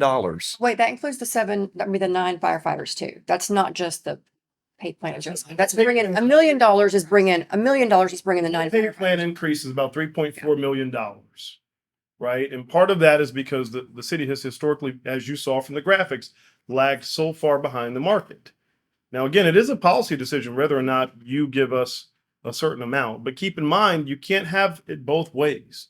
You can't say we want the best, the brightest, and we want them to come here and we want to retain them. And yet you show the graphic where you continue to lag behind the market. Mm-hmm. So you're right. It is a larger increase in 1 year. You are correct than you might find in the private sector. But that's because apparently, historically, we haven't given market relevant increases. And so we're playing catch up, I think, as you've mentioned earlier in the day, with almost every department from an operations standpoint, whether it's equipment or maintenance, and in this particular instance, salary and benefits. The reason you see that increase is because we've been so far behind. So I have an obligation to say this. We will do what you ask. But if you can't keep us market relevant with base salaries, it is going to become, and there's a break point. And we've talked about it internally. I've talked about it in other cities. Where is that? I don't know yet. And I'm not saying to do away with it entirely. Don't mishear what I'm saying. I'm saying there's an area there where you can flex between what might be a regular market adjustment for this year and what's been proposed. I would respectfully disagree. I think that the graphics show that you are not fully market relevant. And what we're proposing is bringing you to semi-market relevance across some of the sectors, because your open employees are still a little bit behind. But again, the priority being bringing public safety forward a little bit more. So you could reduce it, but understanding, and then I'll shut up, in that reduction, you're reducing our market relevance, thus our competitiveness with retention, attraction, etc. But in our open range, we said we also have the intangible benefit of 4 nines. We don't have people working Friday. We have them working 36. We do, but you're eliminating that to some degree. Now, we know that decision isn't final, and there was a number of about $700,000 that if you eliminated that 4-day work benefit, because you really are compensating people, but if you were to eliminate that and then bring them to the same parity in which you're bringing police and fire, you're going to need to add another $700,000 minimum to the budget. Mm-hmm. And so, again, I'm not arguing for that, and I kind of hate to conflate the two conversations, but if we will talk about that benefit, the council has directed us to look at keeping the city open in 4 days. And candidly, and I don't want to put the cart before the horse. We're finding that that's going to be difficult, and I don't have a final recommendation, but that's going to be tough to do from an operations standpoint. And so that inured benefit of the 4 days may or may not go away depending on what you think of what we propose. So I think to say that we know with certainty that that's going to be part of the benefit and so thus reduce the base compensation, well, we haven't made that decision yet. And in fact, the direction you've given us in some ways encroaches on that benefit. Well, in that case, then our open range is way behind where it needs to be. Well, we know that, and that's exactly the point. We know that, but eating it all in one bite is just too much, which is why I feel the need to speak on this, because I think that if we say, well, cut it back, you have that authority, but understand you're continuing to place us at a competitive disadvantage, especially and in light of the fact that there is a conversation with not continuing to close on a Friday and remaining open on a Friday. So. It's either we can cut the language pay or keep the language pay. Again, you're talking about $30,000, and then you talk about the benefits of attracting folks in the grand scheme. And I'm not trying to get you to spend any more money, but I have to speak on something that I think that I continue to hear all of you talk about, how we want the best, the brightest retention, attraction. You will not be competitive, and for $30,000 relative to the benefit you're going to get. And we're 2 out of 18 cities that don't There you go. have language pay. It's kind of ridiculous, but and then the increase to dispatch pay is Well, can we get back up to scroll up just a little bit? So we're not doing the 124 on the total. We're only doing 50,000 on that. Is that correct? that is correct. How are you doing only 50,000? I thought he said they didn't have to all be replaced in year one. You can kind of roll them. Did I misunderstand you? If we budget 50,000 a year, we'll buy $50,000 worth Okay. of radio. each. Okay. It's always rolling. So I have to go back to the math on that. Indeed, if you'll be able to buy more the first year than we will. Right. So my last suggestion is the parks maintenance specialist, the 2 of them. They've been requesting this every year I've been on council, 6 years, and then probably before that. And yet our demands continue to increase, and I can only use my words correctly. I can only get on their rear so much, but the problem is they just don't have enough personnel. So when we see the weeds and we see the lack of maintenance, it's not a lack of without trying. It's just there's all these other ball fields, there's all these other parks, and there's only so much staff, and it's like you can only expect so much out of them in their current staffing level. And if we're wanting to, have one of the high tax rates in the county, we should look pretty good for it, in my opinion. My preference would be 1 parks maintenance specialist and the extra dispatcher. I think public safety trumps looking good. Well, we've allocated the 2 officers, 1 unmarked vehicle, 1 CVE officer, EMS equipment lease, increased compensation for dispatch. So I understand. we are putting public safety first here, no question. I Mayor, understand, or but dispatch has been, sorry, I don't want to cut you no, off. go ahead. I just want, Chief alluded to it. He didn't go into detail, but we've also done something prior to this exercise to find a way to supplement. Maybe it's not 100% benefit, but to find a creative way to supplement the public safety ranks with some creative maneuvering. Chief, if you'll talk a little bit more about it. Yeah, absolutely. Yeah, city manager came to me just a few weeks ago. So this was after several of our meetings, and we were working together to find a way, especially in light of the current situation with the budget. How can we maximize things for public safety, specifically that are a win-win for the PD and for the city? How can we get more resources? My number 1 request was previously to add the 2nd assistant police chief to the police department. What we were able to do is find a creative way to get that outside of the budget process. And the way that we were able to do that is by reclassifying one of my lieutenants to the assistant chief position, which freed up $230,000. That's a position that we will now have that we didn't previously have. And, giving up a lieutenant, a command level position for it, but again, this is something new we don't have now, so we don't really know the impact yet of what it will be to not have that additional lieutenant. And so that freed up some that additional funding, which is where I made the adjustment to add police officers back in. And I understand that and I applaud that. I love that. I'm just concerned about dispatch. That you haven't added any dispatchers in, what did you say, 15 years? Well, in 2018, we added one. We added one back in 2018. I actually have the chart. But the department has grown so much It and was reduced during the economic downturn from 15 to 12, or Right. sorry, 14 to 12, but they added the supervisor Right. and the manager. Then they added a dispatcher back in 2018. But it's always remained at about a total of 15 employees. that was my concern, from my point, yeah. I'd rather have the two than one. One's doesn't go very far with parks maintenance, but That's just my opinion. no, I Yeah, understand. and I feel the same way about parks. I mean, they're running so lean, and they have been for a long time. They can barely get done what they need to do. And we, you know, and you said it, we all kind of squawk about it, say our park should look better, our park should look better, but you just, they're doing everything they can do with what they got. I think it's important to add bodies to it. And I think 2 is an appropriate number of bodies, given how long it's been since they've had anybody. I mean, Deb, to your point, I mean, if you really wanted to prioritize things on public safety, we could just give public safety all of our money. No, I'm not suggesting. No, that's why I say but give you parks know what one. I'm saying. I mean, I think it's important that Parks does get a piece of, particularly with personnel. And Particularly with personnel. I'm an advocate for the two as well, so I think it's long overdue. Yeah. We got a lot of parks, a lot of repair, a lot of maintenance. I'm fine with that.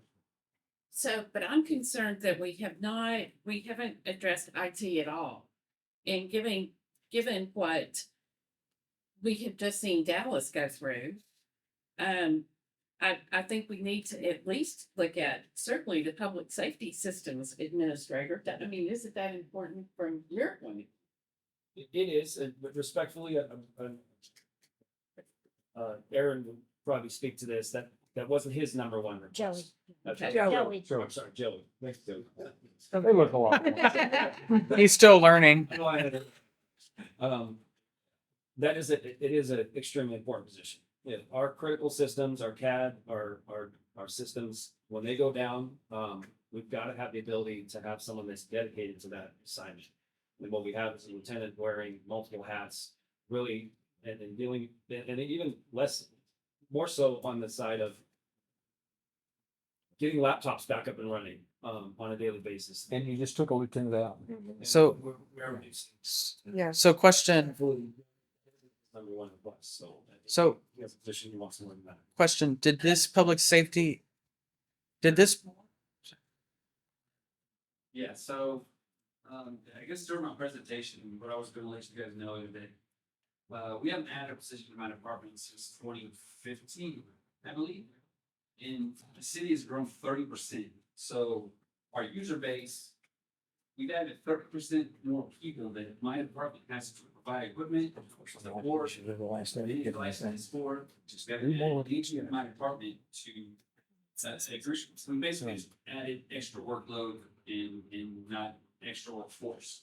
The application manager, just her alone, her power users have increased 33%.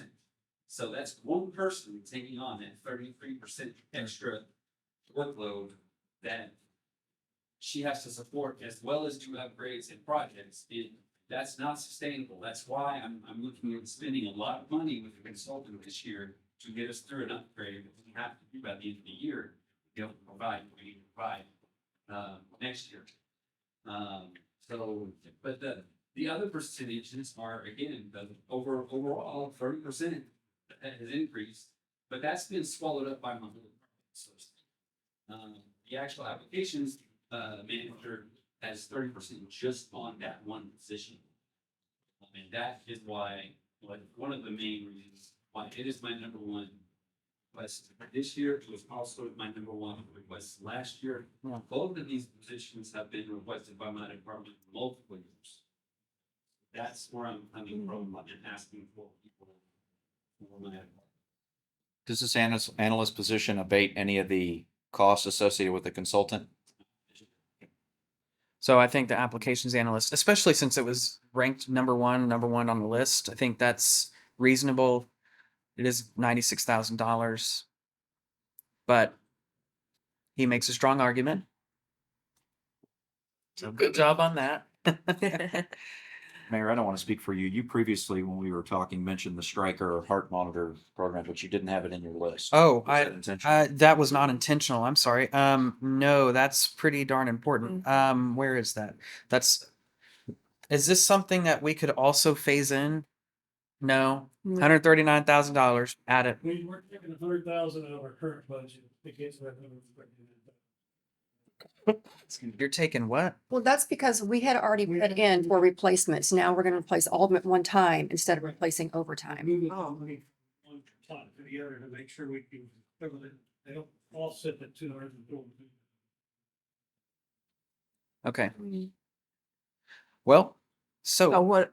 as you what's can our see, total now? we have eaten up the entire $1 million. Yeah. And so what I have here, let's see, how much was the Stryker? Is 139 minus 139. They've got the total up there. Right here. That's about $64,000 left. Oh, 45,000 left to get to $1 million. Is that where we're starting? Oh, to get to $1.6 million. Oh. Which one, which was the option? It was about $1 million. It was $1 million and Which option? Option C. C. The next one. See, it's like $1 million. Now, since about, see, you're leaving unused increment on the table that you won't be able to recoup. Yep. And when you start looking at the future revenue deficits, remember, you can only go up so much every year, and that's just my warning. So So there is a midpoint, by the way. Councilman, you said agree. you said that you I said somewhere between B and C. and there is an I'm willing option to look at somewhere between F C is and the D. midpoint. F is kind of a midpoint. Yeah, So, F is the so midpoint. I just wanted to point that out because you did mention it. yeah, I did some back And of you the napkin math. smaller amount of the increment, right? To keep the M and O rate the M&O same. rate to what it is today. today. So we would just be adjusting the INS rate.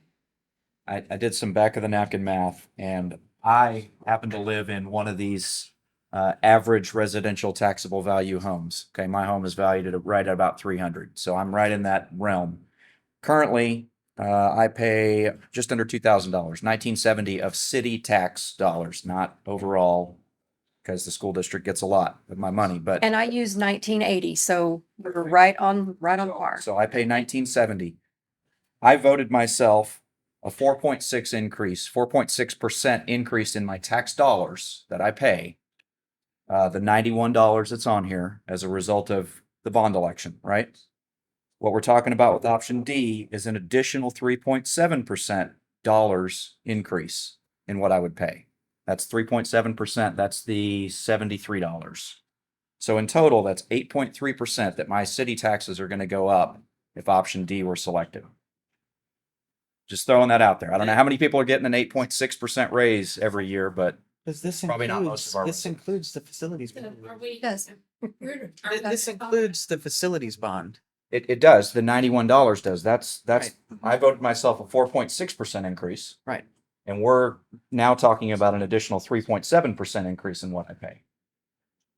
Or what your average homeowner pays, which is 8.3 total. 4.6 of that is on me because I voted for it. 3.7 would be on this council if we went with option D.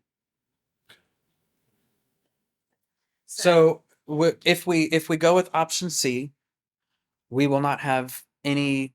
We'll have $49,000 to go into a bridge. What about option F? Yeah, we can do option F. And I don't have a vote, council, but just keep in mind, and again, my obligation to you is you're reducing revenue generating capacity by not expanding it. And we have an opportunity now due to this increment. When we lose that, you won't be able to expand as quickly as you may need to in the future. And so keep that in mind. I don't want to doom and gloom anybody into anything. I'm just warning and cautioning. You have something that you won't always have, which is this increment. And so maybe a philosophy is you utilize this opportunity you have now, because it doesn't mean you have to continue to raise the rates in future years. But what you won't do is get this opportunity at the rate at which it can expand that you currently have. So I think my concern is this is when people are dealing with record inflation, and this is when people are dealing with an economy that's making everyone tighten their budgets. And I totally understand what Jeff says, and I also totally understand the other side of it, because we have really kind of pared this down to the bone in terms of the things that we really, really need. And if we go with the lower rate, we don't have the money for that. Or if we do spend the money for that, we don't have money to put in the reserve. So, I mean, we're really between a rock and a hard place here. I like to look at option F. Just suggested the correct, I think. Yeah. So it would have been 341,000 left over for Bridge funding. bridge funding if we went with option F, If we went with option F, yes, 341,000 left. and that used none of the unused increment. It does use a portion of the unused increment to be able to keep our M&O rate the same, because values have risen, the M&O rate has dropped for the voter approval rate. So we would be using a portion of the unused increment to keep our M&O currently what it is today. So that would be a 2.4 cent rate increase. 1 cent of which Yes, is correct. yes. Right. Yeah. Okay. So my question to you, city manager, is can you work with $341,000? So let me give you an honest answer. I'll work with whatever you give me. Well, of course, that's a This- political answer. It's hard to answer, and I wish I could give you more specific answers, because I don't play the game of, oh, let me tell them it's really bad. But the numbers I quoted you this morning are the projections. Okay, that we're going to spend down that fund balance at the end of fiscal year 28 to about $2 million, $2.6 million. Yeah, we're going to move stuff around. Yeah, we're going to shift stuff to bonding. But you're going to have, let me stand up and say this. I don't want to sound like, I'm sorry. I don't want to sound like I'm shouting, and I'm trying to look at all I think in my neck. Look around the end. Yeah, my neck is stretched further. So keep in mind, we're projected to spend down about $15 million in fund balance, plus or minus. Okay.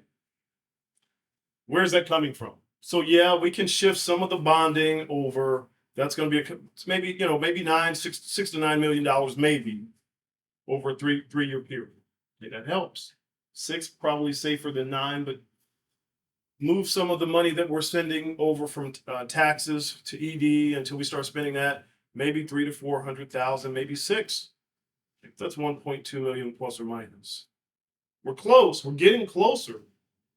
But then there's kind of the limit of how many things you can do or not do now at that point.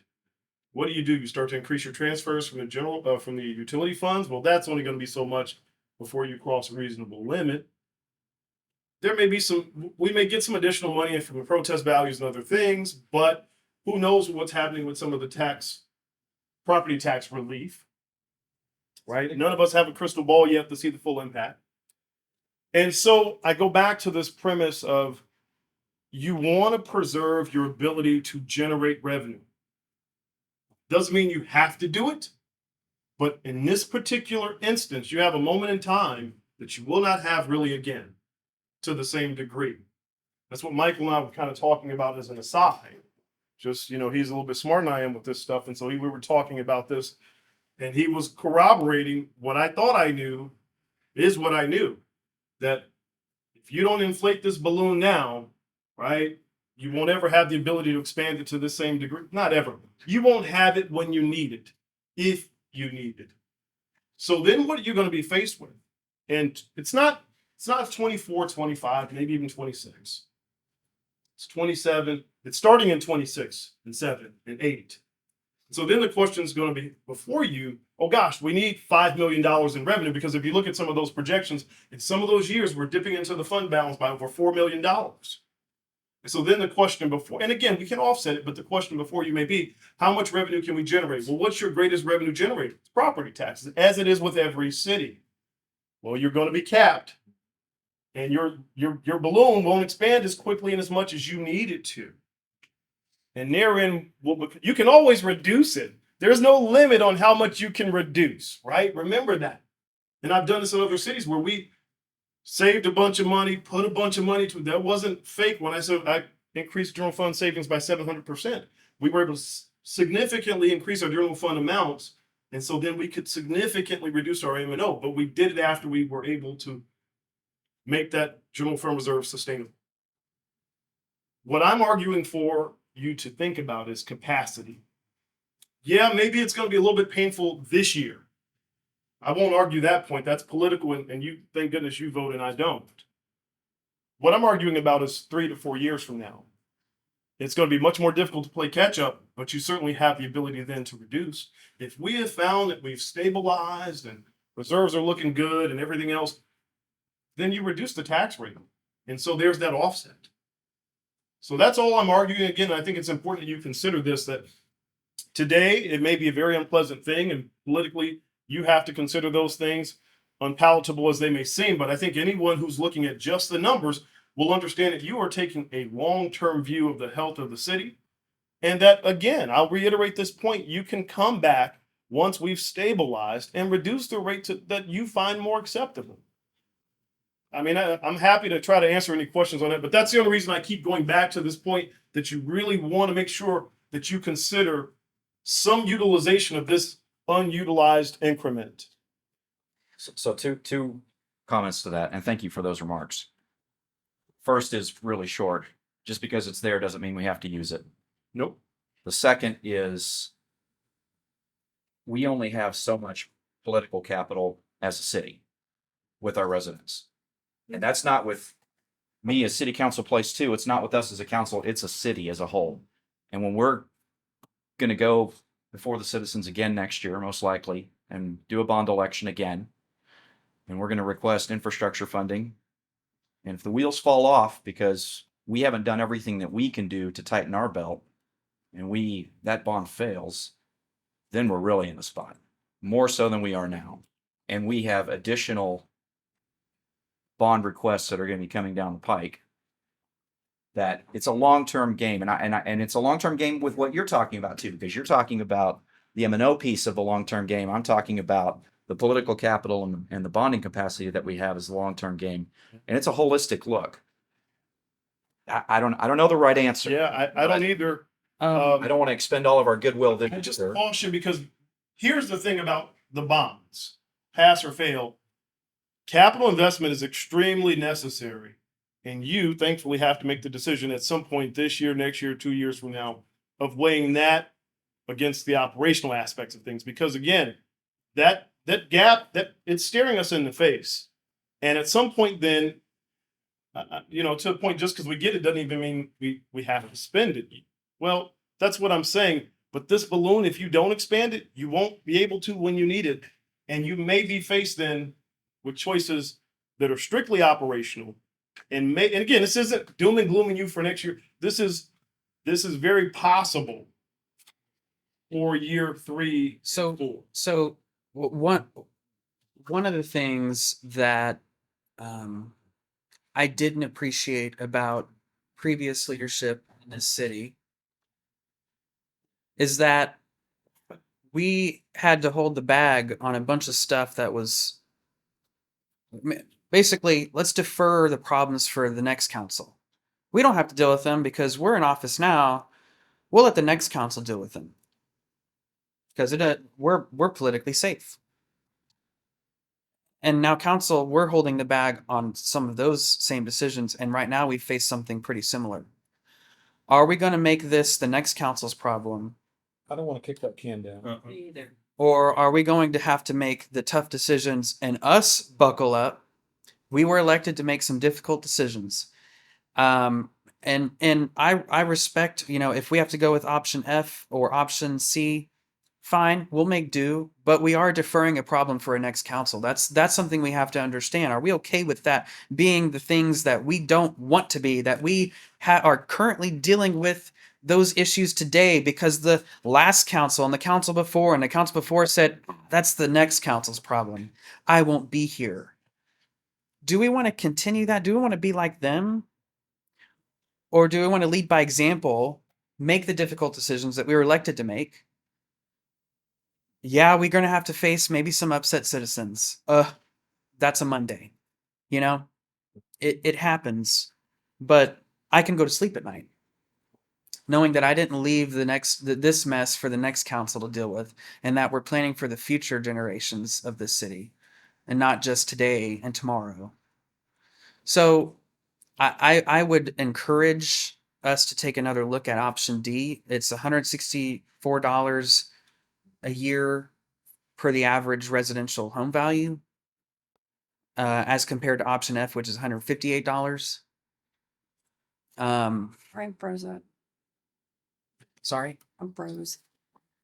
So if we're wanting to plan for the future and not make this the next council's problem, then option D would be the best scenario. If you're wanting to take a more conservative but reckless route and one that's political, then option C would be your answer. I just want to say that for me, it's not about politics. It's not about people being upset. It's about the people who I was elected to represent and this putting an undue burden on them.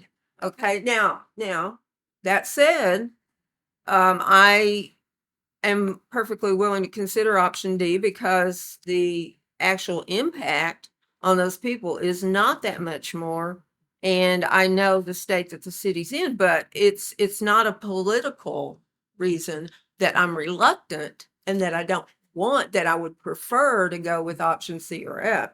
I'm not saying I'll go with those. I'm saying what my motivation is. I understand your motivation. I would say that it wouldn't necessarily be political if we didn't have if it wasn't reckless in terms of future planning, right?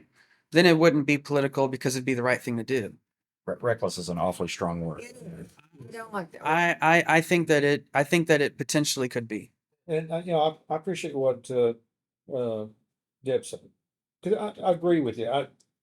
We were all elected to represent the citizens.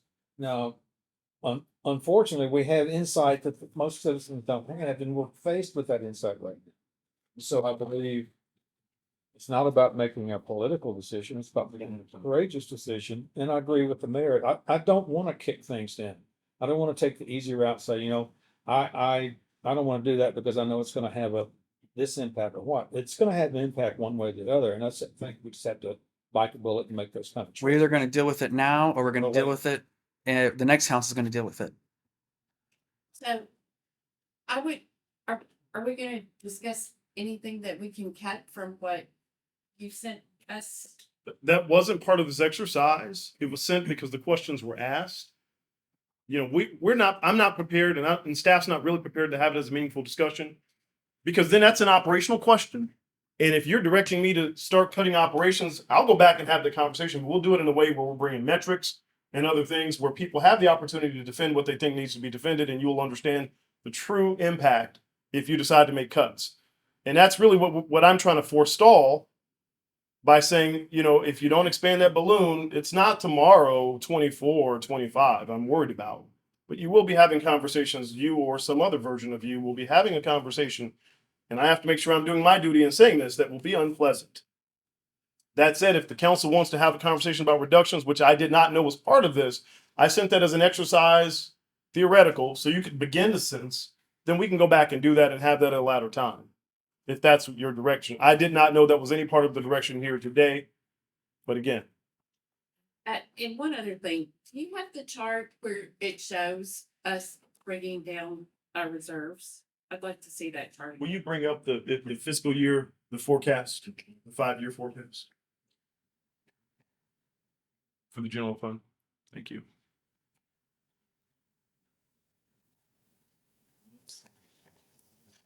Roll on down. Thank you. Okay, there you are. And I'm glad you asked that because somebody might think that I'm making these numbers up. I didn't. Thank you. You can see there. People think strange things out there sometimes. You can see we're ending, as I mentioned, proposed fiscal year 24 15.6, really about 15.7. And you can see there, I was being generous and saying we're going to end up at 2.6 million in fiscal year 28 in our projections.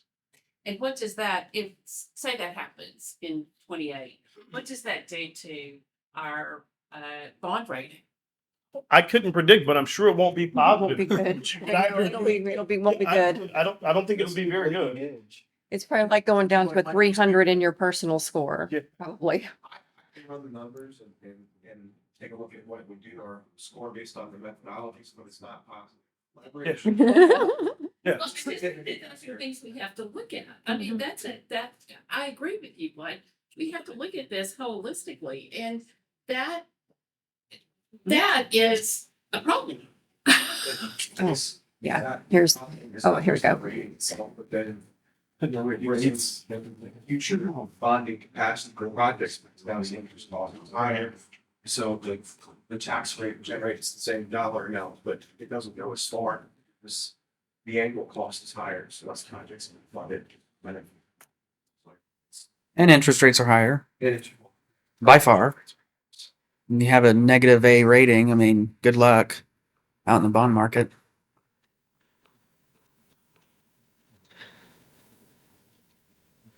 Difficult decision. So we can do a tally now, or we can kind of take a break and think about this and let it soak. I was going to recommend a break. Okay, let's take a 10-minute break. Or what about lunch? Sorry. Better you than. All right, it's 1:34. We're back from our lunch break. We've eaten and now we're more happy.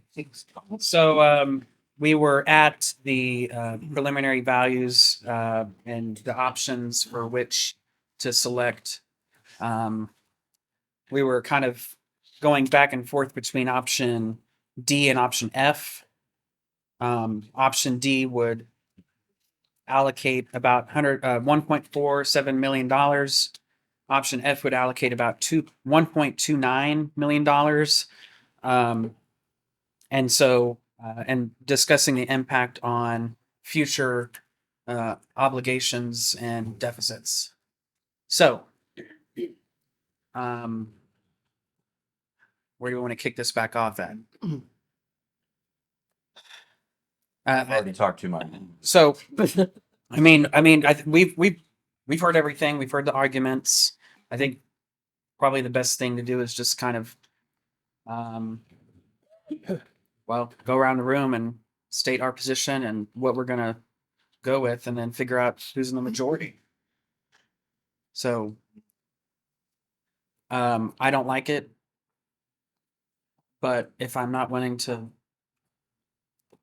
let the next council deal with the problem and face the hard decision, my option would be B, but I'm okay with option F. My preference is option D, so that's me first. Okay. I don't just not like it, I hate it. But considering everything and looking at the long term and the position that we've been put in is not pleasant. We have to make a decision that we're not going to want to make. I believe, no matter which option we end up with. I would love to be able to give our citizens the no new revenue rate. That's not going to happen. So, for me, it's between option D and option F too. My preference is F, but I can go with D because of all these factors that we've discussed and the fact that the difference between F and D in terms of the impact is, and like Jeff said, it's a slippery slope, but the impact to the city of the difference between the two versus the impact to each individual for the difference between the two. Even though I would not like it, I can support D if that's what the majority of the council feels. I think I've already stated most of my reasons, and I won't restate those for the sake of time. But I'm going to choose option F. Yeah, kind of like Deb. I mean, there's no real good options. So you gotta kind of philosophically decide where you are. And I guess I'm of a mind. It's gotta be done. And, I don't want to kick it down the road. We just need to own it.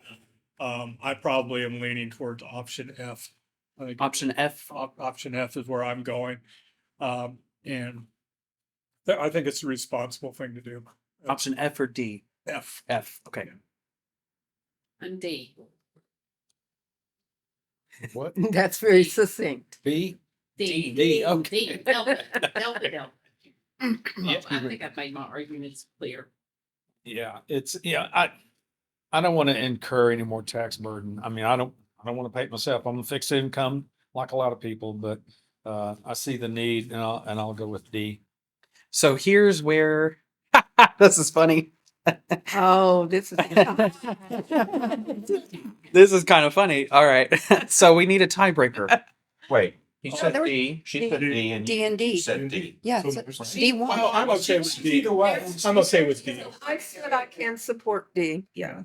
Okay with Oh, sorry, I misunderstood. All right. So we have two that said they're okay with D. So then option D it is. I would like to, however, say, I would like to discuss the stuff that Angie sent out, because I would like to know Yes. if there are things that we could stop doing because we are starting some new things. And maybe that's not in this session, but I do think that that is an appropriate. I think that's an appropriate thing to do in terms of probably the mid-year budget, because this guy still needs to get his hands around things. I can't give you. Yeah. And once he's done that, then maybe he does have some suggestions on realignment and reductions. And maybe there is fat somewhere that he comes to find. And it's just, let's shift that elsewhere.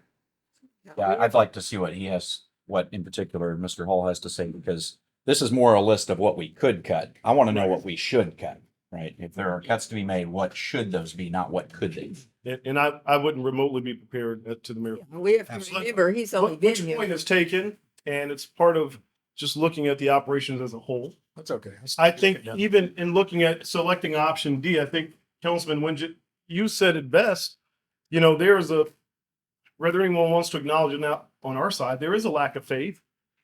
And it isn't to be overly critical, but I think taking it from a different perspective, we understand we have to raise our game to meet the expectations. There is a certain amount of capital, political faith, or however one wants to describe it, that's being given in a desire to even go that far, because you could, and it's not lost on me. You could say, you know what, we'll reduce. You can do it right now. And so there's kind of this leap of faith that you're giving us that we as staff have to be aware of. And we have to be sure that we understand that all of us are challenged to do more with less, and to be sure that we are optimizing what we have. So I don't have any opposition to doing some exercises and coming back to you at some point in time, mid-year, if that's okay, and having this conversation. It gives him more time to really dig into things. Yep. Right now, it's just been taking over the big rocks. Well, absolutely. But I feel like if you're going to give us information, then I would like to be able to discuss it. Well, I only gave it because it was asked, and I didn't want to not fulfill the request. Someone said, hey, can we look at this? But it wasn't ever intended for discussion purposes. On the other end of that spectrum, I could have not sent it, and that would have appeared as if we were hiding something, and we're not. Okay. Yeah. If you want to go through that right now, I mean, I didn't see anything in there that I was comfortable. I'm not saying we have to, but I don't want people to. I think that we look at everything, because I do agree. I know everybody's thinking, oh, Lisa's over there just blithely saying, let's raise taxes. That really is not the case. I really do. I would much prefer to not raise taxes. And if there are anything like I said, if there are any things that we can stop doing that we just don't need to be doing anymore, I think we should examine those. But if mid-year, and I do agree that you are brand new and this is a very difficult situation to be walking into. But I think a mid-year review would be awesome. Okay. And maybe we can do something better with the tax rate next year. Fair enough. All right. So do you want to go over kind of a summary of what we have? And before we go over the summary, I just want to make sure, because we didn't really touch on the boards and commissions and strategic partnerships, whether you wanted Yeah, to we pull did. any of those up. But we We didn't, definitely did. we didn't put them on the list. Is that the way we want to Oh. keep it? Oh, we didn't We add didn't them cut them and in. put them up here in the list. Oh, we definitely I did. mean, you talked about stuff you wanted to do, but I wanted to make sure Yeah, I know. I think they would clearly want to add those. Yeah. all of these These particular ones. So the prize board, yes. Okay. Be sure you get the animal. It is there, right there, Yeah. 1,000. The language pay isn't, whoa, tuition reimbursement, $100,000. We didn't do that. Or we didn't, We you didn't didn't, put that up. you didn't add that. We didn't come back and put that. Really $100,000? It's an estimate. We don't know. Part of what we said we would do is come and try to get some baseline data and come back. So, to you with okay, the conversation. that's right. And depending on our financial condition, Yeah, Yeah. notwithstanding. yeah, you're right. You're right. Okay. That's kind of like a question mark. Mm-hmm.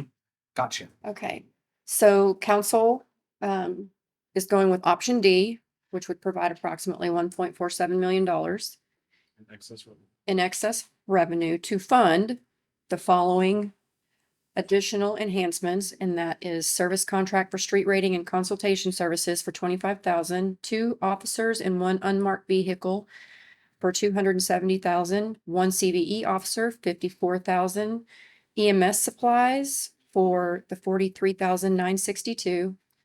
We're not going to do the total replacement, but we're going to do a partial replacement and fund that at 50,000, and then have a replacement plan for ongoing.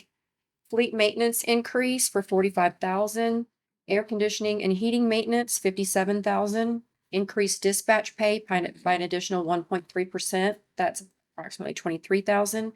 Language pay at $80 per eligible employee per month at an estimate of 30,000. Parks maintenance, 2 park maintenance specialist 2s for 121,000. Applications analyst for 96,000.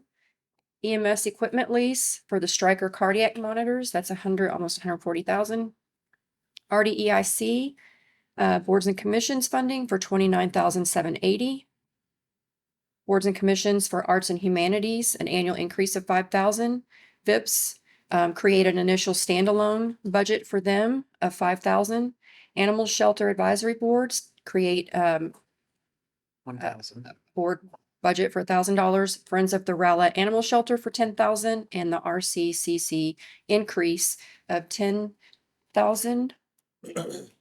That's unallocated as 400. Of the existing funding. Yes. Now, Same for KRB. It's not listed because it's already got existing funding. Now, did we leave the MLK parade in there? I thought we were gonna go back to. No, that was cut to 5,000. Now it's 20, but it's in there, 29,000. Okay, how much do I need to take? That was the total. No, that needs to be reduced. Reduce it by about $6,000, Reduce it by 6,000? roughly. It's not exact, I don't remember what the roughly said. parade was. It's to about Pride and Juneteenth. So it's just gonna be Pride and Juneteenth? Yeah, it's not. Pride and Juneteenth is about the same dollars. Yeah.